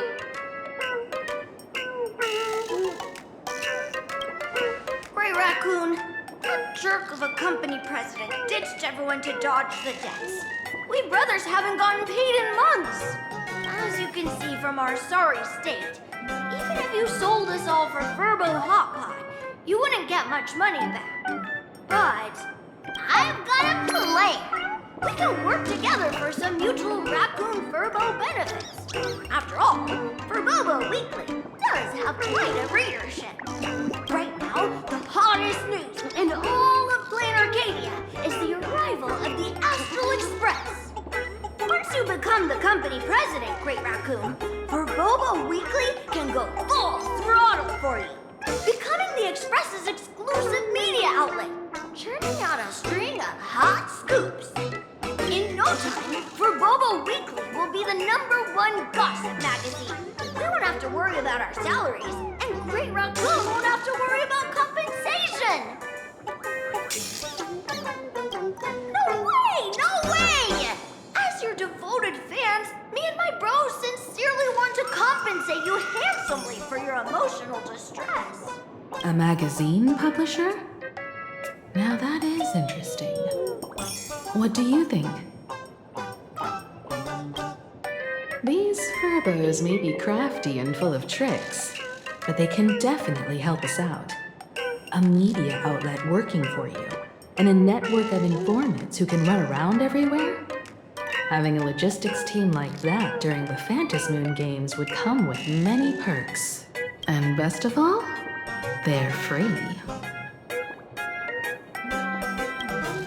Being the company president is actually super easy. Just follow me.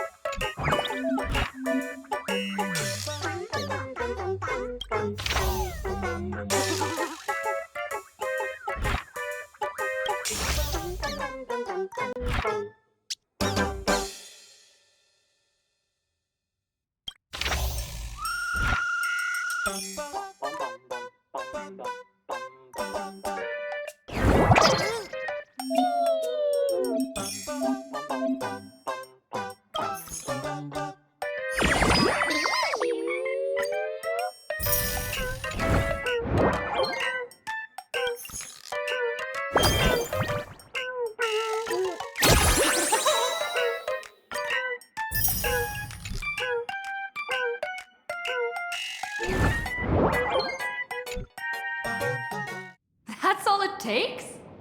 Okay, from now on, I'm your new company president. Woo-hoo-hoo-hoo! Great Raccoon is our new company president! Ha! What Whatever mission you assign, we brothers will get it done for you. Anything else you'd like us to do? Boss, you don't like Furbo gossip? What name would you prefer then?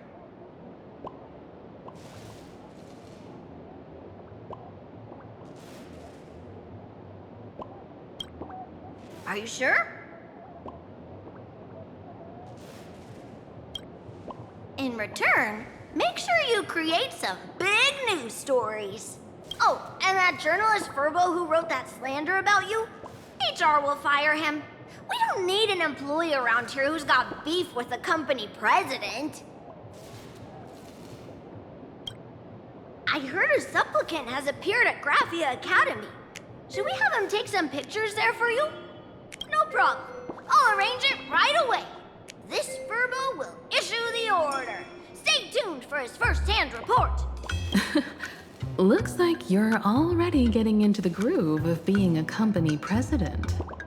We're pretty much done here, and Heng and Sunday should be arriving soon as well. I'll just have them meet us here at the publishing house.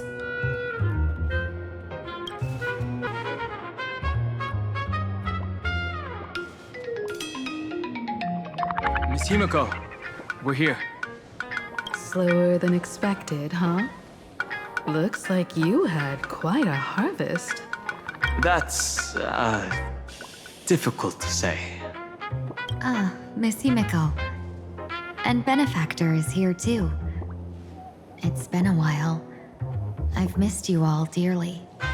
Miss Tingyun, are you representing the Xianzhou on this diplomatic mission to Planarcadia? This is a matter of great importance. A humble girl like me doesn't have that kind of standing. I'm just tagging along with General Yao Guang of the Yuchui to help out with odd jobs. I happened to run into these two on the way. The seer strategist. What happened on this journey? Sorry, there was a bit of a hiccup. I accidentally put on a mask of elation. Now I'm a supplicant in the Phantasmoon Games. Well, that's quite unexpected. I know the Express has been seeking to join the Phantasmoon Games, and I've been quite curious about that. Sorry. Did I make things more complicated than they needed to be? No need to apologize, Sunday. You are a companion of the Trailblaze. No nameless would ever stop a companion from finding their own path. Many thanks. But wait, did you just say accidentally? It's a long story.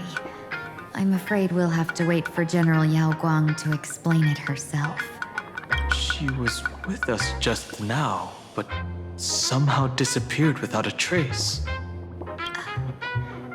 Madame Yao is always like this. She probably disappeared suddenly to deal with something urgent. This seer strategist is just as elusive as the rumors say. Should we wait for her? No need. I wouldn't dare impose. The tides of fate shifted. I had to delay my steps to arrive at the proper time. I asked for your understanding. Oh my. Counting me, we make exactly 6. Let me do some calculations. Your fortune in the coming days looks grim. You'd better watch out. Wheel. Makes sense. You got what you wanted today. The fates spell danger. This matter is most likely connected to that blade. Ah, the little fox's misfortune has overflowed into good luck. She's blessed with constant good fortune, a true harbinger of prosperity. Huh. That's weird. I can't see yours.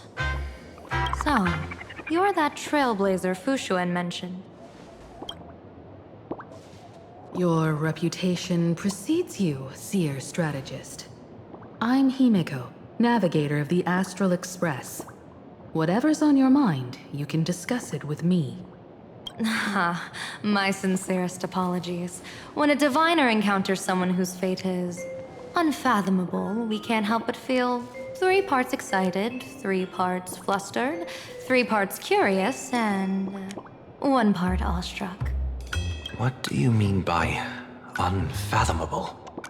My eye of Ishvara can scan the aura of fortune surrounding each of you, manifesting as weal or woe signs above your foreheads. I'd like to divine your fortunes as a welcome gift.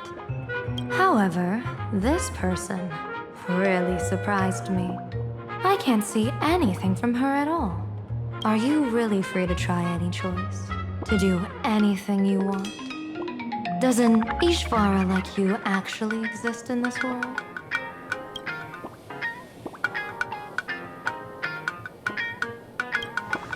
You might be onto something. When it comes to eons, divination often goes haywire and no proper reading can be formed. What do you think this means, General? As an Ishvara, their mere presence in the playfield creates a variable in the game. It's both a blessing and a curse. As I said before, the weal and woe of us 6 align with the 6 lines of divination. If she represents woe, then the hexagram falls to water, where dangers lurk above and below, spelling doom. If she brings weal, then the hexagram shifts between wind and water, presenting a great opportunity to strike. Auspicious. So, the fate of our journey in Planarcadia rests on her decision.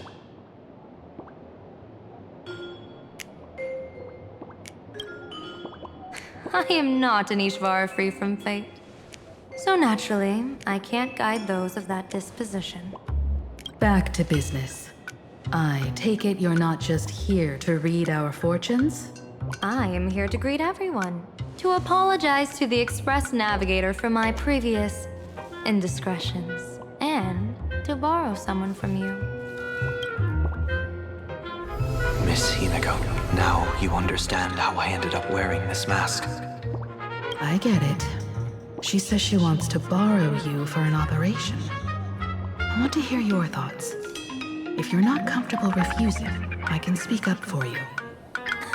Oh, you two. No need for whispers. I can hear you loud and clear. How did you... Well, since the General heard us, would you mind telling us your reasons for doing this? I'm collecting variables. During this journey, I'll be acting as unpredictably and irrationally as possible. Don't be surprised. Some Arbiter Generals excel in battle with their wit and valor. Others master the art of forging weapons, and some guard the netherworld with their lives.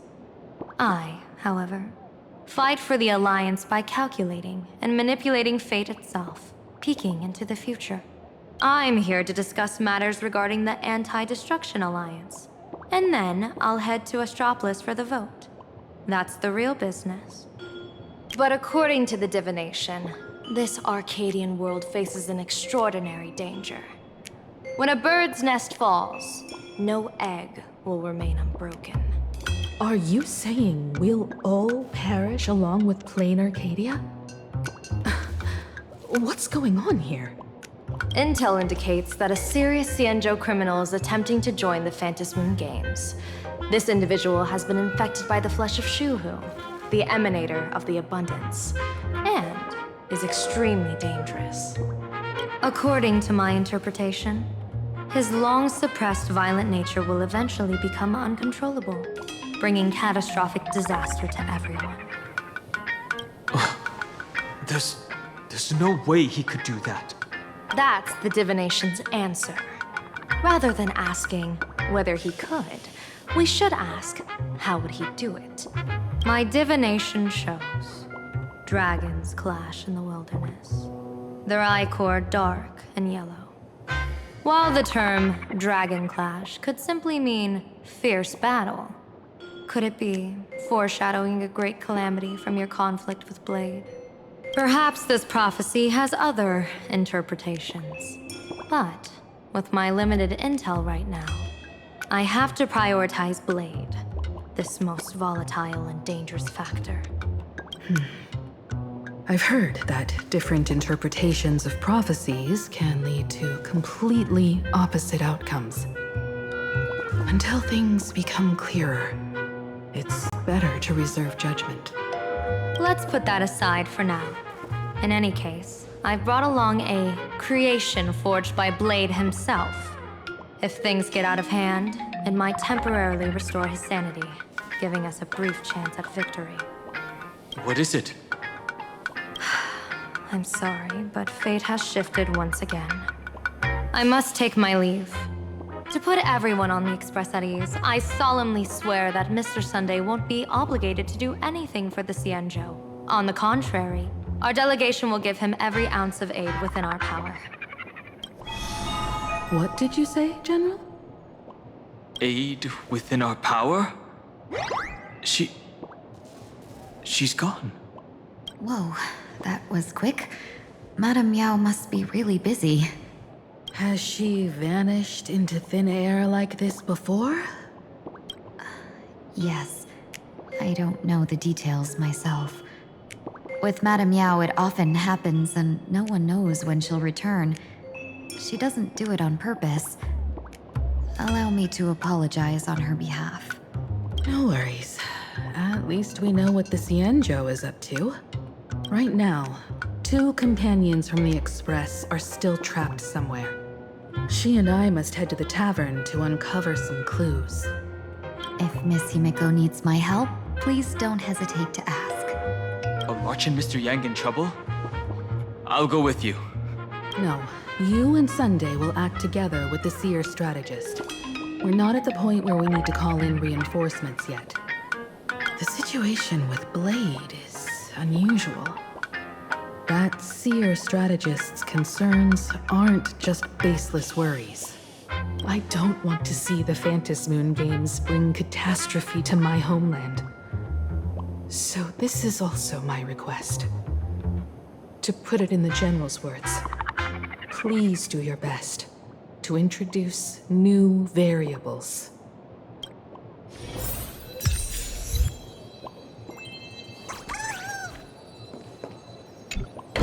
I understand Miss Himeko's intentions. I'll leave March and Mr. Yang in your care. Blade's appearance means the Stellaron hunters are also on the move in this world. From everything we've seen, this mission to Planarcadia is of the utmost importance. I will accompany General Yao Guang to uncover the Stellaron hunters' schemes. Whatever happens this time, I hope it won't put any of you in danger. I'll do my best to make sure of that. What? Those 2 are trapped in the school, forced to become a student and teacher? And the security officers are turning a blind eye to all this? Though March and Mr. Yang don't seem in mortal danger for now, who knows what Sparxie is plotting. The longer we delay, the worse it could get. Better to rescue them as soon as possible. The Phantasmoon Games. What a bizarre ceremony. What does this type of relation really mean for the people of this place? Why would Aha promote such a game? Whatever happens, keep me posted on how things go.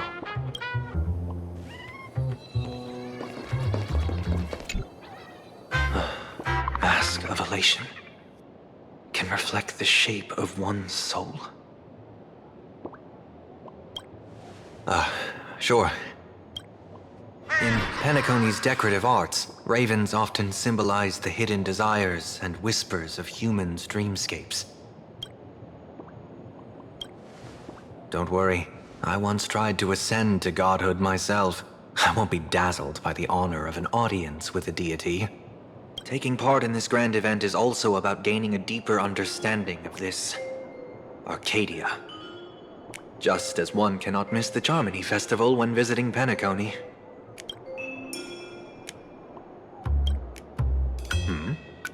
There's no rule saying that supplicants of the Phantasmoon Games have to fight each other, right? On the contrary, for the elation, shouldn't laughter be a resonance that comes from within each other's hearts? After putting it on, I seem to hear curious voices. The mask whispers to me, urging me to show my elation to the god, to create miracles that will make the people of the Arcadia laugh with joy.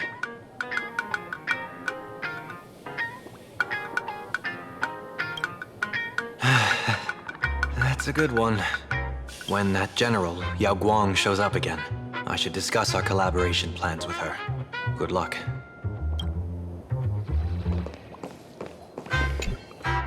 Greetings, Benefactor. It's been many days since we met in Penacony, and I've been thinking of you day and night. Thank you for your concern. I'm doing well. Though my skills are meager, Madame Yao praised my resolve to kill my enemies, saying that was just the variable she sought. That's why she assigned me to temporarily serve under her command for this expedition. And look at that. It's brought us back together again. What fortune. I wished I could travel with you longer back in Penacony, Benefactor. After all, I've yet to reclaim the opportunities Phantilia stole from me. Hard to say. Like the divinations she casts, she's a riddle shrouded in fog. Apart from the ever-absent Patina Justice, she's likely the most mysterious of the Arbiter Generals. I'm sure there's no mortal danger. Please forgive my jest, Benefactor. Being around Madame Yao has gotten me into the habit of cracking jokes all the time. Her actions may seem inscrutable, but she always provides what you need ahead of time. That's why even those who grumble still carry out her orders with diligence. In truth, doesn't she seem more like a shrewd merchant than a diviner? But then, when have any Arbiter Generals ever been ordinary? Don't go back on your word, Benefactor. We can find a local bar and share a drink while we chat. Madame Yao instructed me to meet her at our agreed spot if she disappears. It's growing late, so I'll take my leave now.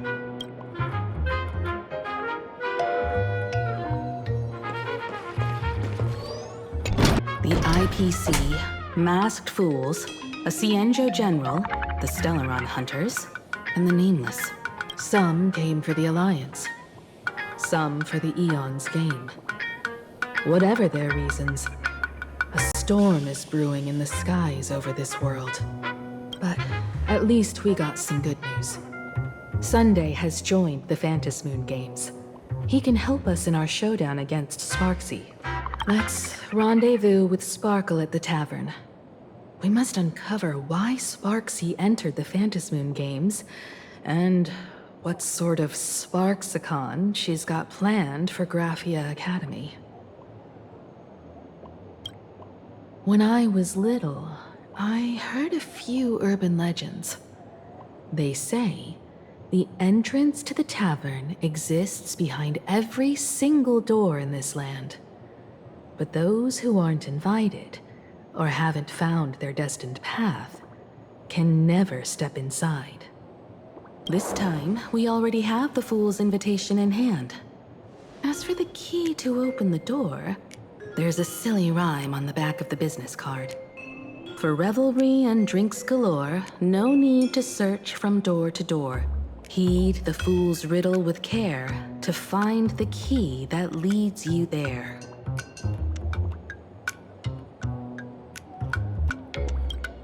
So, about the fool's riddle, got any leads?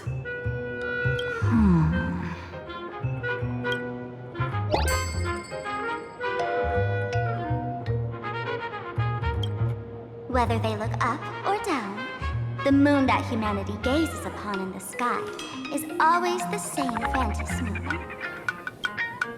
Looking up makes sense, but looking down? How exactly do you gaze at the sky?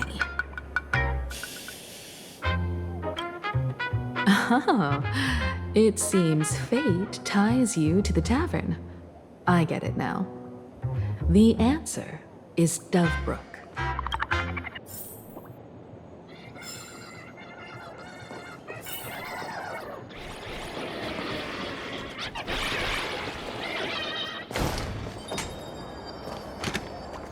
Many generations ago, the Dovebrook was already a river flowing with countless legends. It's no surprise the door to the tavern lies hidden among them. Legend has it that the master painter Graphia once drew water from the Dovebrook to wash her paintbrushes. Many later artists followed suit, hence its other name, the Painter's Stream. Looking at Dovebrook's scenery, memories from my student days just come flooding back. They're not exactly interesting memories. Back then, Dovebrook District was teeming with gangs. There were hooligans running around everywhere, and some really loved messing with the students. I was taller than my peers, and happened to be training in martial arts. To stand up for my juniors, I would occasionally get into scraps with the thugs on the streets. The people who fell into the Dovebrook River would cover the surface like bean sprouts in noodle soup. It all feels like it was just yesterday.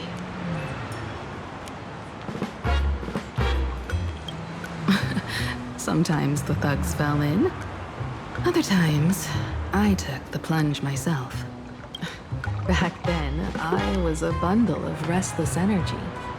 The teachers always said I was like a wind-up toy that never stopped banging its drums and cymbals, stirring up a commotion wherever I went. In the blink of an eye, 15 years have passed. Hard to believe someone as reckless and willful as me became the navigator of the Astral Express. Now's not the time to wax sentimental. We've reached the banks of the Dovebrook. So, where's the tavern entrance hidden?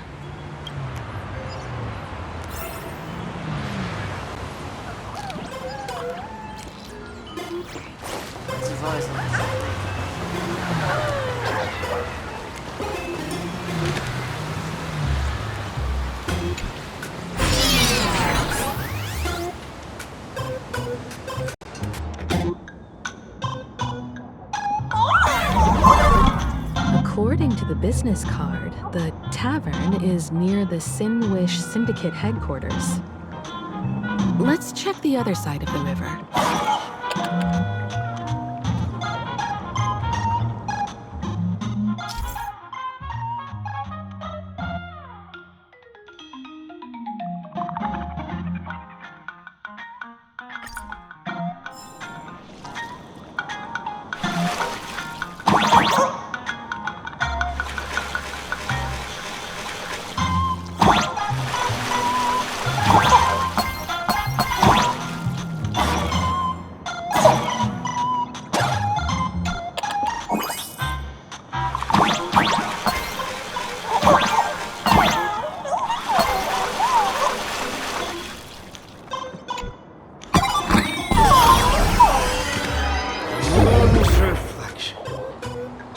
Fragile it shatters into dust. To everyone watching. Hey folks, have y'all heard the joke about the Dovebrook? One day, a criminal escaped from prison. He ran for his life, but just when freedom seemed within reach, the Dovebrook blocked his path. With his pursuers closing in, the man prayed to the river. I am hammered by the law, stained with filth. Oh, pure flowing waters, please Do not swallow me. A voice from the Dove Brook replied, "There's a pedestal of light upon the water. Step on it and you can cross." What pedestal of light? It's only the moon mirrored on the water, an image that shatters at a touch. If I step on it, I'll fall in and drown. Guess how the Dove Brook answered him. The Dove Brook said, "You're not hammered at all. Otherwise, how could you still tell the moon from a pedestal?"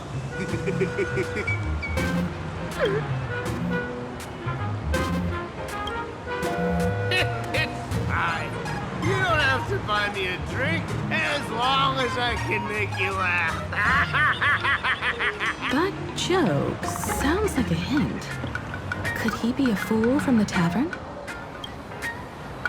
Maybe if we find the fragile moon he mentioned, we'll find the way into the tavern.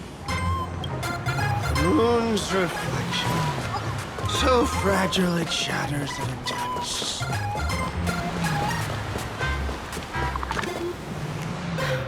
Sparkle's riddle says this. Whether looking up or down, they all see the same Phantasmoon when gazing at the sky. We've gazed at the sky already, so next... From this angle, the moon's reflection is right here. It does look strange in the water. If what the card says is true, and the fool's riddle is the key to entering the tavern, then this moon must be the door lock. Come on, let's take a closer look at this strange moon.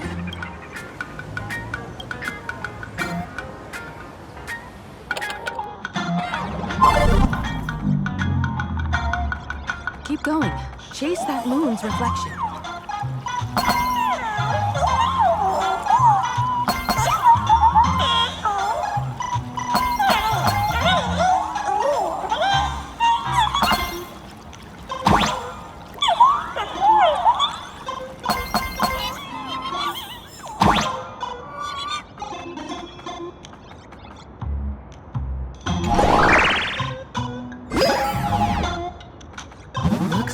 Fools are guarding when we shatter the moonlock, and we're one step closer to the tavern.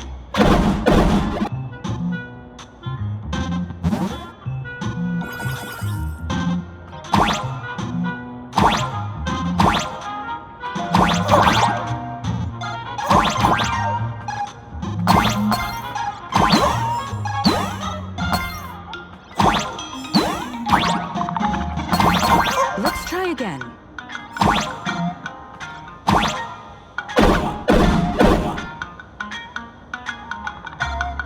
Something's back there. Is that a key? The moon is about to break. Let's try again.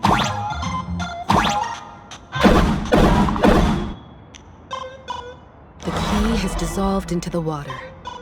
The water's surface is about to change. Look, the tavern's shadow has appeared.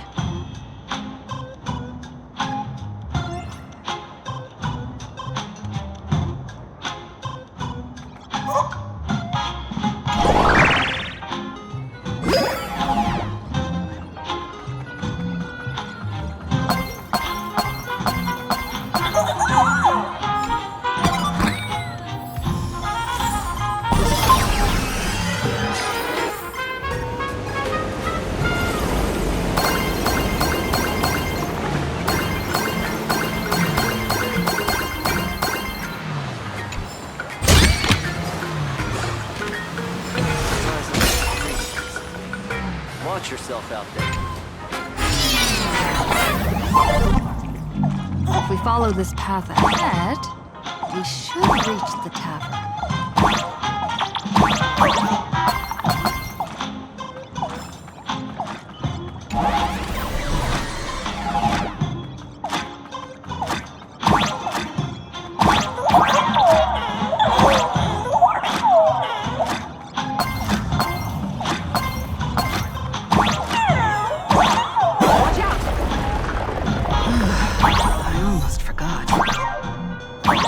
full-fledged Trailblazer now.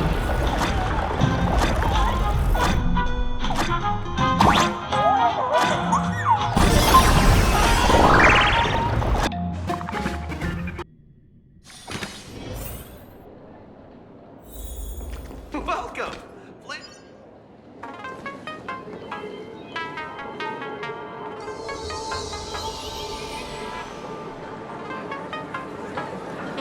So this is the World's End Tavern. No. Allow me to correct you. If you think this is all there is to the tavern, you're sorely mistaken. Like a single grape on a great bunch. This is just the part where the tavern connects to this world. Sorry, but this looks like a regular lounge. The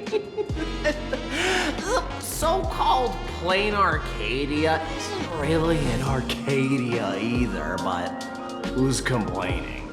Life goes on, doesn't it? If you're looking for something that's true to its name, take a ride on the Astral Express. Funny thing is, it's literally a train. You know, can't find a single trace of astronautical engineering on it. Wait, you two are navigator of the Astral Express and the raccoon on board, right? I've seen you in the news.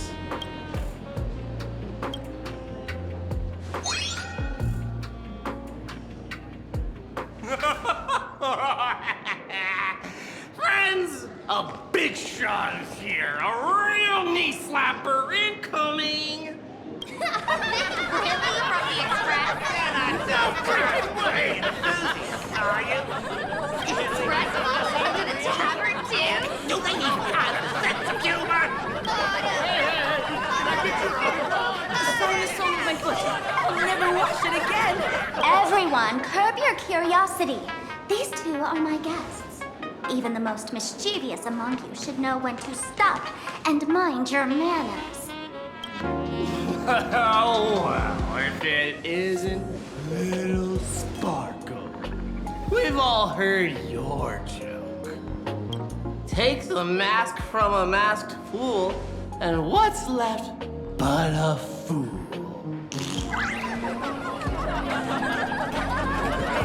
Oh my! Wouldn't a masked fool be better off without the fool? An empty mask sounds even better, no?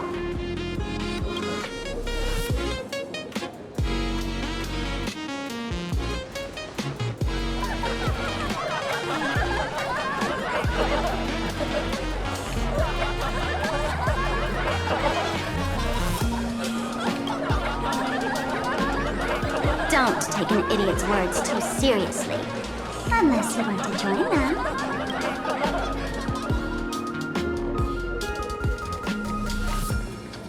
Alright. Now, I can finally entertain my guests without interruptions. You two, this way. Let's talk about the imposter.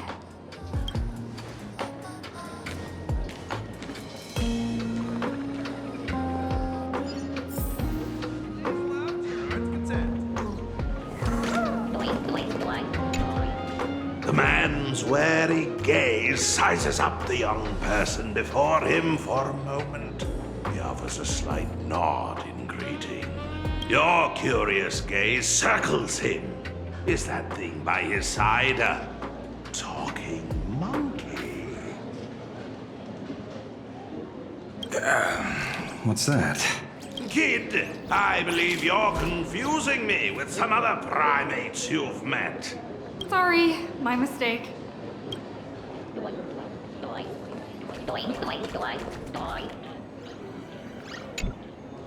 Alright, you two. First round's on me. What'll it be?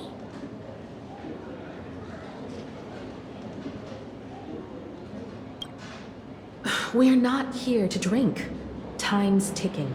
Did you find anything on Sparxie? Don't pull a long face. You'll sour the vintage in the cask. While you were gone, diligent little Sparkle was gathering intel non-stop and didn't waste a single minute. Sparxie. She did come here disguised as me. I called Giovanni. You might not remember him. He's the poor sap who drew the short straw to manage the storage area recently. Old Gio told me that a week ago, I came here and took a few things. Among them was a vial of mimetic virus. A mimetic virus. No wonder she could take over Graphia Academy and distort March and Welt's cognition, making them believe they're a student and teacher.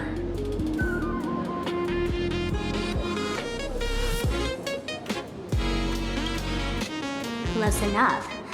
This so-called Sparxicon is a front for spreading a mimetic virus. Knowing that isn't enough, what type of mimetic virus is she spreading? What are the symptoms? We need more on her plans and actions before we can counter it. Thought of that already. So I visited a few friends and learned where the imposter's been haunted.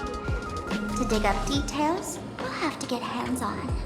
Lead the way, then. Let's move. Stay close. Give me the same old dry jokes. Shake. Abandon all despair, ye who enter. If you want to pass, then amuse me. By the way, hate to ask, you're not Aha themselves, are you? No, you're not Aha! You got that smooth talker air, but you're not. If you were Aha, a wave of your hand would cure my memory. You can't do that, can you? Isn't this the Tavern of the Elation? Don't you welcome the laughter, gracing you with their presence? You're wrong. It's not that they are unwelcome. See that? The fools put up a sign over there. Aha and morning actors stay clear from the door. Stay clear! Ridiculous as it sounds, it's true. After 666 invitations to Aha went unanswered, the younger fools voted to expel the laughter from the Pact of Elation. Oh, I get it. It's like students expelling a teacher from a classroom. The action is meaningless. The message is loud and clear, though. All right, Mr. Doorway. I assure you that none of us three is Aha, and none is a morning after. Oh, it's Sparkle. Is it really Sparkle? It's not someone else pretending to be Sparkle. I can't tell, and I don't care. Listen up, gray-haired lass. If you want me to open, pay the toll with saying a joke. I've been waiting for the one joke that can cure my melancholy. Now, amuse me.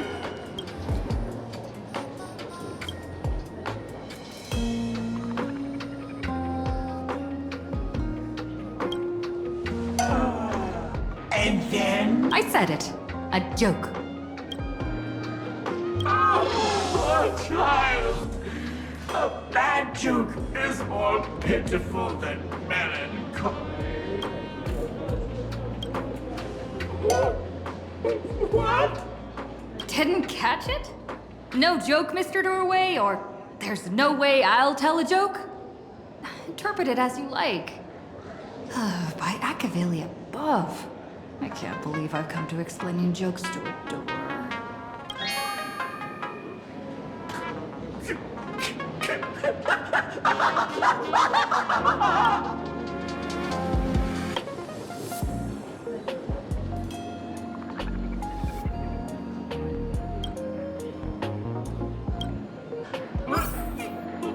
are you going to do? I'm gonna break you.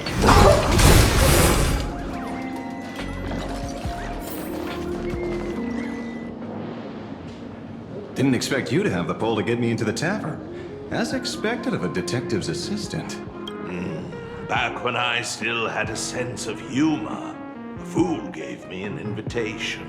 You can thank him for that. You're really going to see the Stellaron Hunter case through. They can only pay you in dirty money, you know. What else can I do? The boys need the money. Credits aren't black or white, they're ones and zeros. All right. I reached out to Costide. He said that one of the 3 people who stole the mask looked familiar. He might have seen them in the news. Based on his description, I spent ages sketching the suspect's portrait. And I suspect it might be Don Hung, the nameless from the Astral Express. Costide. You owe him another favor. No paying this one back, huh? Speaking of which, Don Hung. That's a Xianzhou name, isn't it? Where have I heard that name before? It sounds so familiar. So, which of these 3 is Don Hung? The one with gray hair? The redhead? Or that black-haired girl who looks like she's ready to stir up trouble at any moment?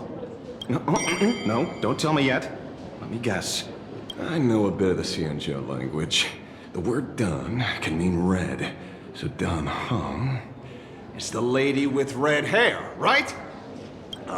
Your deduction skills never fail to impress. Fine, I'll just give you the answer. None of these 3 is Don Hung. Do you even watch the news?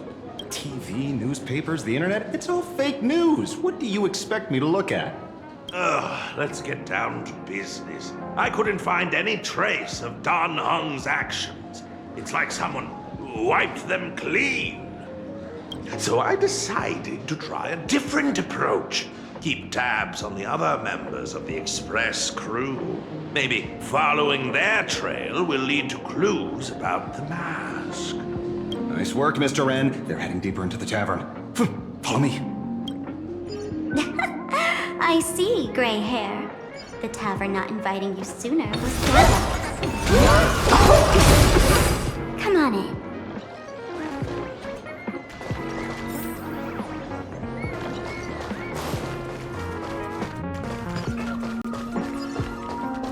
Is the drink in these barrels really brewed from jokes? Yep.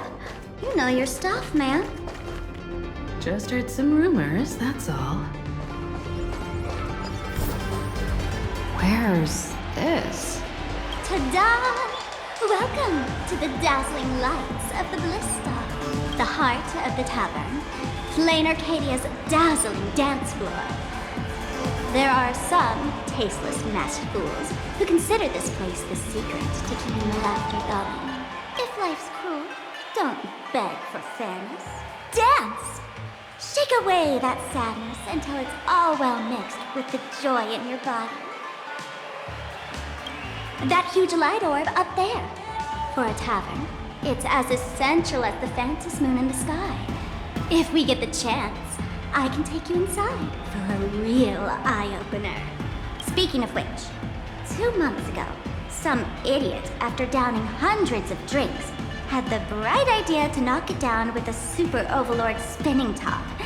So, we had to reinforce the blue star with a steel frame around it, and seal it inside the world in canvas.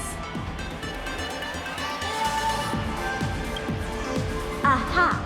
Take care! Weren't they banned from the tavern? And given the laughter's personality, if they took care of it, they'd just egg someone on to blow the place sky high. This fool you're talking about, it wouldn't happen to be Sparxie, would it? If it were, I'd already be tied to that light orb as the scapegoat. Anyway, the next stop is the Golden Confessional.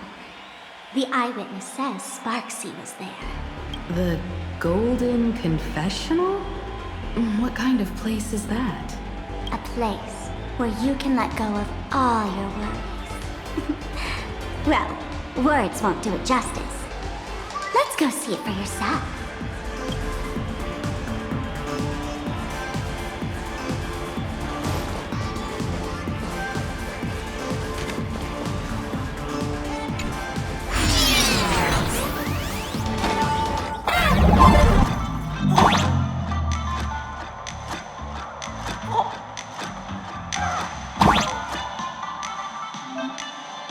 Let me show you how to open a path. Play according to the sheet music, and the path will naturally open up.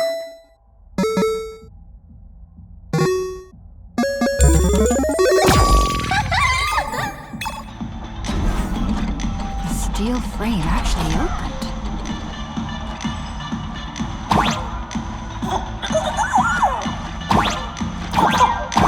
The Wisp-Hay here actually changed color with the lights. Just another night at the tavern. Fun, right?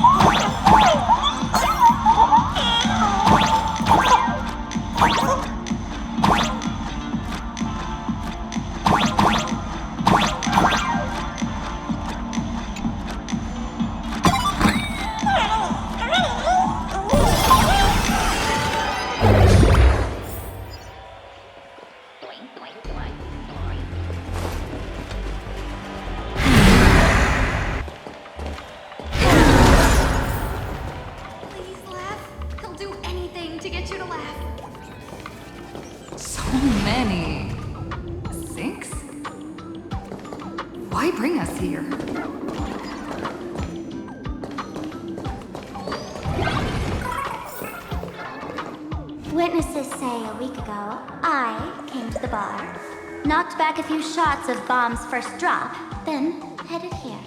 The Golden Confessional is an emergency shelter for fools who've had one drink too many. Here, we shed our excess baggage before marching light-footed into the next second.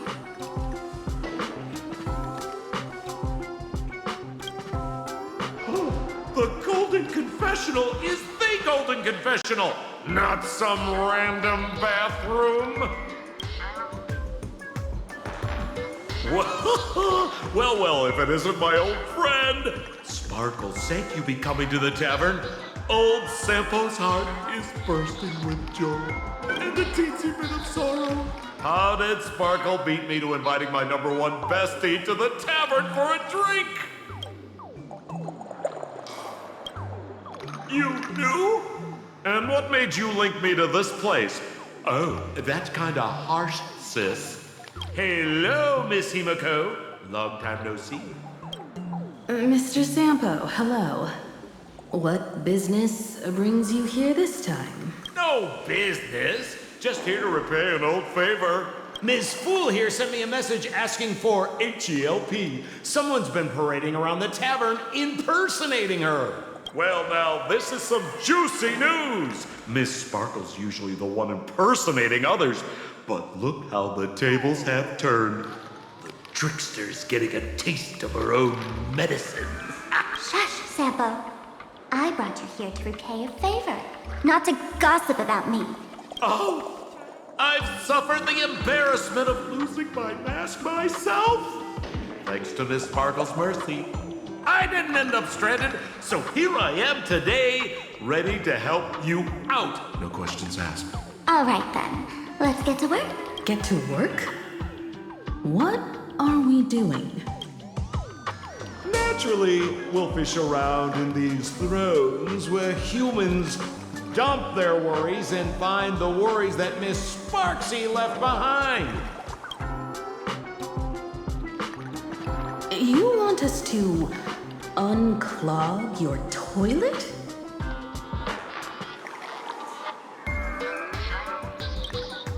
I'm not joking. Don't be too shocked, you two. Let me share a little secret about how we masterfools stay mentally and drink a mood lifter like Bomb's first drop, and all the harmful memoria in your body, you know, the pain, the worries, get purged in one go. That's how fools pull pranks and have a blast without a shred of guilt. So, all that Memoria has settled under this bathroom. And you want to sift through it to find Sparxie's worries and catch her thoughts before she acts? If luck's on our side, maybe we'll even dig up the secret to beating her. What's wrong, ma'am? You don't look so hot. I've got no objection to the task, but doing this barehanded, I refuse. Oh, don't worry. When has old Sempo ever come unprepared? Trust me, I won't let you get off that easy. Emotional impact drill. Sorry. Wrong gadget. Oh, this one. Hey, have you heard of a dowsing rod? Well, forget it. I'll spare you the theory. Oh, I tuned the drill bit to resonate with Sparkle's temperament. It'll drill out Memoria fountains with similar emotions. But fair warning, use it carefully. It's been a week since Sparxie was here. Keep your guard up in case something else comes bursting out. Well, if you ask me, leave it to luck. We don't have time for luck. My radar says that pompous imposter would pick the highest spot to vet. Exactly. The Golden Throne. Give it a try. Girl, pick a spot to drill and start mining that gold. Sampo, does this thing even work? Of course it works. Don't you trust your old pal, Sempo?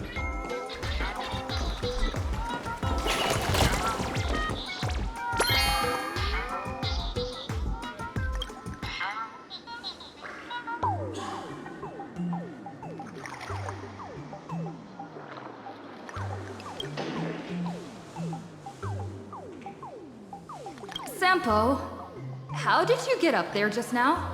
Oh, right! Silly me. Through that pipe on the side.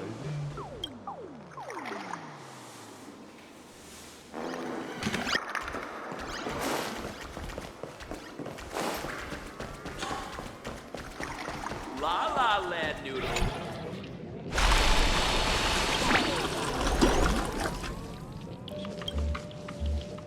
Watch out, sis! Must be some weird thing a fool dumped into the sewers, huh?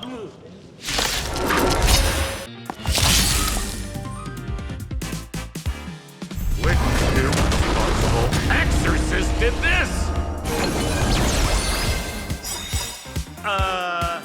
The Tavern sewer system is not a dump.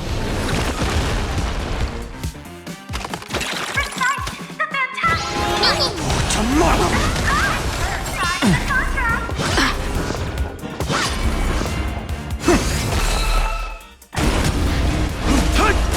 As we've written!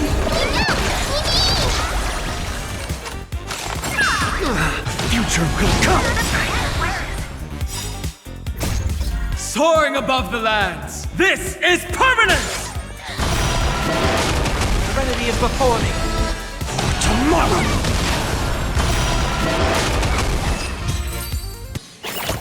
Reach the end of the story in your own way.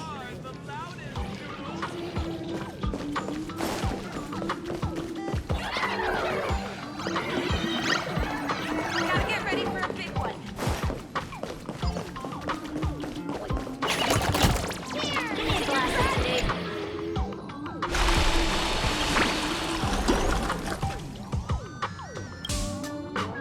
What? That doesn't seem like something she... After going through all this trouble to sneak in, thought it'd go down in a blaze of glory if I got caught. What the heck is going on with this place? Have the masked fools really fallen this far?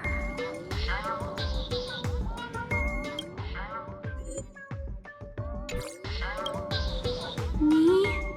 I'm a morning actor. Isn't it obvious?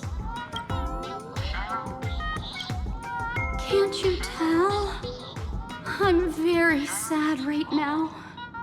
Let me tell you about my tragic mission. After the Tavern issued a ban on mourning actors, I painstakingly snuck in here to reveal to them the truth that destiny is eternally sorrowful. I failed. I smashed every obstacle during the infiltration, only for the outcome to smash me. Yesterday, I went on stage at the bar and revealed my true identity to everyone, and told them a tragic tale, bracing myself for their harshest punishment and farthest exile. But these fools kept whistling from below, and some bought me several rounds.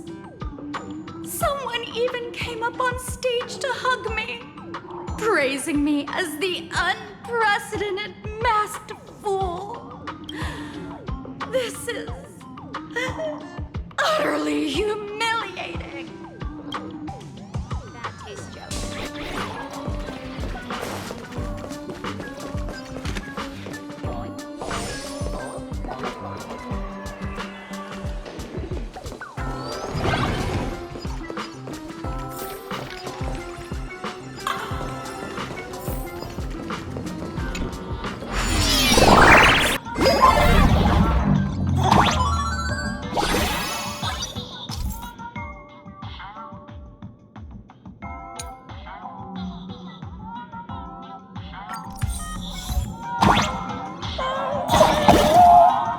What's this? Plunger.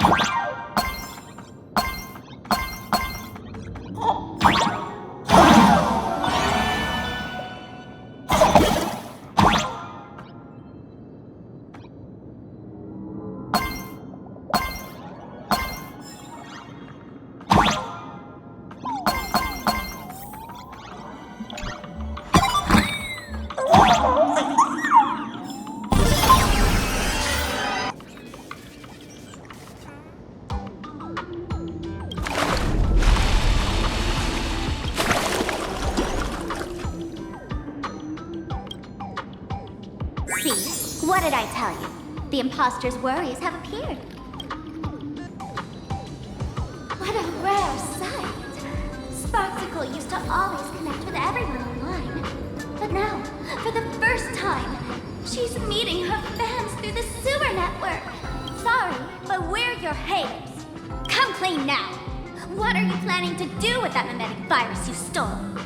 Use Sparxie as a front to turn everyone into mindless zombies or dancing monkeys? How could I ever harm my dearest, most beloved fans? You took an entire school of teachers and students hostage and turned them into your puppets to help you enter the Phantasmoon games. You're going to argue that you did it all for them? Of course I did. From the very first day I was created, I've been doing exactly what my creator asked of me. Listening to every fan's questions, empathizing with their pain and troubles. They feel insecure about being ordinary, cry when ignored by those they like, and strive to stand out because they desperately want others' approval.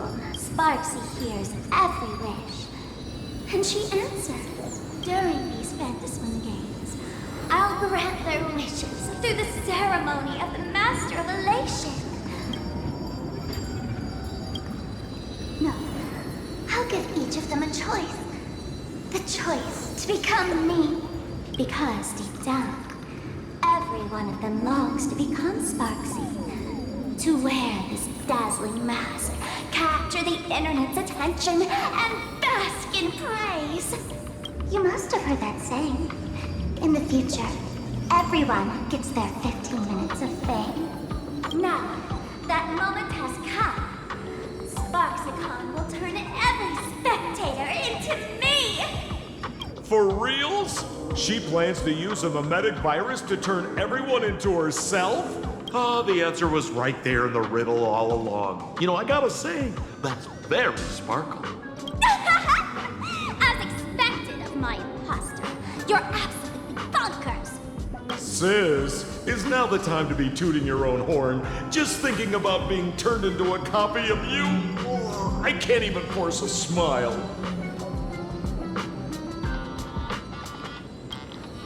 Oh? And who gets to define elation? The laughter, the fools, the IPC, or every me seeking joy on the Arcadian internet? Contrary to popular belief, the masters of the Phantasmoon games were never us, the supplicants, but the spectators watching us. Sadly, the Inter-Astral Peace Network showed people other worlds in the cosmos. Once horizons widen, expectations climb. Nothing they hear or see feels fresh, interesting, or thrilling enough. And everyone fears that they're outdated, uninteresting, or unexciting in others' eyes. So the world's like a derailed train, racing toward thrills and madness. Nameless of the Astral Express. Am I wrong?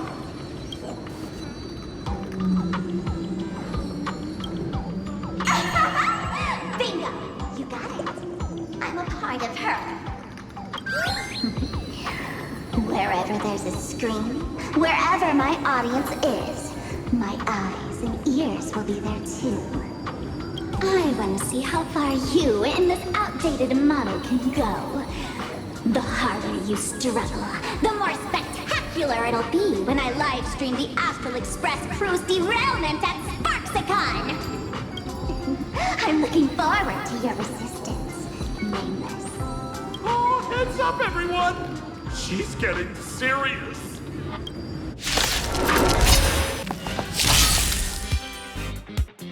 Oh man, the other day I ran into this fan. I insisted on showing me some gallows humor, jokes we found online, saying they were absolutely hilarious.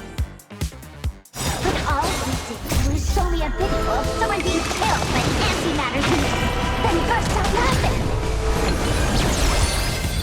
Come, let's all enjoy this gallows humor together! We can do anything!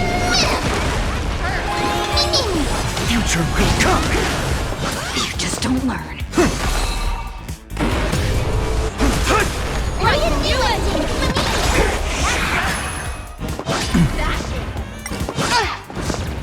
Seek and you shall receive. And doubt farewell. No other power tomorrow! We have the edge. Earth shatters, heaven trembles!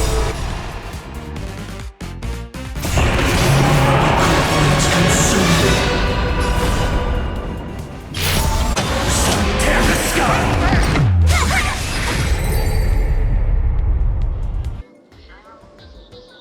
Listen, Sparkle, you only asked me to do your dirty work, but you never said anything about being your thug.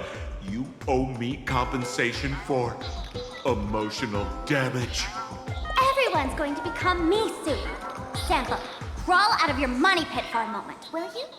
To think, Planarcadia's elation would end up like this.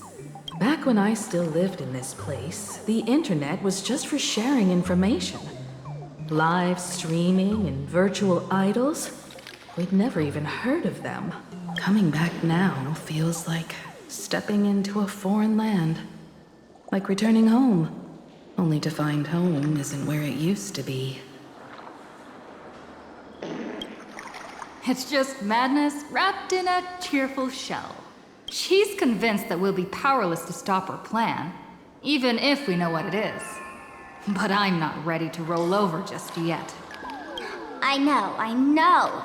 Even I don't want to turn into that phony's lookalike. Though, we're not that different. Since the fools stash dangerous things like mimetic viruses in the tavern, I assume they must have also prepared some countermeasures? Man, you give us fools too much credit. This is the tavern, not the well-ordered Herta space station. But I do know a place. With some luck, we might find a mimetic virus cleanup expert. All right. Now that you folks have a lead and no shortage of fighting spirit, old Senpo's calling it a day. The Astral Express always has a way of handling crises, doesn't it? With big shots here, a sidekick like me doesn't need to steal the spotlight. Oh, if you run into trouble, you can always ring old Senpo then. I'll even give you folks a special discount, sort of. Well then, farewell, everyone. So, where are we heading next? Let's check out Fatal Joke. Fatal Joke? What kind of place is that? Maybe... Uh-huh.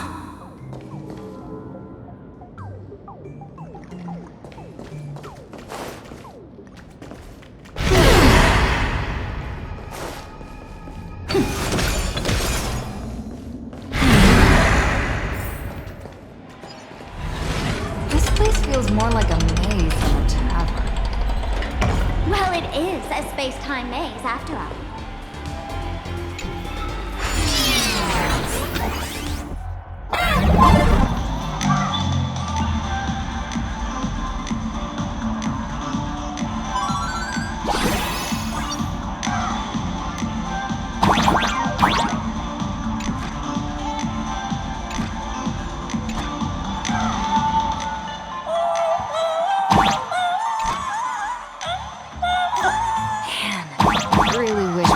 These light orbs on the express.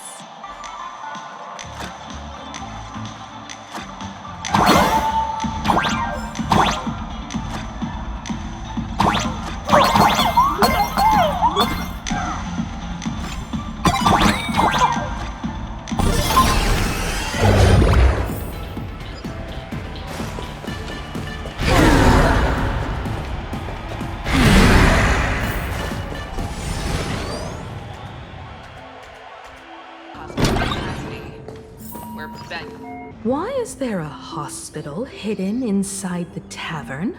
Well, because those who can become fools are all a bit sick in the head.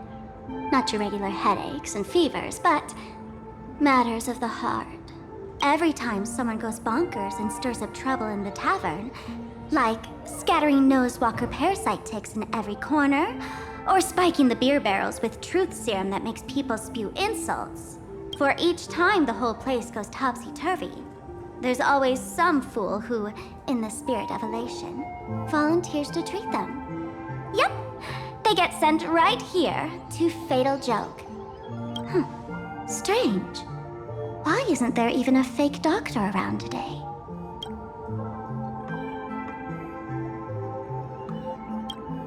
Even if some fool claims to have a legit medical license, you wouldn't dare trust them, would you? Attention patients. Please refrain from eating beef hot pot in the hallway. If you wish to dine, please invite the hospital director to join you. Thank you.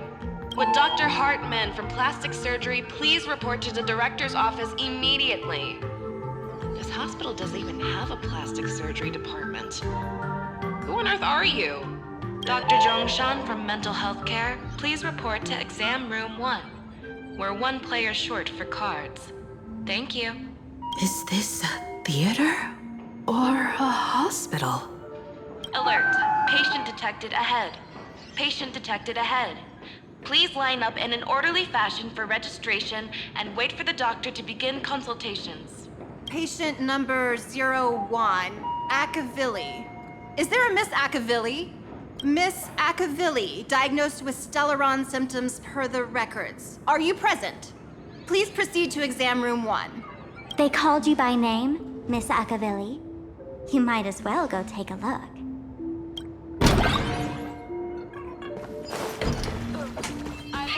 So funny. Attention patients. Please. You're finally back, Akavilli. I've reviewed your clinical records. Your Stellaron symptoms are stable. Continued observation will suffice. I'm your presiding physician. Good news for you. You don't need to rush into treatment just yet. Though I can't say the same for Miss Sparkle over there. Patient number 02, Miss Sparkle, please come in. Hello there, Miss Sparkle. You're one of the few who didn't mistake me for that imposter, Doctor. But just a reminder, yours truly isn't sick. I'm perfectly healthy.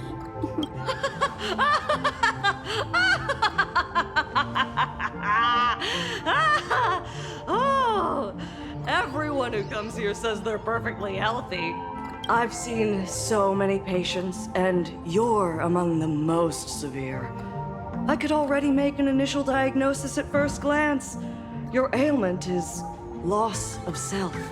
If someone can transform into 10,000 characters, would she still remember her original self? Good question. But if someone could become 10,000 characters, does the original even matter anymore? By the way, Doc, are you familiar with any treatment protocols for mimetic viruses? Mimetic viruses. I've heard about it. The city sent over a few cases. The patients had one thing in common. They were all heavy internet users. The medical records are in the room. You can take a look if you want. Would Dr. Is this Dual-Mention City? How is that possible? The Tavern's spatial structure is bizarre to begin with.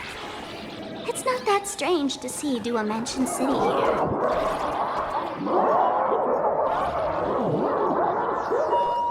Mr. David Day in Ward 4, please complete your discharge procedures as soon as possible. Your appetite has exceeded hospital capacity. We're begging you.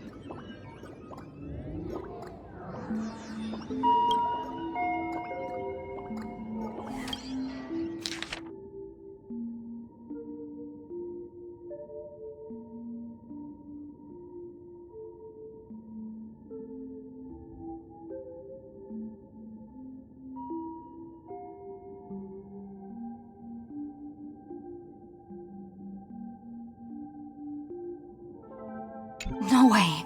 Are these General Yao Guang's medical records?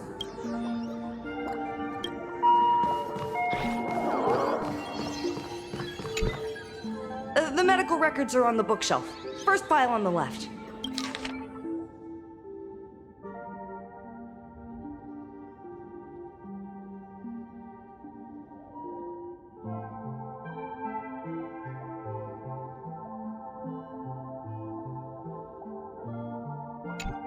Are there already victims in the city? To eliminate the mimetic virus, helping Patient Zero face reality is a crucial phase of the treatment.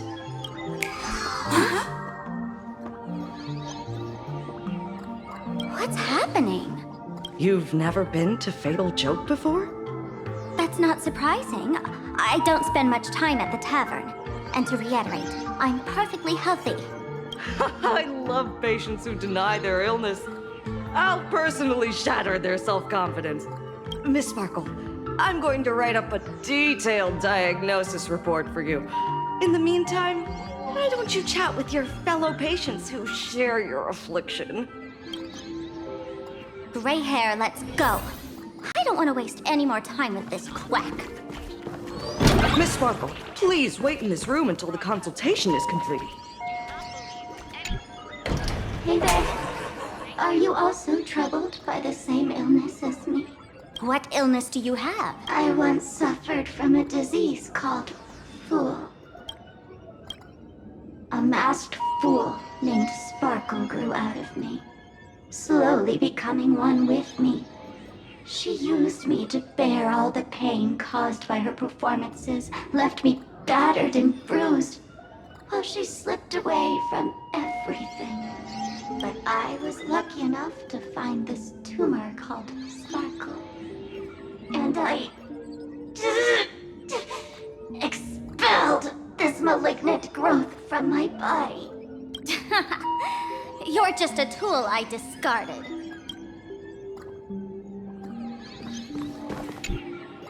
Sparkle, do you still remember me? More people got my name right today than in the past week. I'm so touched. I am your original mask. The Sparkle Roll Mask. The archetype of a bright maiden doomed for a short life. The avenger who perishes with her nemesis. The lover who dies for love. The young artist driven to madness. You used me to win fame, applause, and countless eager gazes. So why would you cruelly cast me aside? Please, wear me once more. The worst thing an actor should do is be tied down to one type of role. Do yourself a favor and stay down. The diagnosis results are in, Miss Sparkle. Sparkle, you're back! You seem happy. Yeah, I'm keeping my spirits high, just like she asked. Sparkle, Sparkle! You're the one who told me that a smiling mask will never have bad luck, aren't you? This world doesn't want to see too much sadness, cruelty, rage, or pain. You told me that I just need to smile, no matter what. I did everything you asked. But why did you abandon me? Right now, I just want to scream, to cry, to shout. I just want to devour you all! Just how many masks have you thrown away? Don't worry about it. Everyone sheds just as many versions of themselves in a lifetime.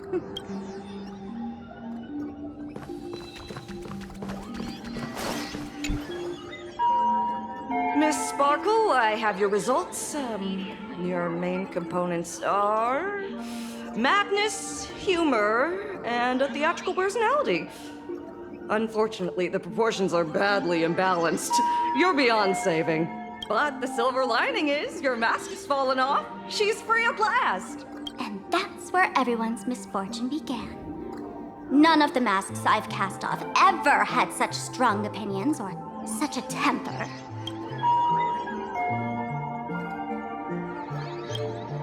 She no longer needs to be corroded by your cancer of rationality. Now she can do anything that you wanted to do but didn't dare to do. Ha! As if there's anything Miss Sparkle wouldn't dare to do. For example, you don't dare wear any one mask for too long. Like a butterfly shedding old skin, you keep discarding every mask just so you won't be defined or bound by them. You're afraid to stop, to be stuck in some stereotype. You're afraid that one day you won't be elating enough. That's why you drew Miss Sparxie and became her online. As a dazzling mask, everyone confides in her. Everyone wants to be her. Everyone feeds her their clever ideas. You thought this would inject new life into your elation. But sadly, once the mask is on you, you become its accessory. People care only about the image the mask paints. No one cares about the you beneath. And that is why she came to life. Human recognition and desire will flow through the internet, providing nourishment for her to bloom.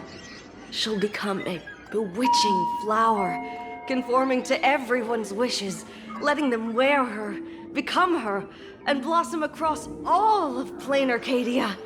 What a beautiful sight. Stop? You mean treat? Yes? Cremate Sparkle. That's the best treatment I can prescribe. And here I thought you had something clever. After all, there's only one radical cure for all suffering. Make oneself disappear, right? Miss Sparkle, don't think I'm joking around with you. I only misbehave outside the tavern. But here, I am a doctor, without quotation marks. My treatment is real and effective. Generally, when a fool vanishes, their mask loses its power and becomes a dead thing. You're two sides of the same coin, after all. But as for Sparxie, I can't say for sure.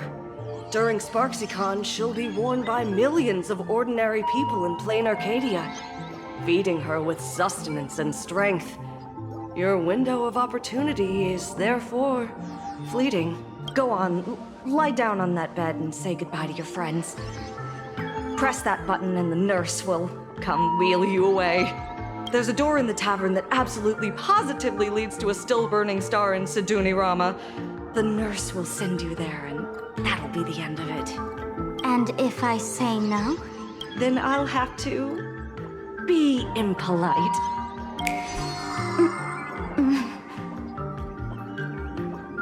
Miss Sparkle, nameless, the choice is yours. As for me, by the laughter above, I've got to catch the next ship out of this dump. Hey! What's going on? Why am I pinned here? Gray hair. Ma'am, navigator. A little help? You need me! The mask of the masked fool represents what you wish to become. You use it to focus your power, but the mask will gradually bind you as well. That's why you've been avoiding Sparxie all this time. She didn't just steal a vial of mimetic virus.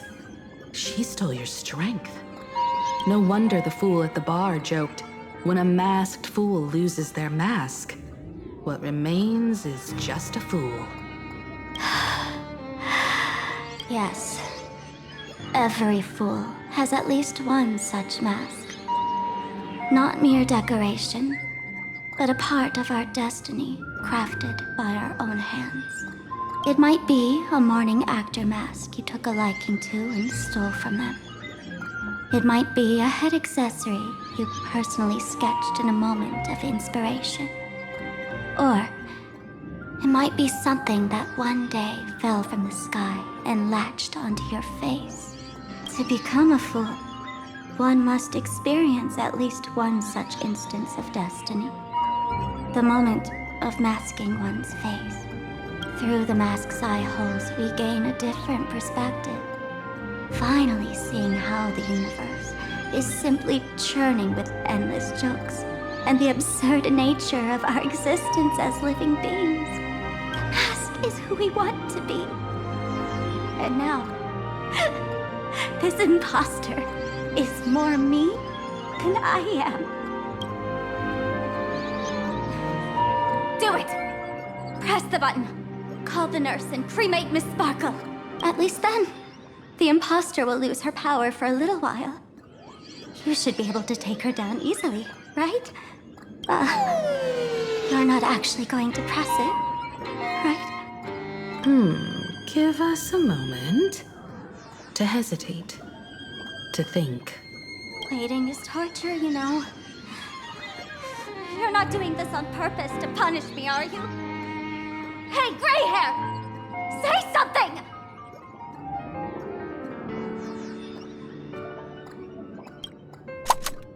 Unbelievable! Gray hair. Is your heart colder than Bellabog's ice out of space? I took the battery out of the button earlier while no one watched. It was a test, and you failed. Since the fool made her choice, she must have a plan to reclaim the mask, right? If you dare say no, I'll press this button and let the orbital cannon cremate you for real. Your sticky little fingers aren't fast enough to steal this battery, are they? There's a way. There's always a way. Miss Sparkle will definitely take responsibility and work together with everyone to stop SparxieCon. What's with this applause? Have we been watched the whole time? Bravo! Do not believe any information.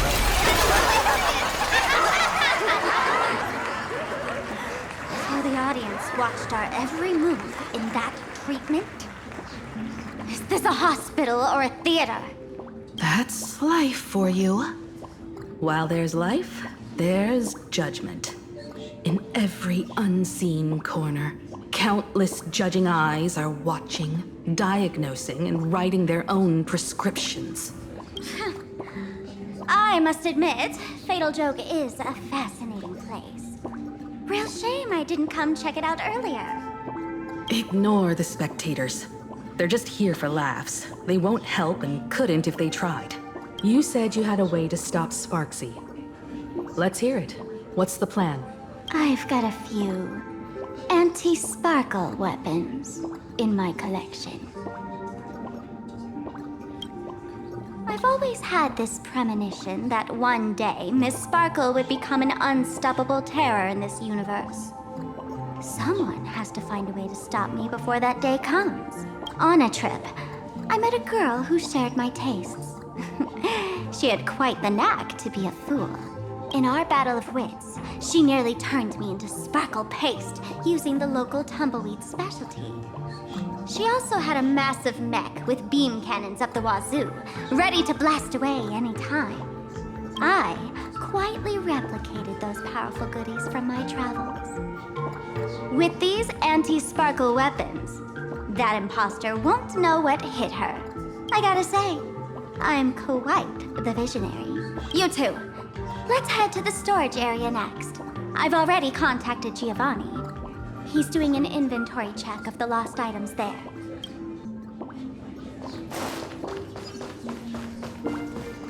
This is too much already. This is a stage where no one can predict the show.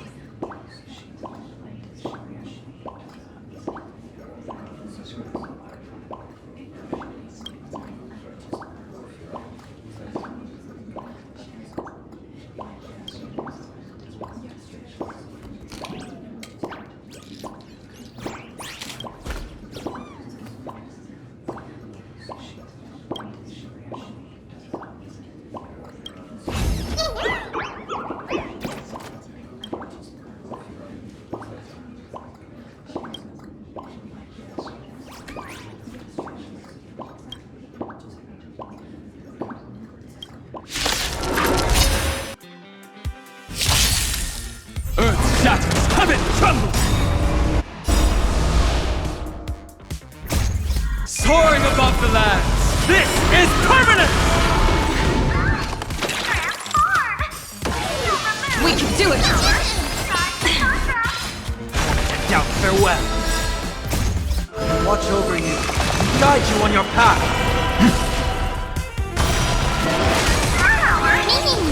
Future may come!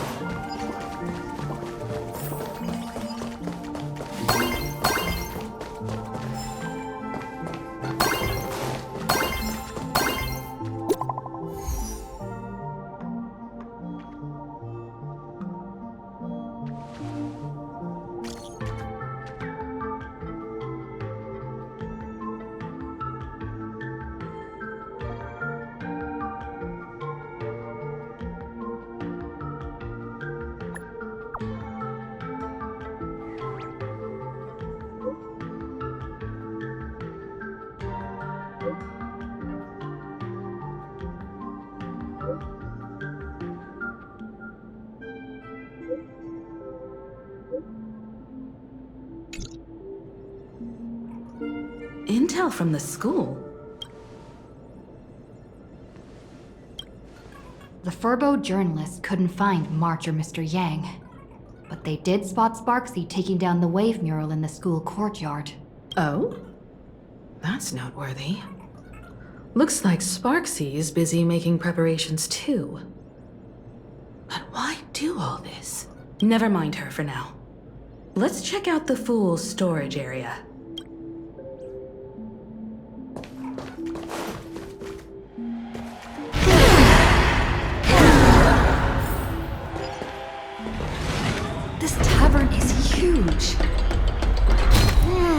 all right.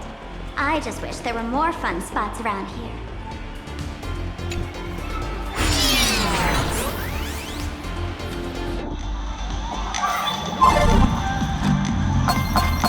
Wait, there are that many people under the dance floor?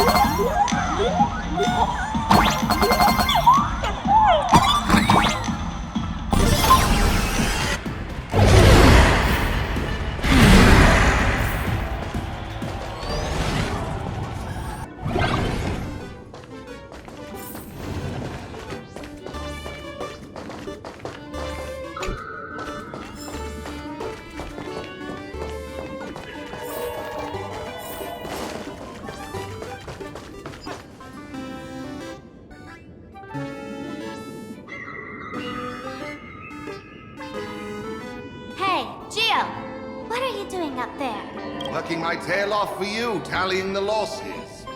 Wait, who'd you bring with you? Oh, it's Miss Trailblazer. I knew you'd step into the tavern and become one of us someday. Those with the makings of masked fools are naturally drawn to one another. You sure know quite a few fools. Ah, and the lovely lady behind you. You must be Miss Himeko, navigator of the Express. A pleasure to meet you. Mr. Giovanni, just call me Himeko. Normally only fools may enter, but since Sparkle brought you, and you are practically an old friend, I can make an exception as the caretaker. Let me show you around. Gio, cut the spiel. Sampo says you recite that intro so often he's grown calluses on his ears. Want the fool's treasures, souvenirs, and prank gear? Come to the Grand Treasury Storage. They've stashed everything here. You stole my line again.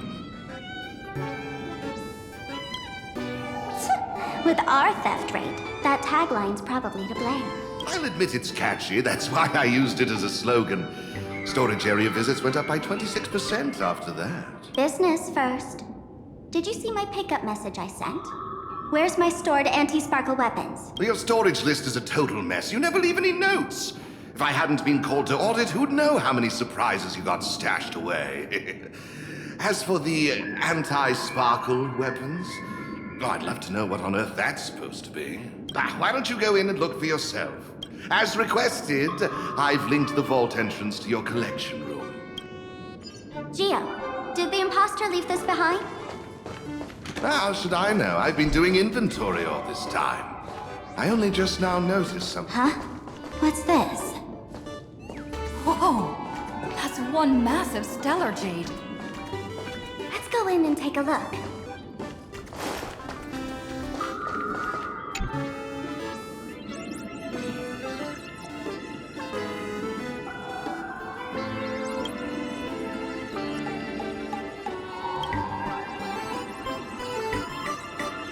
Kid, wake up! This rock is dangerous. Dangerous? I'll smash it with one swing! You've got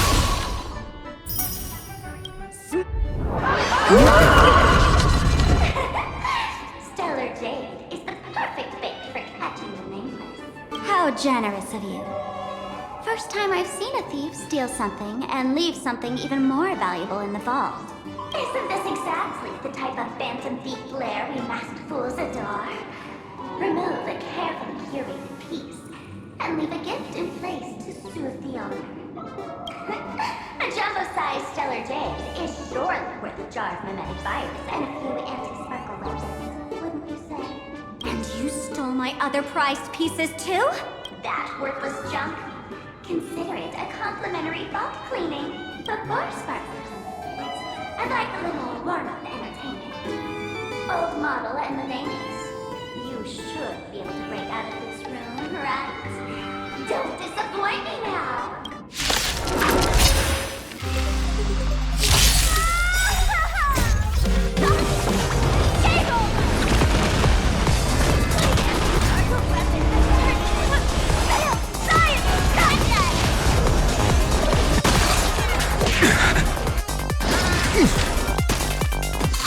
Serenity is before me. Tomorrow!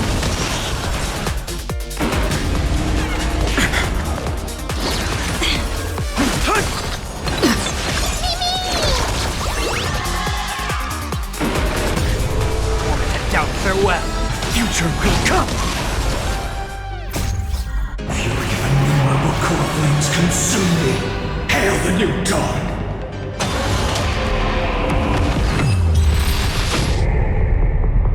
Geo, the security here is an absolute mess.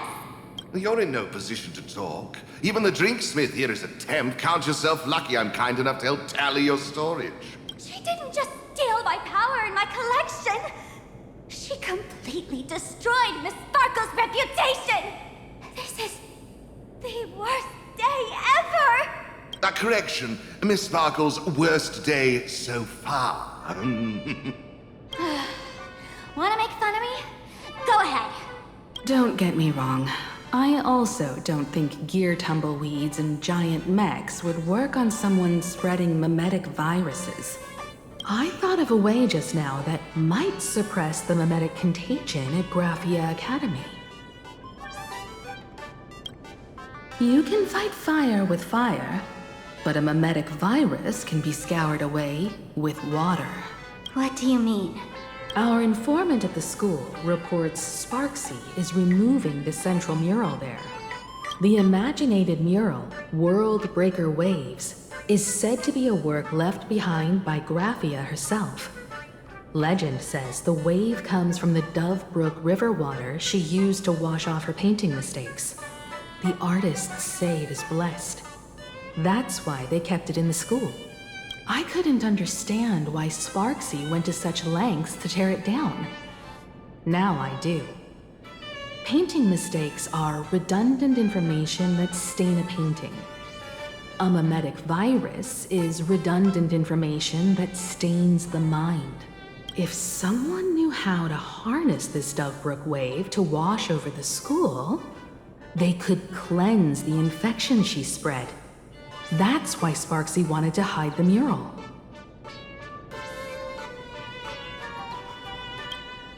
Exactly. As a Graphia Academy alumna, I know a bit of traditional painting. Right now, our most directly effective plan is to break into the school, regain control of the mural, and use it to suppress Sparxie's movements. Let's go. I'll make this imposter pay 100-fold. Looks like our paths must part in haste. I wish you all fair winds on your journey ahead. Oh, if any of you feel uncertain about what's next, here's a small suggestion. Take a detour inside the Blistar light orb. For us masked fools, that light orb holds the same significance as the Phantasmoon hanging above. Deep within the orb, everyone can find the divine revelations of the elation.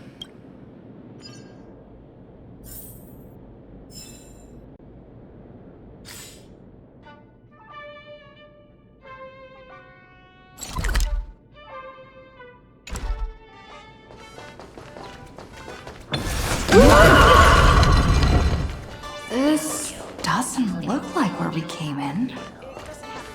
Don't worry. I had old Geo open a shortcut.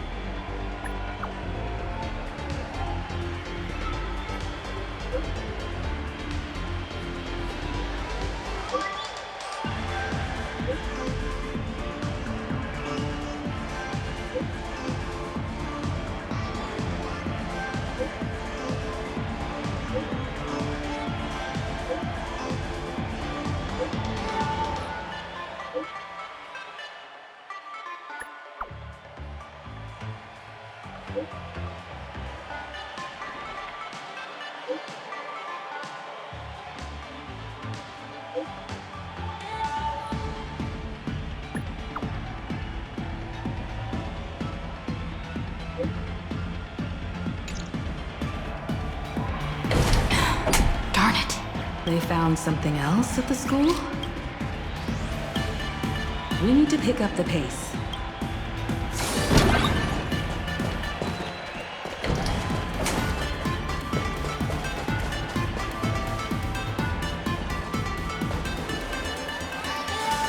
Giovanni said we could find the divine revelations of the elation inside the light orb.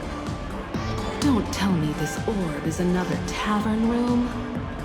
Bingo, your intuition's spot on. It isn't just a light-polluting orb. Think of it as a shrine for fools.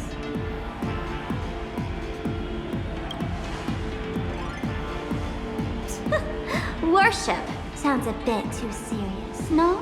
Most masked fools treat the laughter like an invisible, mischievous drinking buddy. Fine for a mental toast. But if they really come looking for you, it's usually bad news.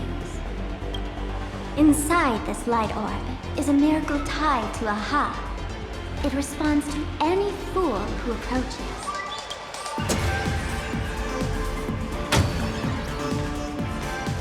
Let me show you something mind-blowing. Here we go. Open sesame!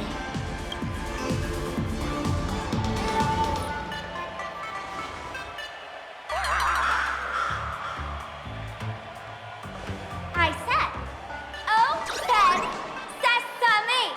Open sesame! Sesame? Open? Hooray! So in their eyes, I don't even count as a masked fool anymore? What a wonderful surprise! The imposters stole my identity too!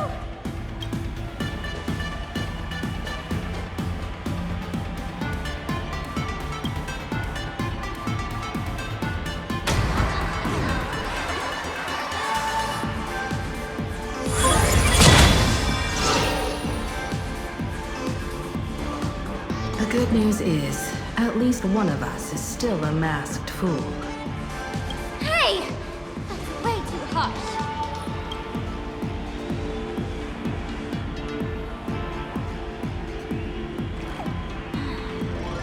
I hate to admit it, but gray hair, it's opened for you. The light orb has acknowledged you. Deja vu.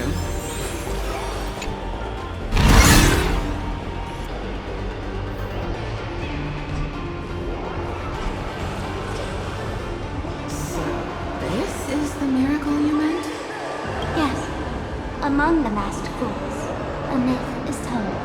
When the Master of Elation climbed the highest boughs of the Tree of Existence, they glimpsed the cold, abhorrent void. The stars turned like machinery, and all meaning yielded to nihility.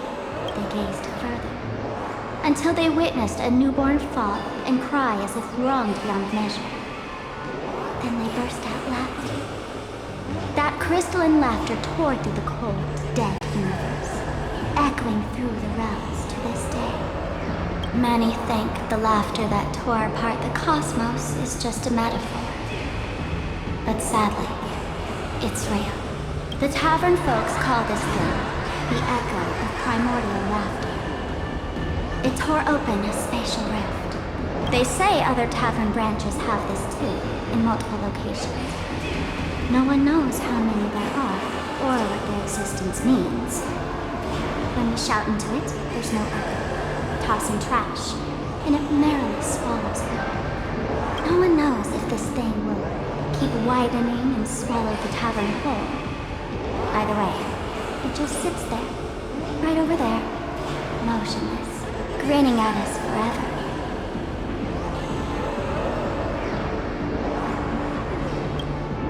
Just stick your hand in there. It's said, at a turning point of destiny, a fool need only reach into the rift and grasp something. The tavern folks call it the laughter's gift. No one knows what this thing will bring to those who seek it, fortune or otherwise. But one thing's for sure. Your destiny's bound to get much more chaotic. Hey, gray hair. Wanna give it a try?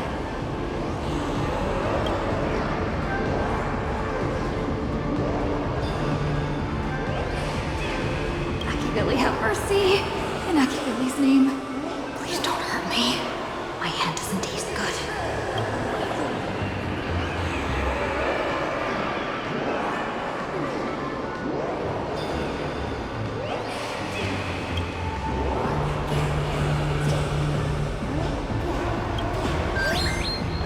Is this? Huh? What's this?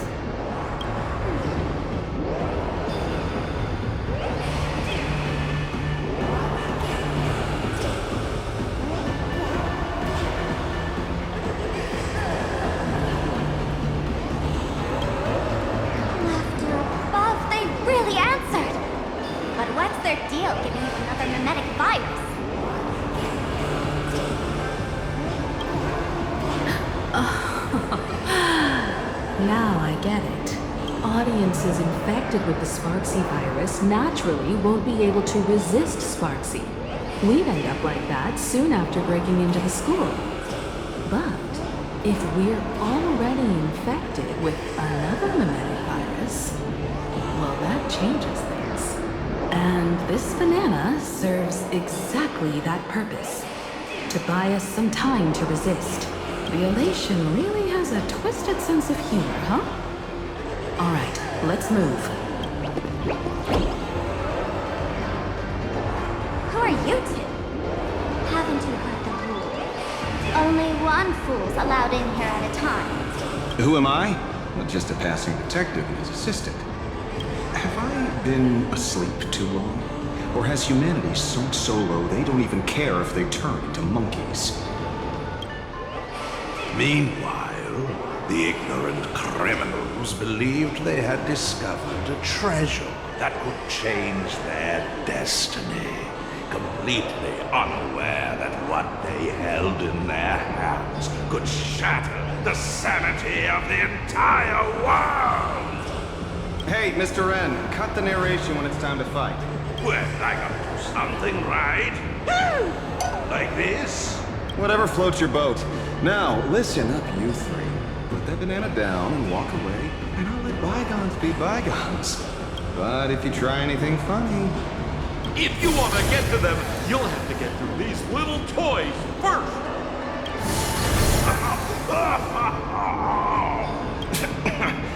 Are these folks really the Nameless? In all my years, I've never seen the Nameless dealing with mimetic viruses. The real deal. Just some nameless. Mr. N, I've got to go after them. You won't be able to keep up with me. Just head home and wait for the news.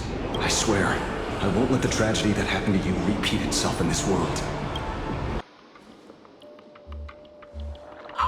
Over here!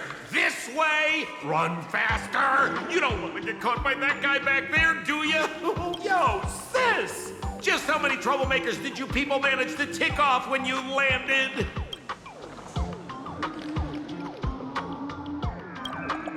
Good old Sempo came through with top-notch service, saving your lives in the nick of time. Thank you, Mr. Sampo. Now that we're all set, it's time to head to Graphia Academy for the rescue mission. Mr. Sampo, do you know which door in the tavern can get us back to the city the quickest? You don't even need to ask.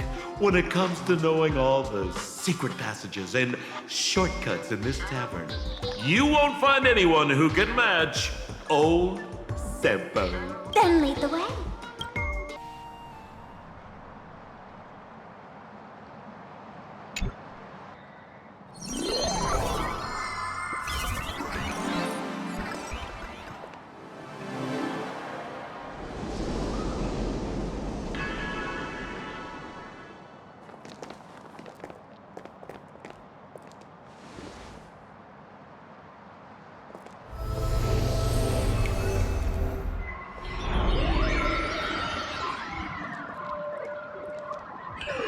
Your thoughts tell me that you still have doubts about me.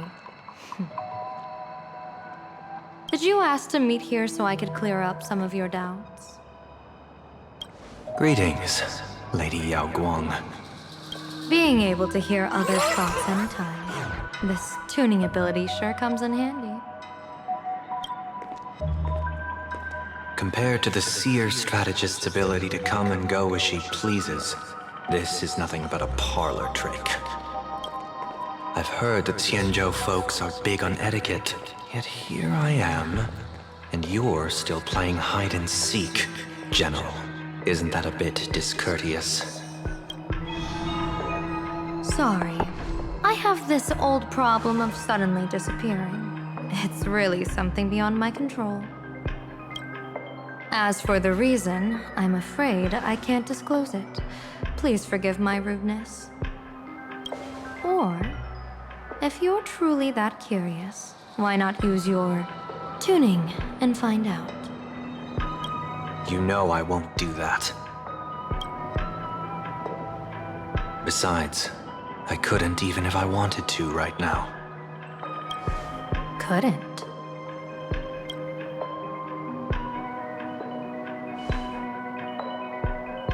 At this moment, the crowd's thoughts are crashing over me like a tidal wave. I can't block out all this mental noise.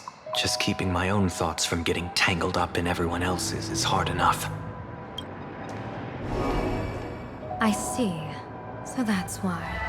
When you were speaking with Miss Himeko earlier, I accidentally intruded on your private conversation. My tuning is spiraling out of control. This mask is distorting my abilities. I see it differently. The loss of control is temporary. That mask is amplifying your power. How is this possible? This tuning power is bestowed by the Harmony. How could the elation meddle with their authority? Perhaps the elation simply poured more fuel into this divine authority? In my humble opinion, this mask binds the supplicant to all beings of Planarcadia, drawing strength from those who share the same path here for your use. That's why you're hearing others' thoughts surge toward you like a tide. Your tuning is steadily expanding, and you've become the center of this melody.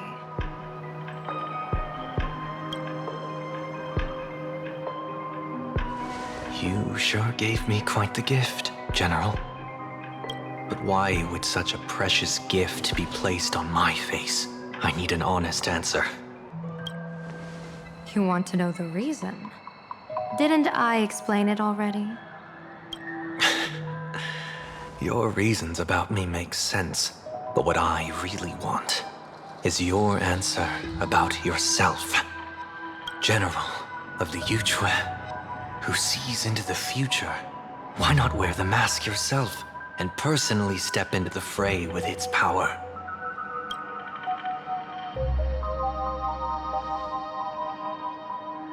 Words can deceive, but only tuning lays the truth bare. Mr. Sunday, why not use your enhanced tuning to feel the weight of that answer for yourself? Well then, pardon my intrusion, Lady Yao Guang. So this bird on my shoulder is the manifestation of the tuning's resonance? Exactly. And these symbols I see floating above people's heads would be the weal and woe signs you mentioned, General? That's right. To become an Arbiter General, one must undergo 3 ceremonies. The Rainbow Ordainment, the Rainbow's Gaze, and the Bestowal of Spiritus. Only then can one truly take up the mantle and live up to the title. When I was appointed as the Yuchue's General, I was bestowed with the Rainbow Spiritus called Kalachakra Sky Plume, which represents the vision of the hunt among the 7 aspects of the rainbow. A symbol of foresight, verdict, and self-discipline. Thanks to that, I gained the Eye of Ishvara, which allows me to read the flow of destiny. Since the day I arrived on this world, every person I've seen bore a crimson woe sign above their head, without exception. Within days at most, a catastrophic disaster will befall this place. So, that red glow rising from the edge of the city is... The blazing light, formed by the convergence of all those woe signs in Planarcadia. In that case, General, it's all the more reason for you to wear the mask. Once your sight into the future is strengthened, you won't need to fear the deathly omen in your readings. Mr. Sunday, have you heard the diviner's iron law? Never divine the same matter twice. In Penacony, diviners also warn clients beforehand. You can't ask for another spread just because you dislike the result. There's a reason for that, isn't there? Divining the future is, in essence, a form of observation and calculation. It's an interference with the future. Each reading drives the murky future towards a definite outcome, a collapsed quantum state, even if that outcome isn't to one's liking. To be honest, when I set out for Planarcadia, I had fully intended to personally participate in the Phantasmoon Games. But the moment I laid hands on the mask, I understood the consequences of wearing it. Once this miraculous item is donned, the Eye of Ishvara would transcend mere sight and permeate throughout this realm.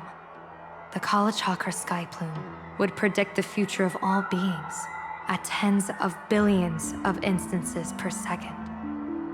You're saying that simply by your observation, our future would become fixed.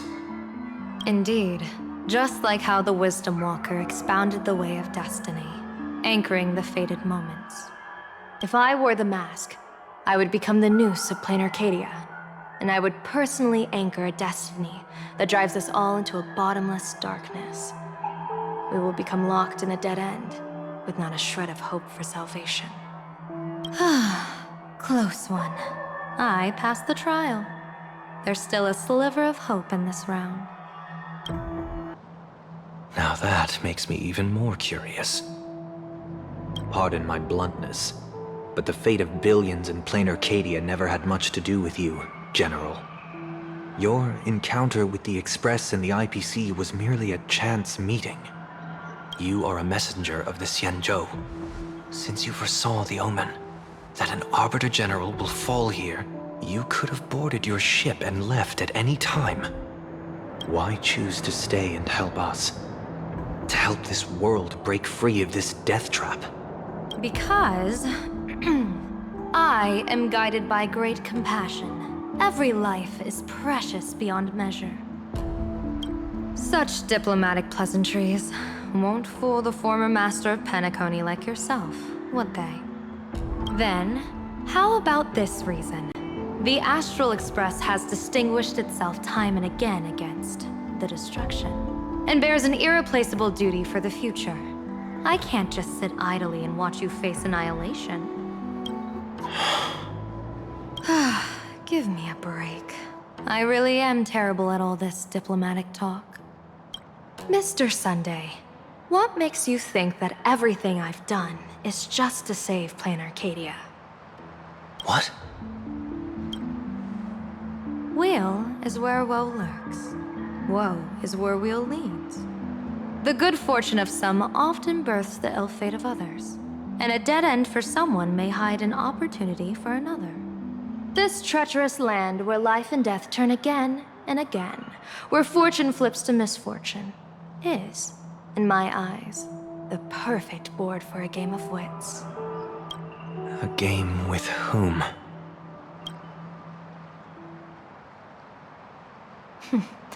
With the gods. Mr. Sunday, have you heard of the Battle of the Fanghu 30 years ago? I've heard rumors of that war, but not the details. General, are you suggesting Planarcadia is now facing dangers just as perilous as the Xianzhou Fanghu was back then? You got that right. 30 years ago, the Abundance Axis broke our lines and invaded the Fanghu homeland. The abominations awakened a living demonic star, intending to sink the Xianzhou Fanghu. With no other options, the Alliance staked everything on my junior sour's plan. To operate the astronomical observation device, the Cloud Peer Telescope, to signal the rainbow for aid, using their Lux arrow to strike down the demon star. Whoever operated the Cloudpeer telescope would not return. It was to be a one-way trip. So, you're Junior Sora. You guessed wrong. The one who offered his life was my master, who taught me divination. It was Master Jingtian, then the Yuchui's Master Diviner, and the only high official authorized to operate that device. He accepted his fate and ventured to the Fanghu. Going with him into certain death were Yueyu, the previous Yao Qing general who guarded the Cloudpeer telescope, and the Verdant Knights under her command.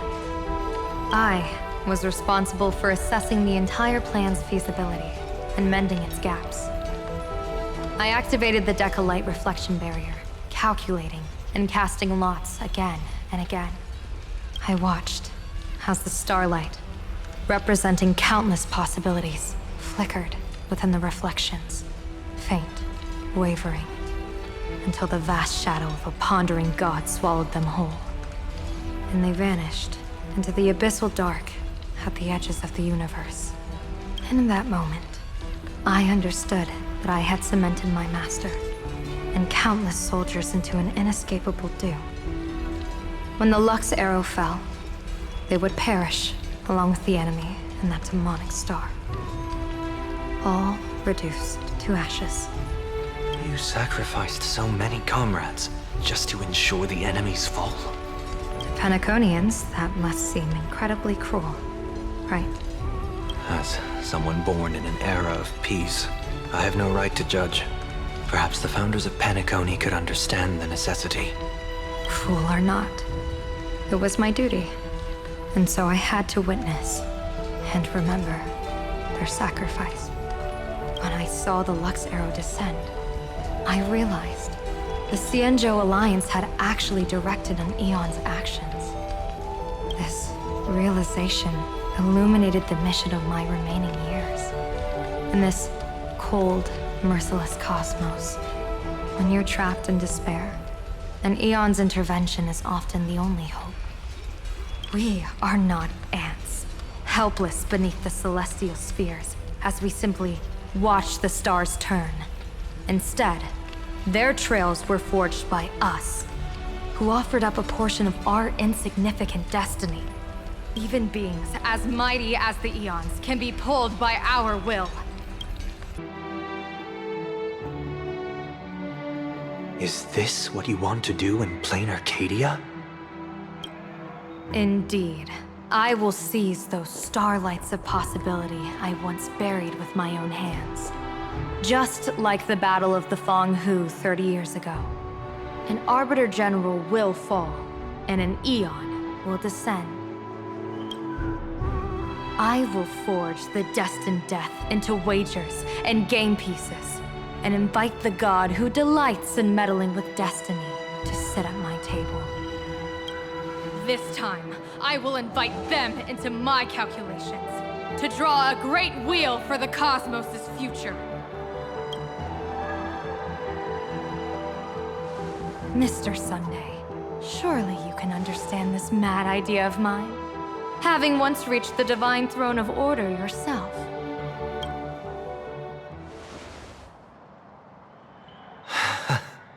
Our common ground goes far beyond mad ideas. But I was reviving a god who already lay dead and buried in the infinite dark. General, how can you be sure that the most capricious Aeon would be led by your fancy?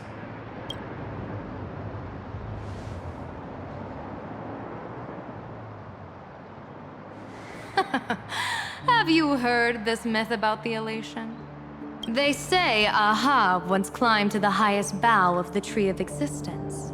Gazing out, they saw stars turning coldly like machines, and the meaning of everything yielded to nihility. Only the cry of a newborn made them burst into laughter. Mr. Sunday, answer me. Why did Aha laugh?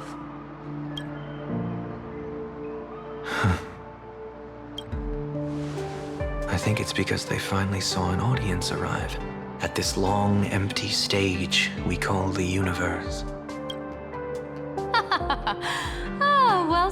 said, you're way funnier than you look.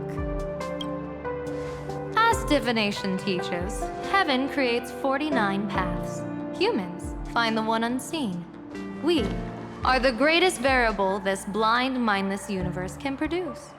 The universe and the gods set riddles for us, and we shall give them a surprise. An answer beyond the finality.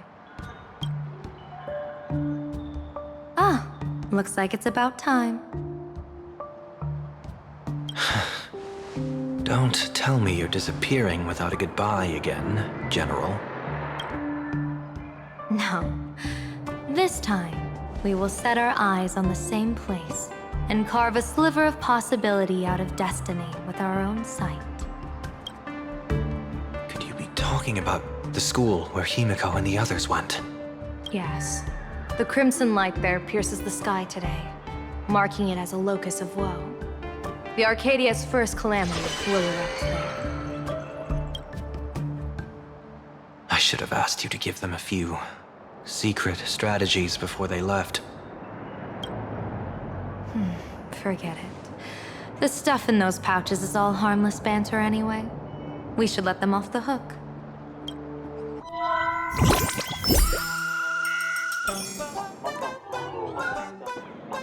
Hello, everyone. Welcome back to Full Wish TV's special news segment, Arcadian Morning Report. I'm your host, Kofi. Hi, everyone. I'm your host, Smelly. It's been 3 hours since our first supplicant, Miss Sparxie, announced her entry into the Phantasmoon Games. The performance she announced to all her fans, SparxieCon, is also about to begin. How curious! Planarcadia's day-night cycle was completely scrambled in ancient times. Graphia Academy's location just happens to be bathed in light. So, in broad daylight, what kind of fireworks show does Miss Sparxie have in store for us? Who knows? Maybe she'll blow the school sky high in a blaze of fireworks.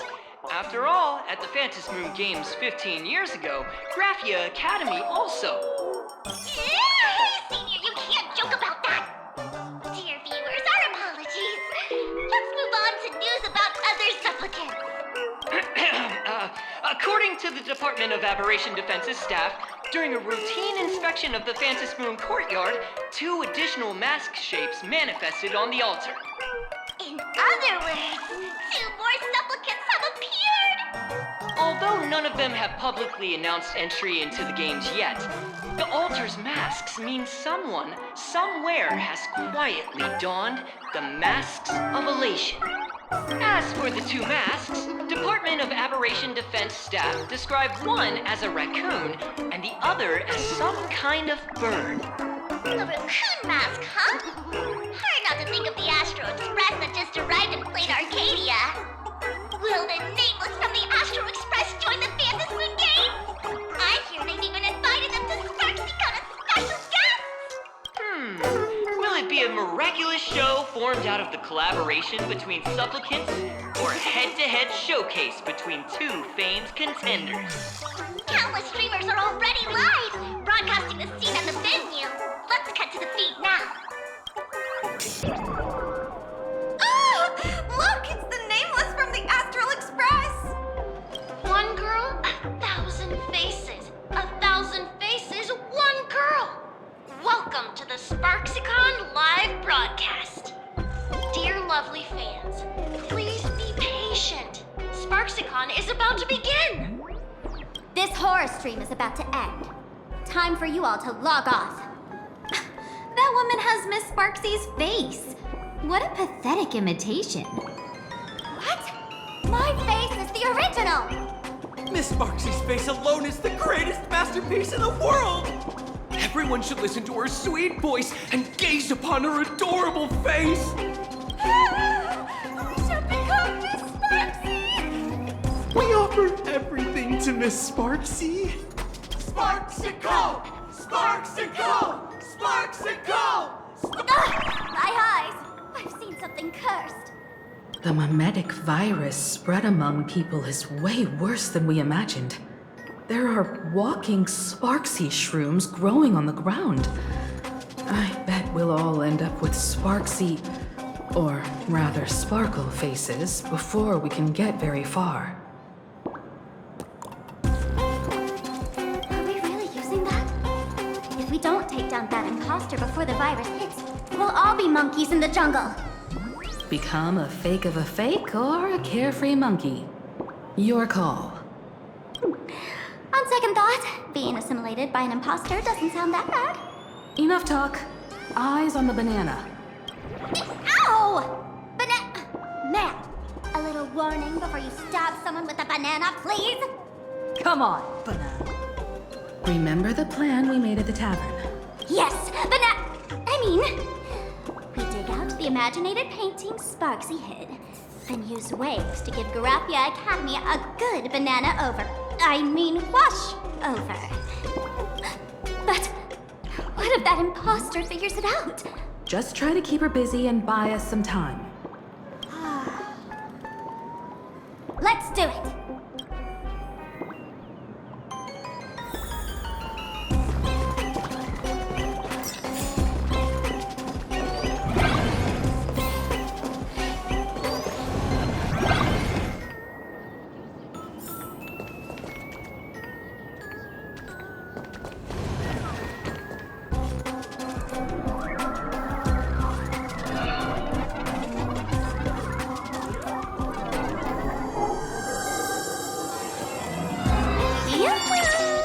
Welcome, dear guests. I've been waiting so long, my phone's about to die. Drop the act, my dear Mask. I shouldn't have called you an imposter. That was harsh of me. Come back to Mama's arms. It's not too late. If the Astral Express crew gets involved, they won't be pulling any punches.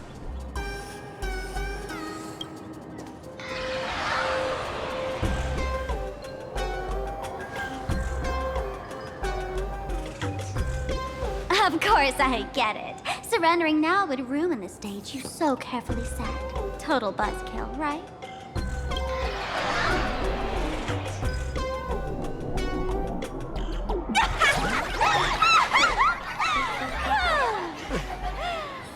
So you still don't get it? The worst thing an actor should do is be tied down to one type of role.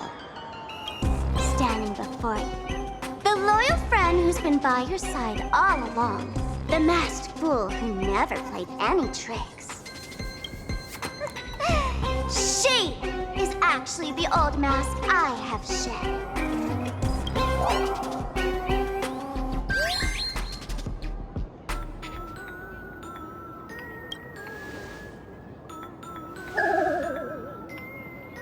Haven't I been telling you all this time? She's just an old model. No wonder the light orb in the tavern didn't react to sparkle.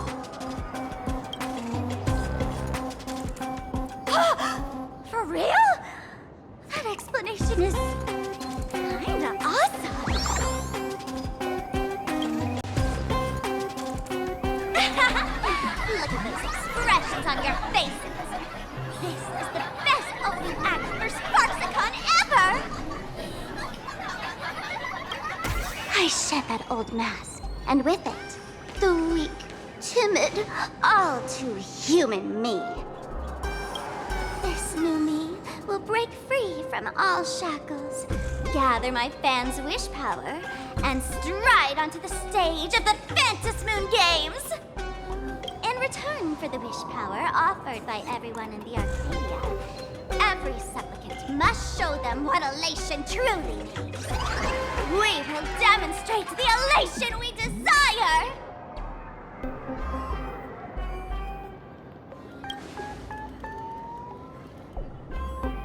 There's no coercion involved anywhere in this. It's a simple yes or no, like scrolling to the bottom of the terms of service. Want attention, talent, quick cash, universal praise? Download the Sparxie virus. Ta-da! Click confirm, and you're set. Isn't that exactly what they crave? Elation in 3 minutes flat? Nameless, you're doomed to lose. You can't stop what people desire. We can't stop their desire. But in this stream, we'll show this Arcadia world another possibility. What did you just say? We'll show everyone watching the live stream the elation of the Astral Express.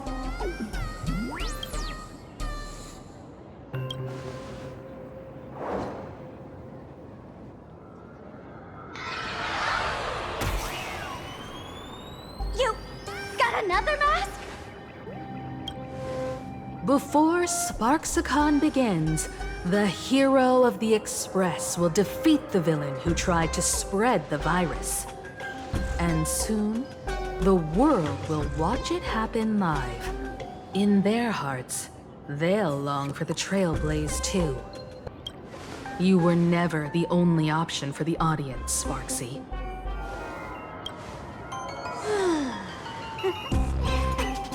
You know why I can't stand heroic stories?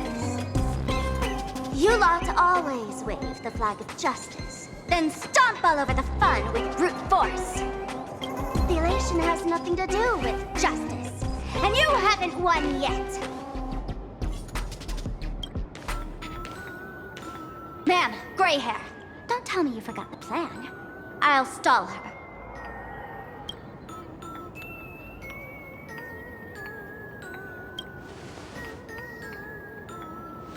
A long, long time. Come on, gray hair, have a little faith in me. There's one thing I've always wondered. Who's the real Sparkle, and who's just a mask? Shouldn't the last one standing decide that? Then let's settle it. Right now! I'll make you the opening firework of Sparxie.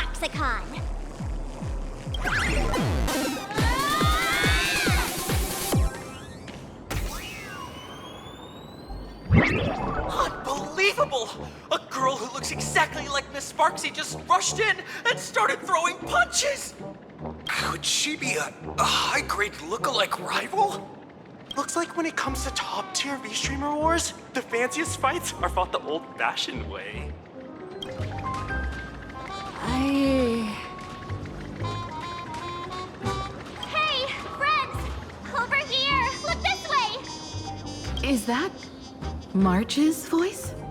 Over here! Mr. Yang and I are in the art classroom! While Sparkle keeps her busy, let's regroup with March first.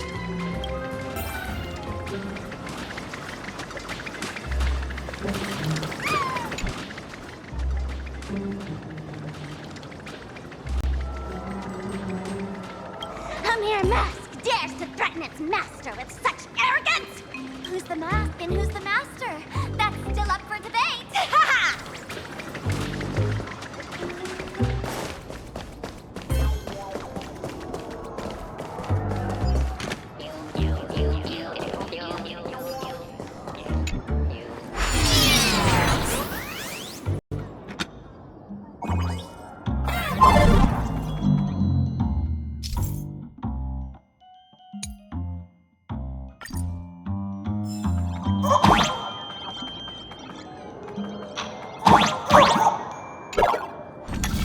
Move this platform, and you should be able to get up there.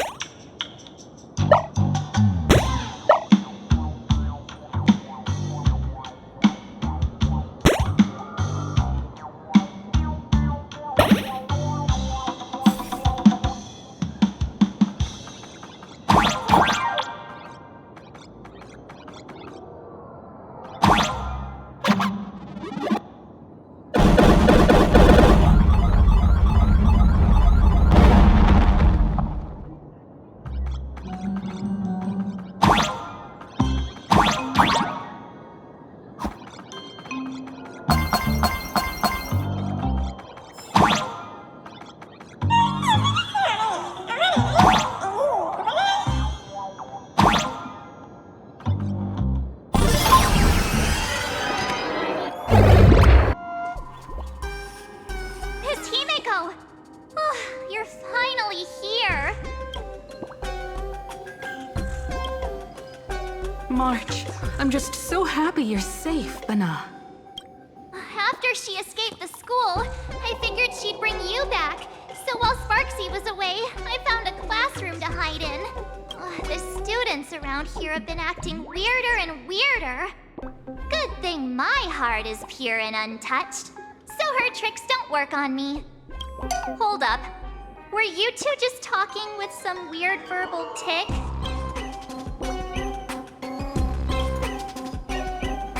What? You actually used that Penaconian mimetic virus to counter Sparxie's influence? I don't care if the Express turns into a Sparxie train or a monkey train. I want no part of either. What about Welt? Is he all right? Mr. Yang, it's our friends. Come on out. You look perfectly normal, though. So that Professor Welt she saw in the news...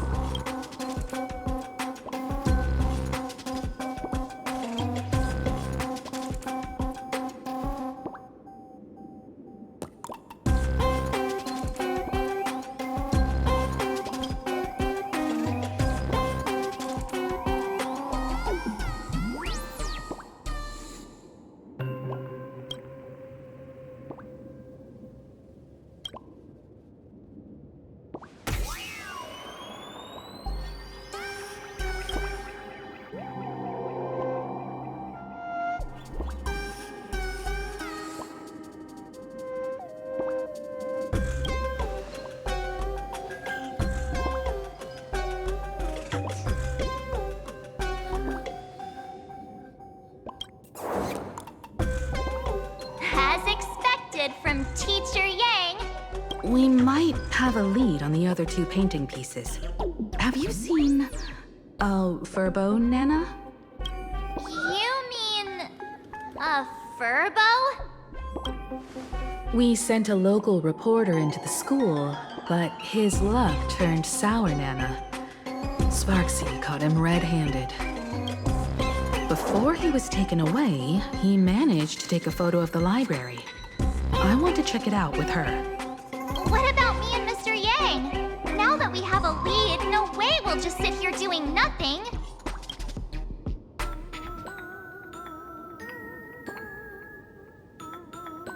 That's the plan. Let us know right away if you find any leads. Himeko, where's the library? I know the way. I just hope they haven't renovated the academy in the past 15 years.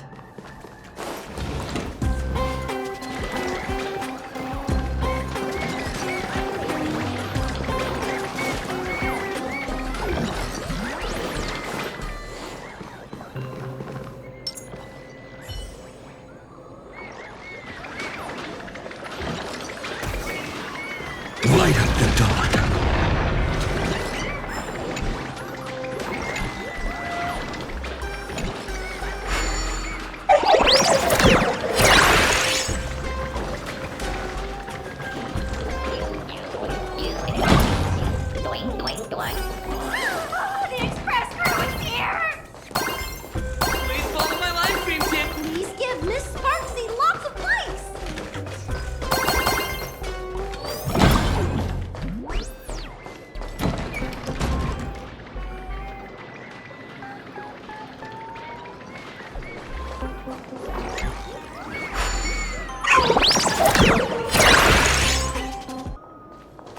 The library's just up ahead. Finally, I can get away from all these livestream-obsessed students. We're here, Bana. But I don't see any waves or moon. Where could it be? Like I'd ever tell you. Miss Sparxie herself ordered us to guard this place with our lives. Hey, get that stream running. Ugh, kids these days. They ignore their studies just to focus on the internet. As an alum of Graphia Academy, it's my duty as tradition dictates, to give you all a proper extracurricular lesson. Hey, juniors, ready to roll?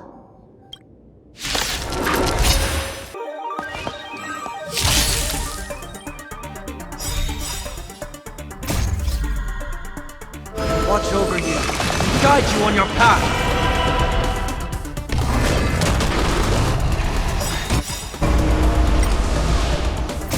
Soaring above the lands, this is permanent! I choose you! Head down, farewell. For tomorrow!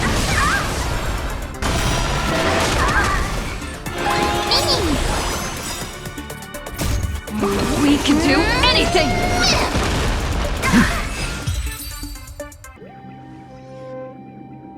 Where could they be hiding the landscape painting?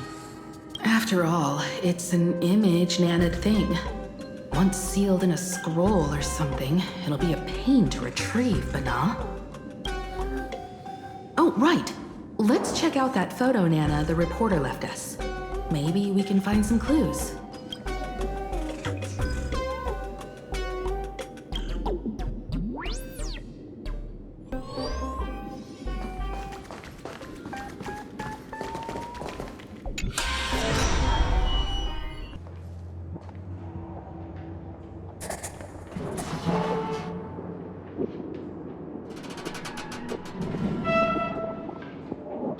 Where are we now? This place looks just like any other classroom. But something's off.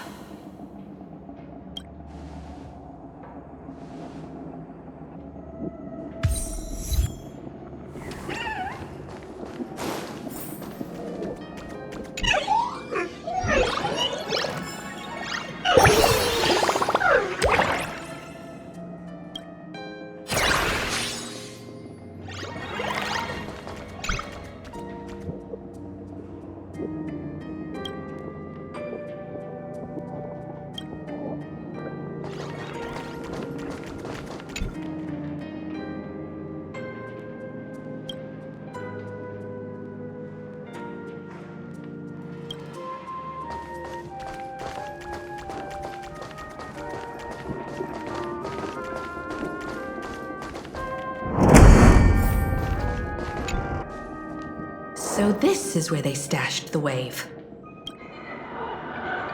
Did you hear something? I think I heard someone laughing. Something's not right. Is there something hidden here?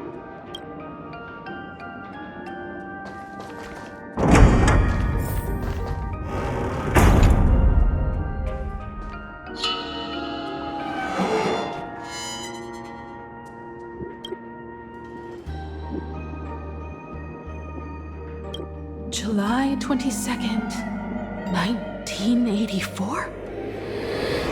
Belle? Could this classroom be... Senior? You're back!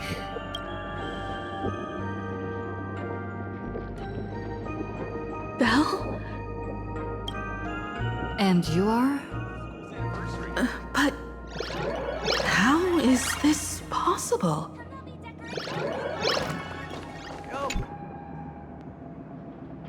It really is you, Senior! You look so different. We almost didn't recognize you. Still, that dashing aura of yours simply can't be obscured.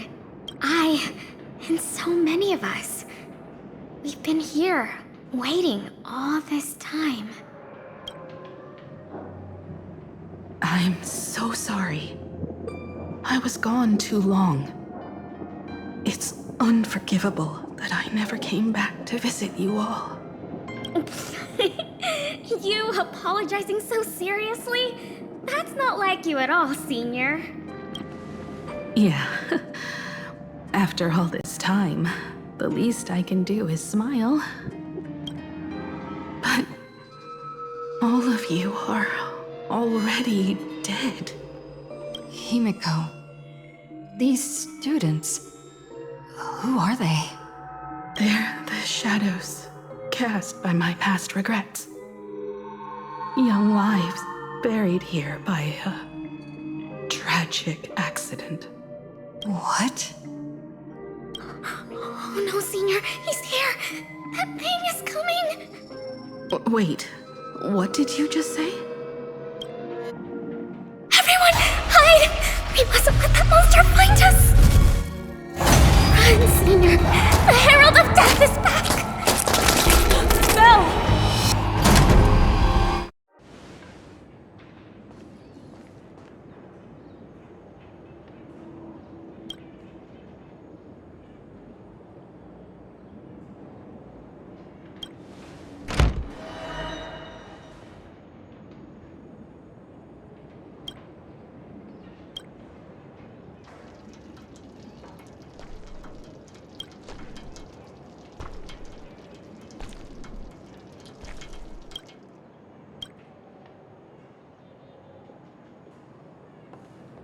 We've got the wave now.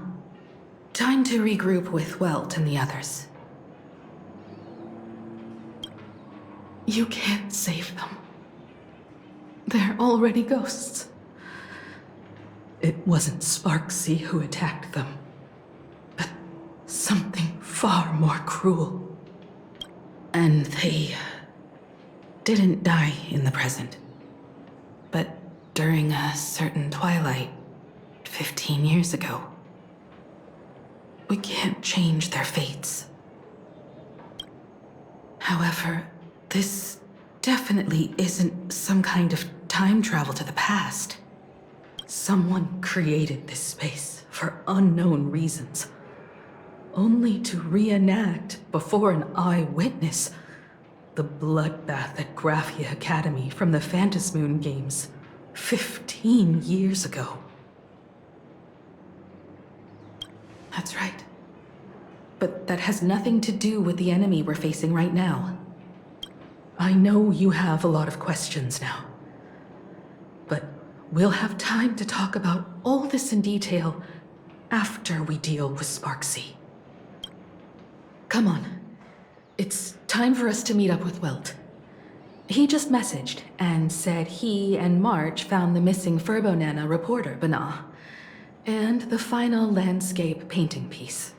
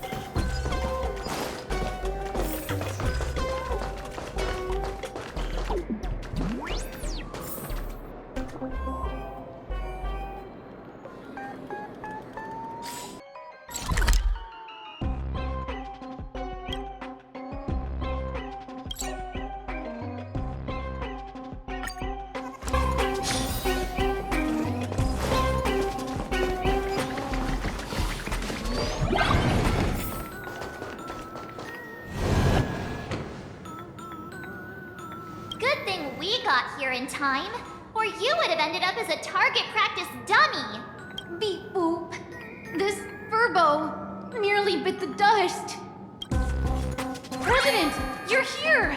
You're gonna give this Furbo some hazard pay, right?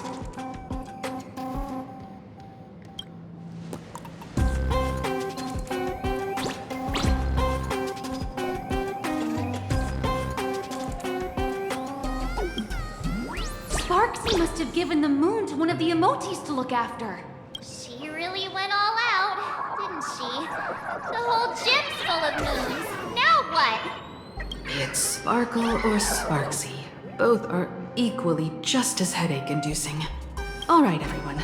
Let's round up these emotes and take a look.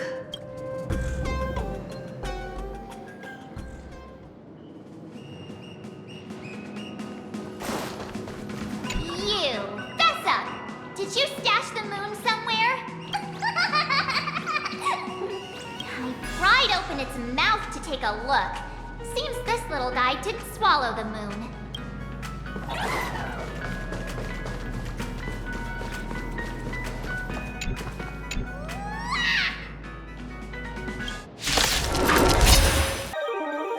Earth shatters, heaven trembles! We can do it! I'm fine. Trinity is before me. Tomorrow!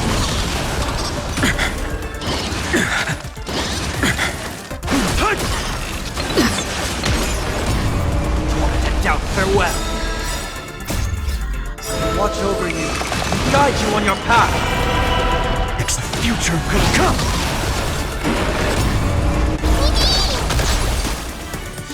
We...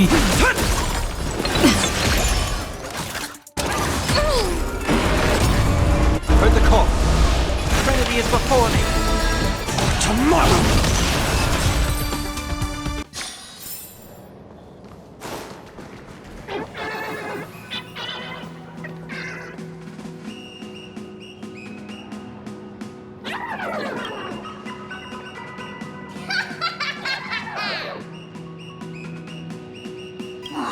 Sneaky laugh! It probably does know where the moon is hiding. But how are we meant to even reach the thing?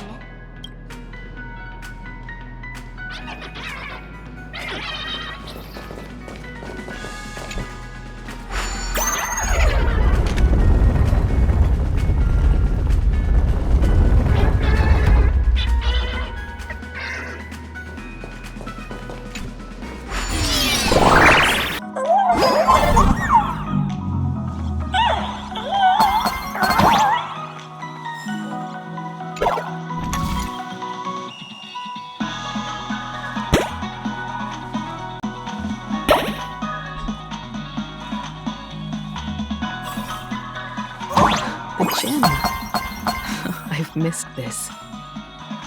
There was a time when I really envied those classmates who could sprint across the field, giving it their all.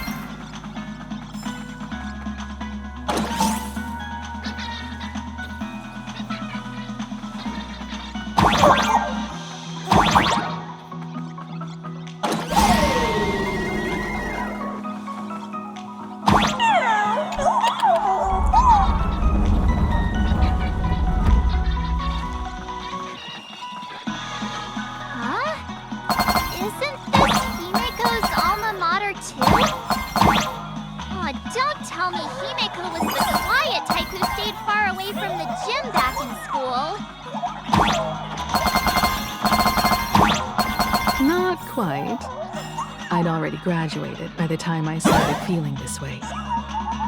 Due to some circumstances, I went back to my father's school to work.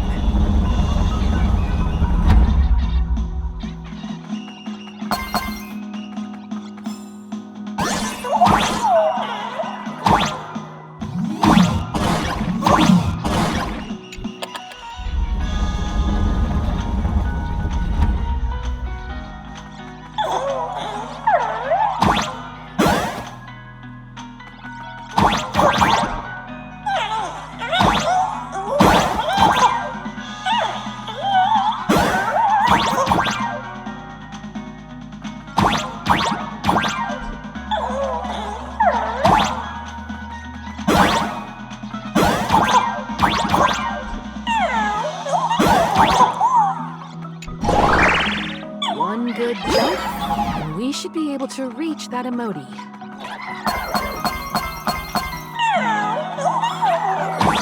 Miss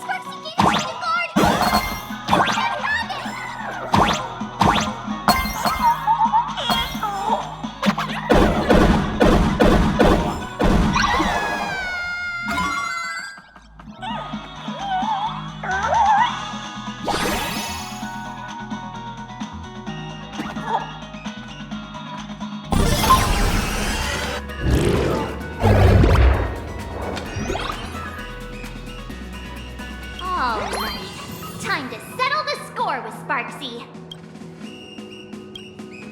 Since Sparxie dared to target the Astral Express, treating us like stepping nanostones in the Phantasmoon games, she had better be ready to become a spoil of war herself.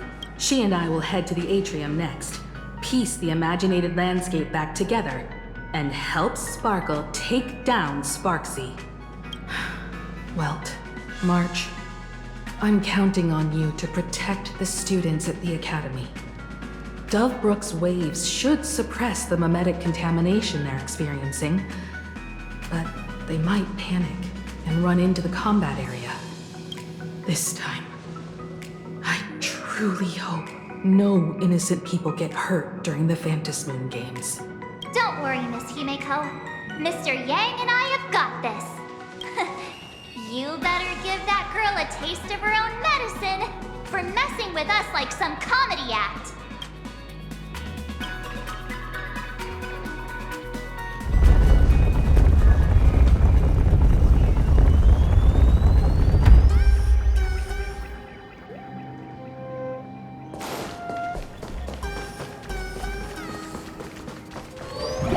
What does everyone think? Will the nameless win? Let's cheer for Miss Sparxie! Who will emerge victorious? Miss Sparxie or the Astral Express? Stay tuned to find out!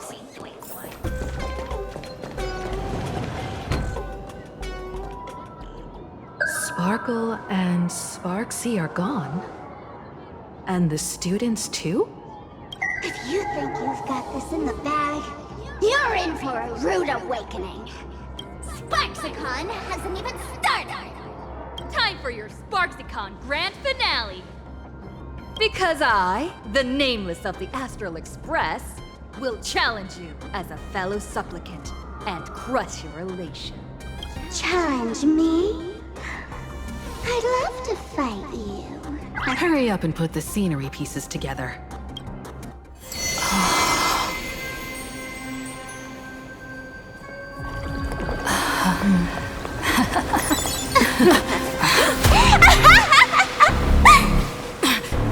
That annoying old model has already fallen asleep. Soon, there will only be one Sparkle in the world. Or maybe everyone will be one.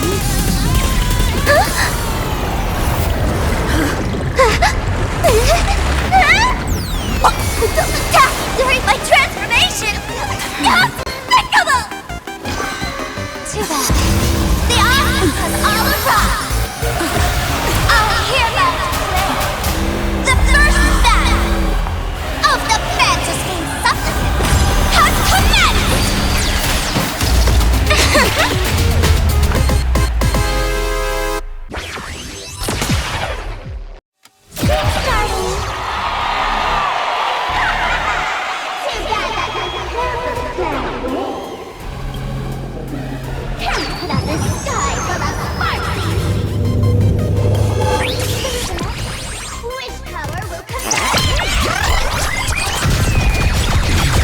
I'll stand in their way.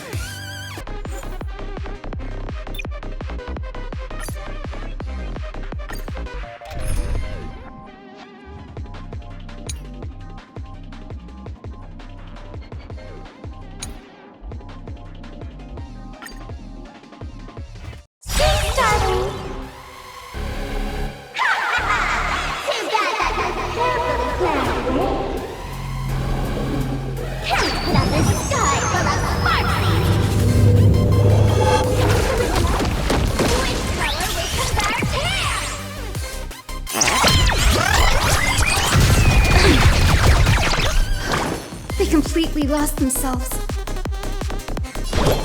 me the way. Nice and slow. Don't worry. Night falls. Good night. May this fate bestow the blue, restore the skies. All energized. Stop messing around.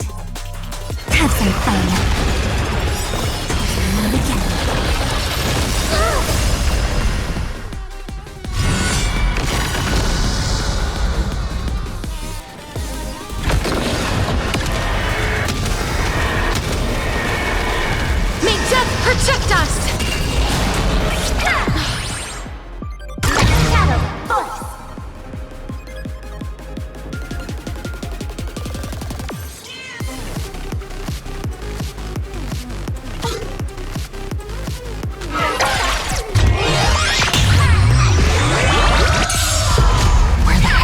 drag me to.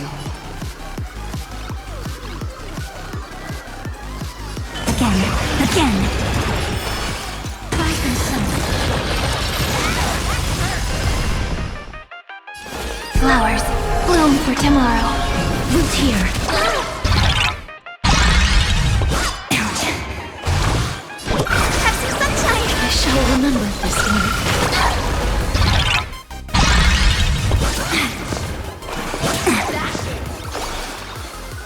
Your time to shine.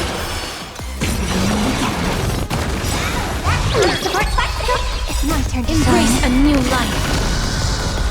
Stars, shine for the heroes.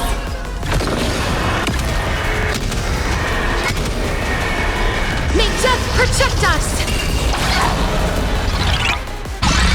Life is not so fragile. As you wish. Don't worry. Just close night phones. Good night. Memories waiting to be woken up by a shooting star. Remember me with love. May life and death sprout new buds. Don't blink. May time watch over the Evernight. Cleanse hatred with love. May this fate dispel the gloom, destroy the skies. All energized. I had all of the internet behind me. How could a mere nameless surpass my popularity?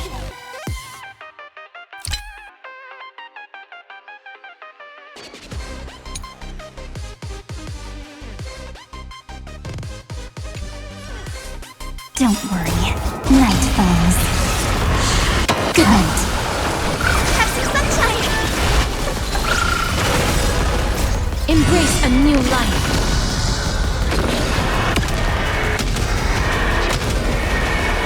May death protect us!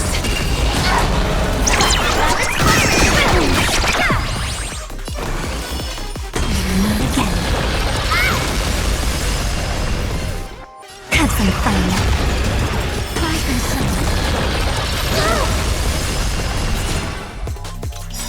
It's the answer!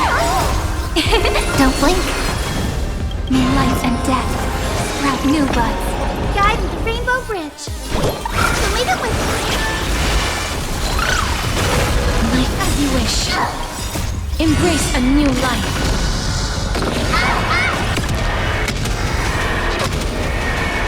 May death protect us! Here comes the special guest!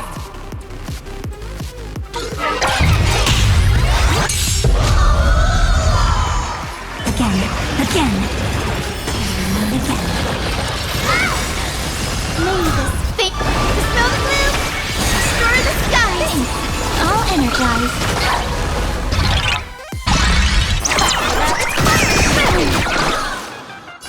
Have some sunshine. Things. All energized. This is eternity. Don't blink. Cleanse hatred with love.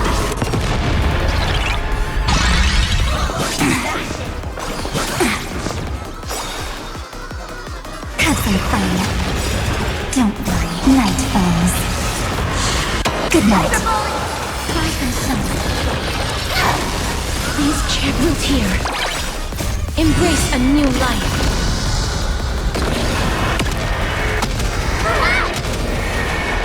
May death protect us! So leave it with me. I shall remember this one.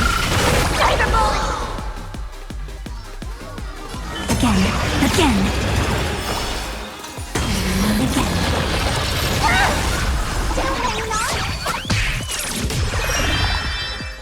Did everyone really?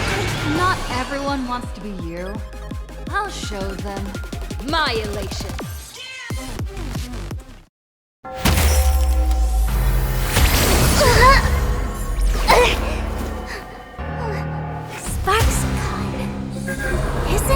over yet! Stop her! She's trying to escape to the crowd!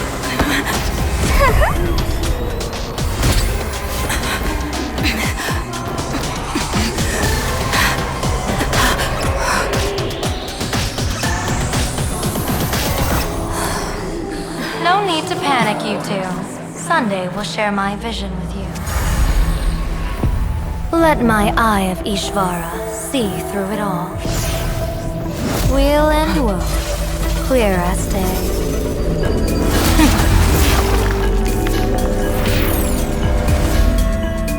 I see where the culprit is.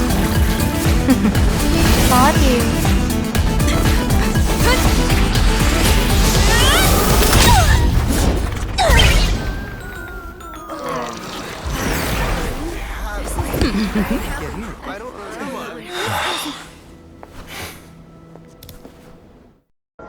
Are you okay?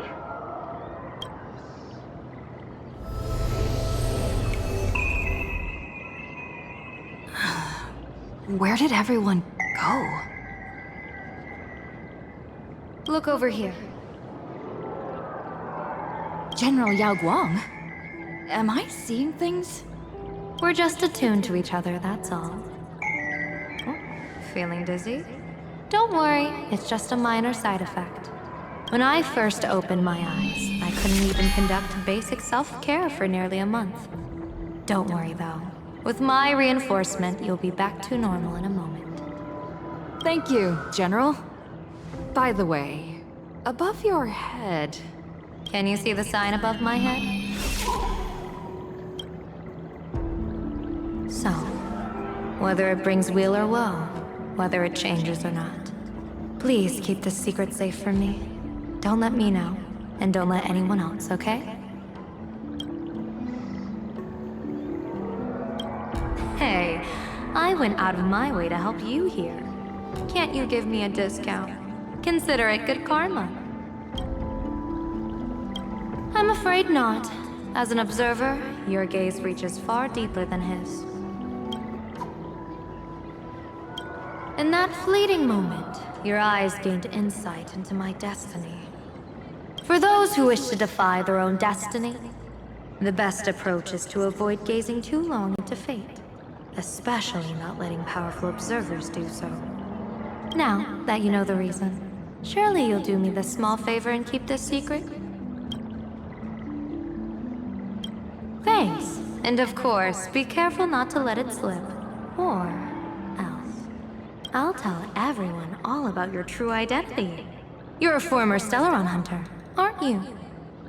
Oh, just imagine the chain reaction that would cause. I don't even want to think about it. Doesn't this feel like the opening scene of a comedy? Two people who barely know each other, yet they're keeping each other's destiny a secret. I guess you could say we're now partners in fate. No surprise there. After all, both comedy and fortune-telling thrive on unexpected twists and turns of fate, don't they? All right, looks like the side effects have worn off. Time for us to say goodbye. And you? Are you okay? What just happened? I was so confused. I couldn't see a thing. All I remember is Sparxie and the Nameless got into a fight. I saw everything. The Nameless from the Express smashed Sparxie right into the wall with one swing. That strength was unreal. That was such an epic fight, as expected from a cosmic hero. That was seriously awesome.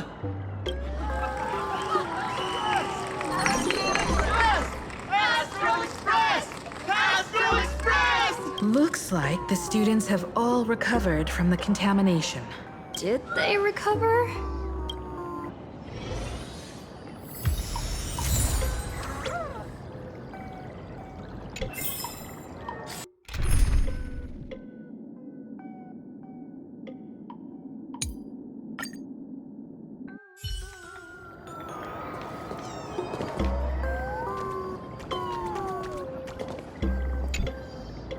when she absorbed me. I thought it was all over. Thankfully, gray hair, you won this one. 1 point for the Trailblaze. Who knows?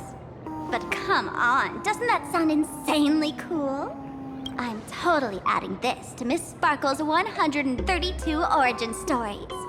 Maybe we're all just masks that someone else has shed.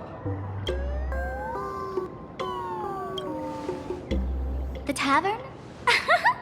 They might kick up a fuss about Sparxie's defeat for a few days. Maybe some foolish hotheads might even come knocking to fight you. But trust me, give it a couple days and the Tavern will act like none of it ever happened. If I really am a mask, then naturally I should return to my wearer's face. But if I'm not, then maybe I need to reclaim the mask I've lost. I understand.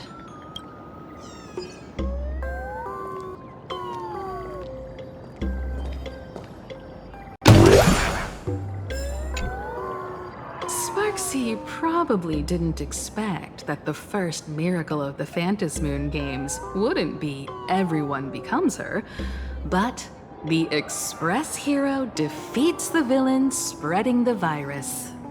Compared to a streamer reflecting people's desires, the fearless Trailblazer of the Astral Express is more of an attention grabber.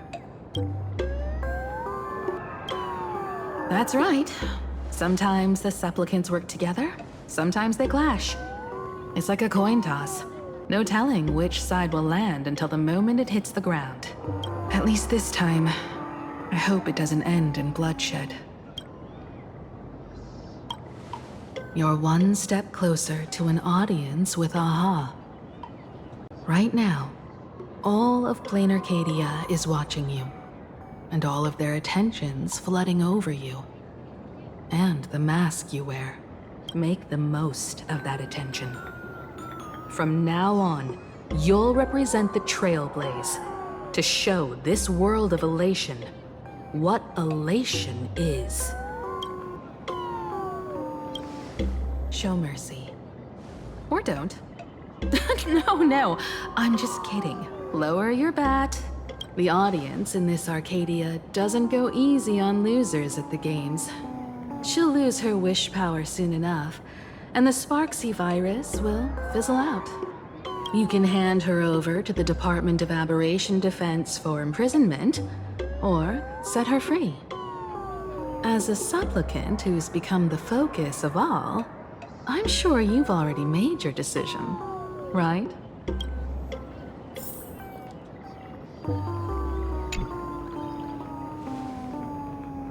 So, Victor, here to claim your prize? Very well. Sparxicle has no objections to that. So what'll it be? Gonna hand me off to the Department of Aberration Defense? Lock me up as a hardened criminal? But knowing you, you're not that heartless, are you? Or maybe you want to take away my streaming account as punishment. I'll livestream 24/7 and sing praises of your valor. All right. Let what belongs to the Graphia family return to the Graphia family. But don't let this little win get to your head. You've still got a long, long way to go before you meet the laughter. We can keep working together.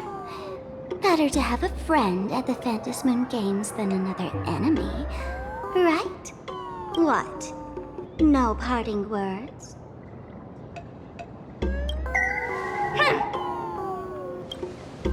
How do you like this ending, Sparxicle?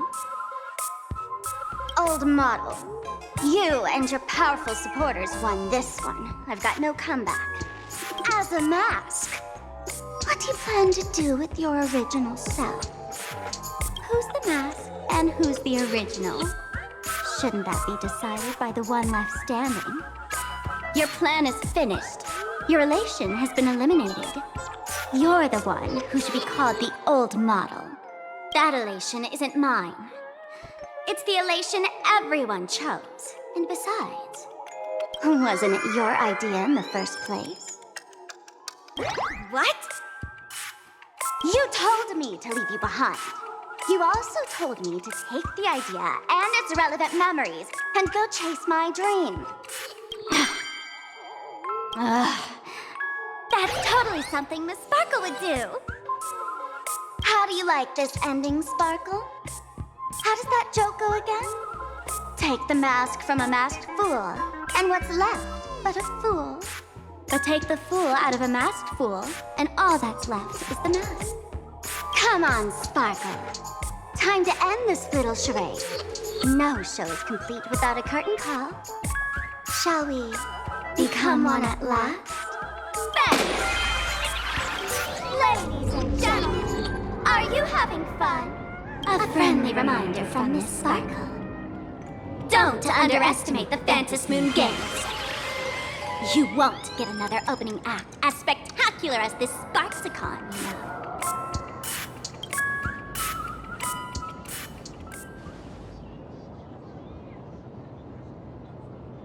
Sparxie! No. Sparkle? Which one is which? Perhaps it was just a masked fool, playing a harmless trick under the watchful eyes of the gods. Or maybe she just wanted to remind us that the elation in Planarcadia has become something even the gods no longer recognize. In any case, everything here has come to an end. We should move on and unravel the next plot.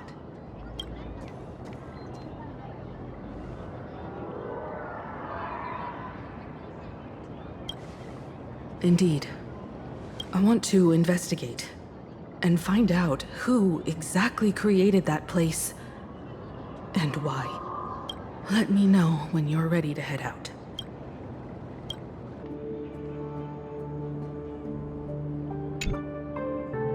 This place. It's like nothing ever happened. The ghosts are gone.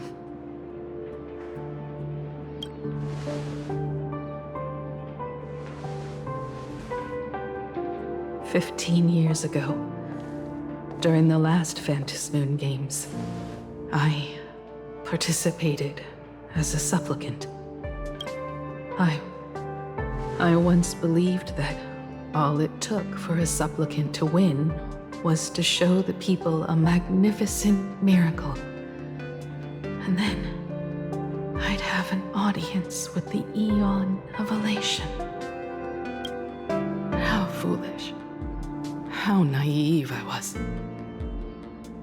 Not everyone wants to obtain everyone's wish power in a positive way. On July 22nd, year 1984 of the Arcadian calendar, a supplicant harboring immense malice stepped into Graphia Academy. He slaughtered 22 students who had stayed behind after school. Then went on to Dovebrook District, where 146 innocent civilians were either killed or wounded. That killer moved like a deranged artist, leaving corpses, imprinting his signature mark. The Bloody Bloom. The media dubbed him the Herald of Death.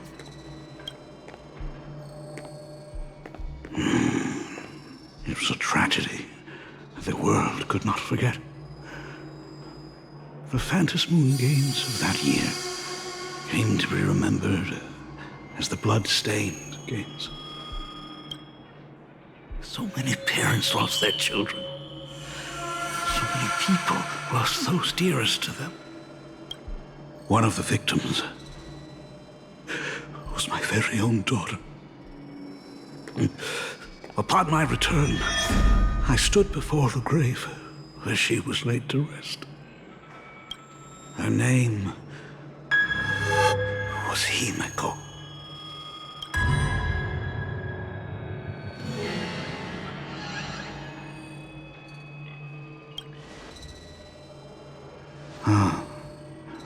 Forgive me. Allow me to introduce myself.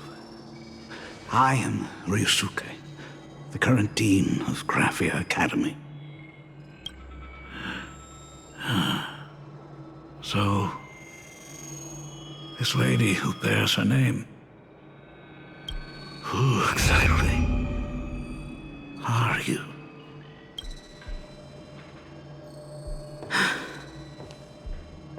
"15 years ago, when I made up my mind to join this Phantasmoon Games, my father wasn't with me. Even as I fought for my life against the Herald of Death, my father was still off somewhere, wandering the cosmos. Strictly speaking, ever since I can remember, his presence in my life has been as thin as the air in space. So, I would ask you, who bears his name, who exactly are you?"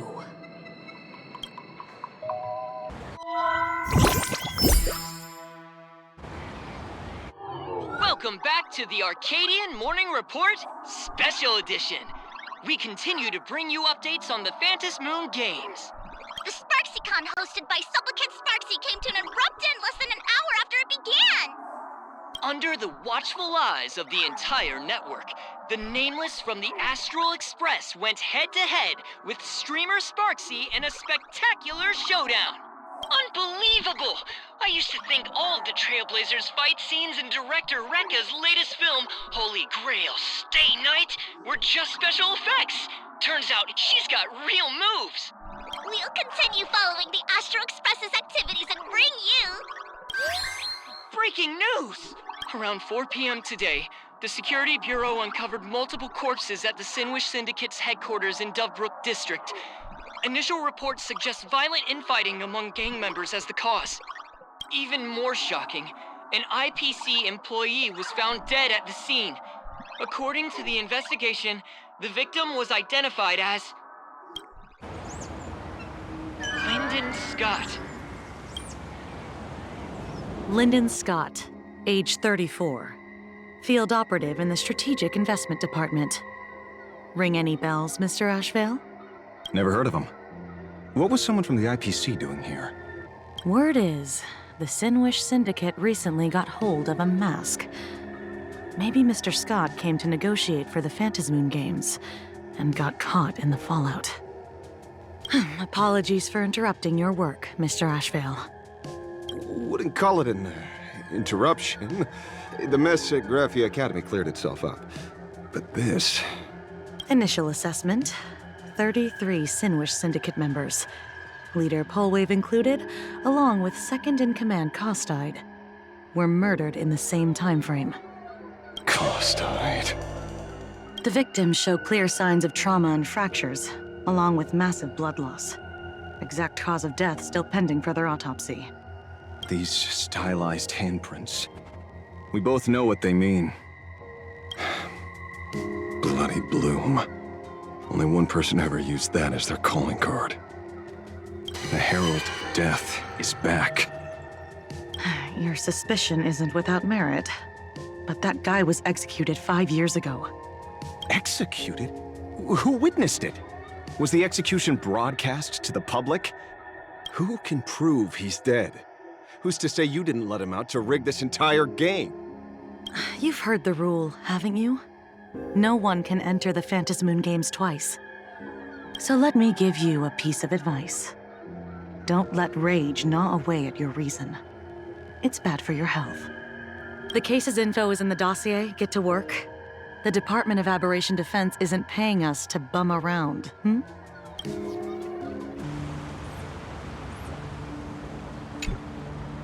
Rage sparked quietly in the detective's chest.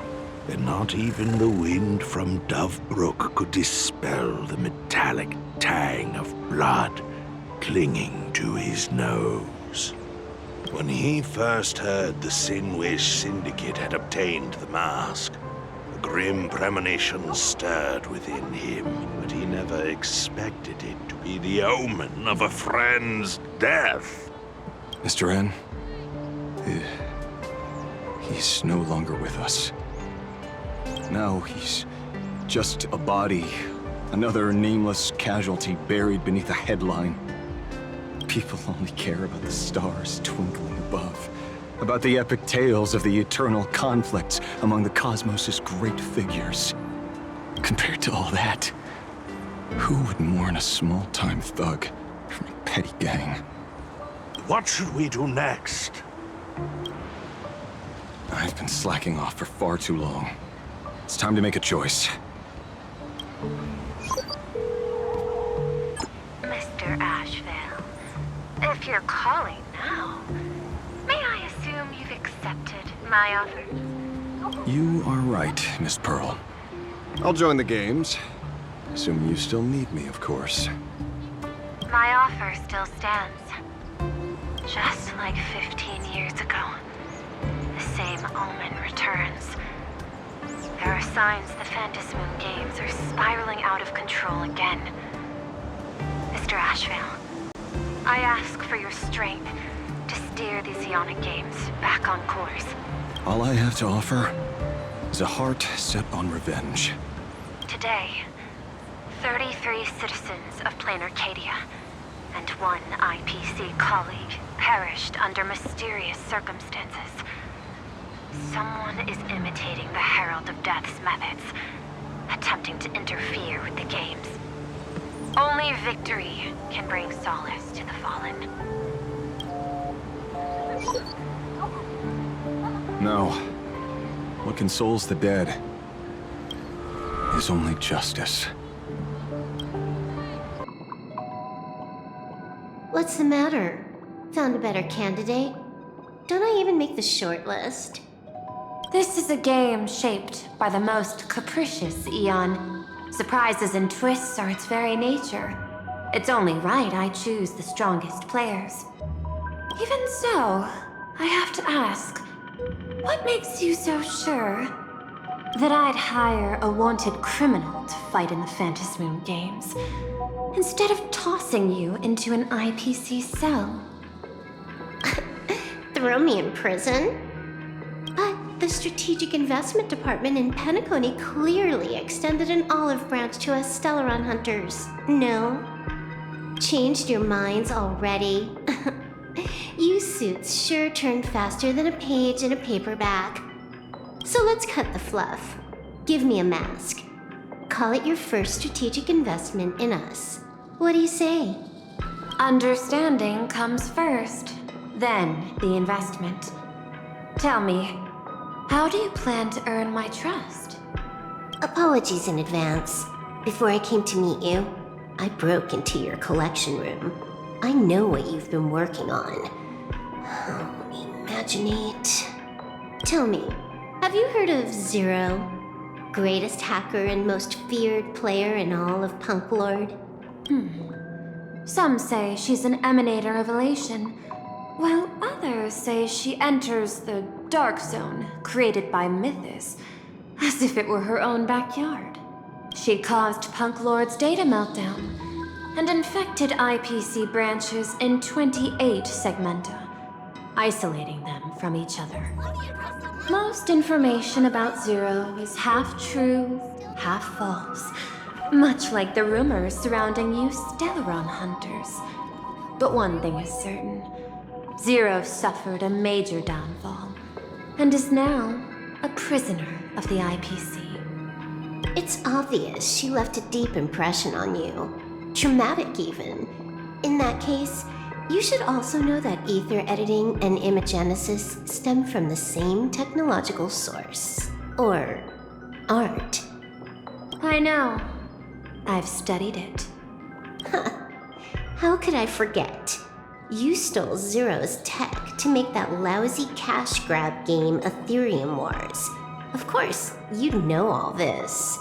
But you corporate moneybags will never comprehend it. The fleeting, ever-changing power of the elation. Zero once tampered with a parameter of reality, creating an independent realm that belonged solely to her. Just like that other one. Just like Graphia. Are you willing to trade the secrets of Imagenesis? I can think about it. Deduction. You may be lying. I've heard that those who join the Stellaron Hunters have long since abandoned the path they once walked. Who knows? You're in the Arcadia of Elation. Wouldn't it be a waste not to test your luck? Deal, Ether Hacker. And to seal it with confidence, let me show you a little trick of the trade. A hacking trick? Not exactly professional. Negotiating while soaked in a bathtub. I took one of your data slices. This will help us have a more honest conversation. How did you do that? Because I've studied you, including that cyber battle between you and that genius Schoolum. I even logged into all 76 of those banned accounts. I scattered just enough data breadcrumbs online for you to sniff out, leading you to the Ashen Detective. I even let you stroll through my collection room to explore as you pleased. Miss Silverwolf, a word of advice. Don't treat that mask like some 10 Stoneheart's investment in a Stellaron Hunter. Just think of this deal as something private, between you and me.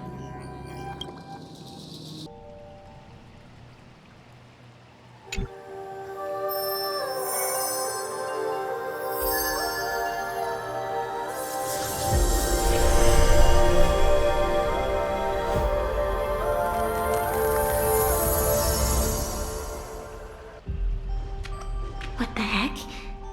I just blinked and suddenly half the supplicants are wearing masks? I was hoping the show would get better. Streamers clashing with cosmic heroes. A flashy brawl without anyone getting hurt. Wouldn't that have been nice? But now we've got a crow, a shell, a cat, a wolf? How many more mystery guests are crashing the stage? And this thing? When did it sneak in?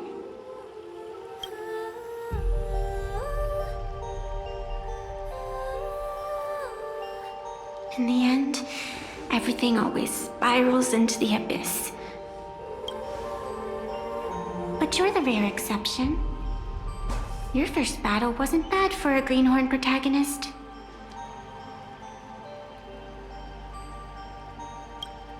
Since you came out on top, let's wipe the slate clean on that doom-filled oath. Who knows if the owners of those masks will become your friends or opponents?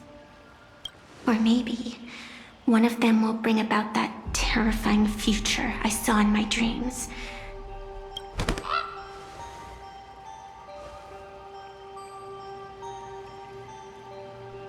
Little one, how'd you find your way here?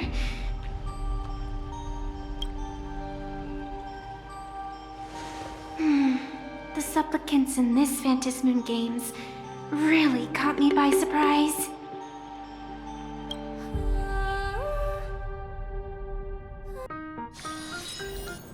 Why don't those people in the Go Home Club?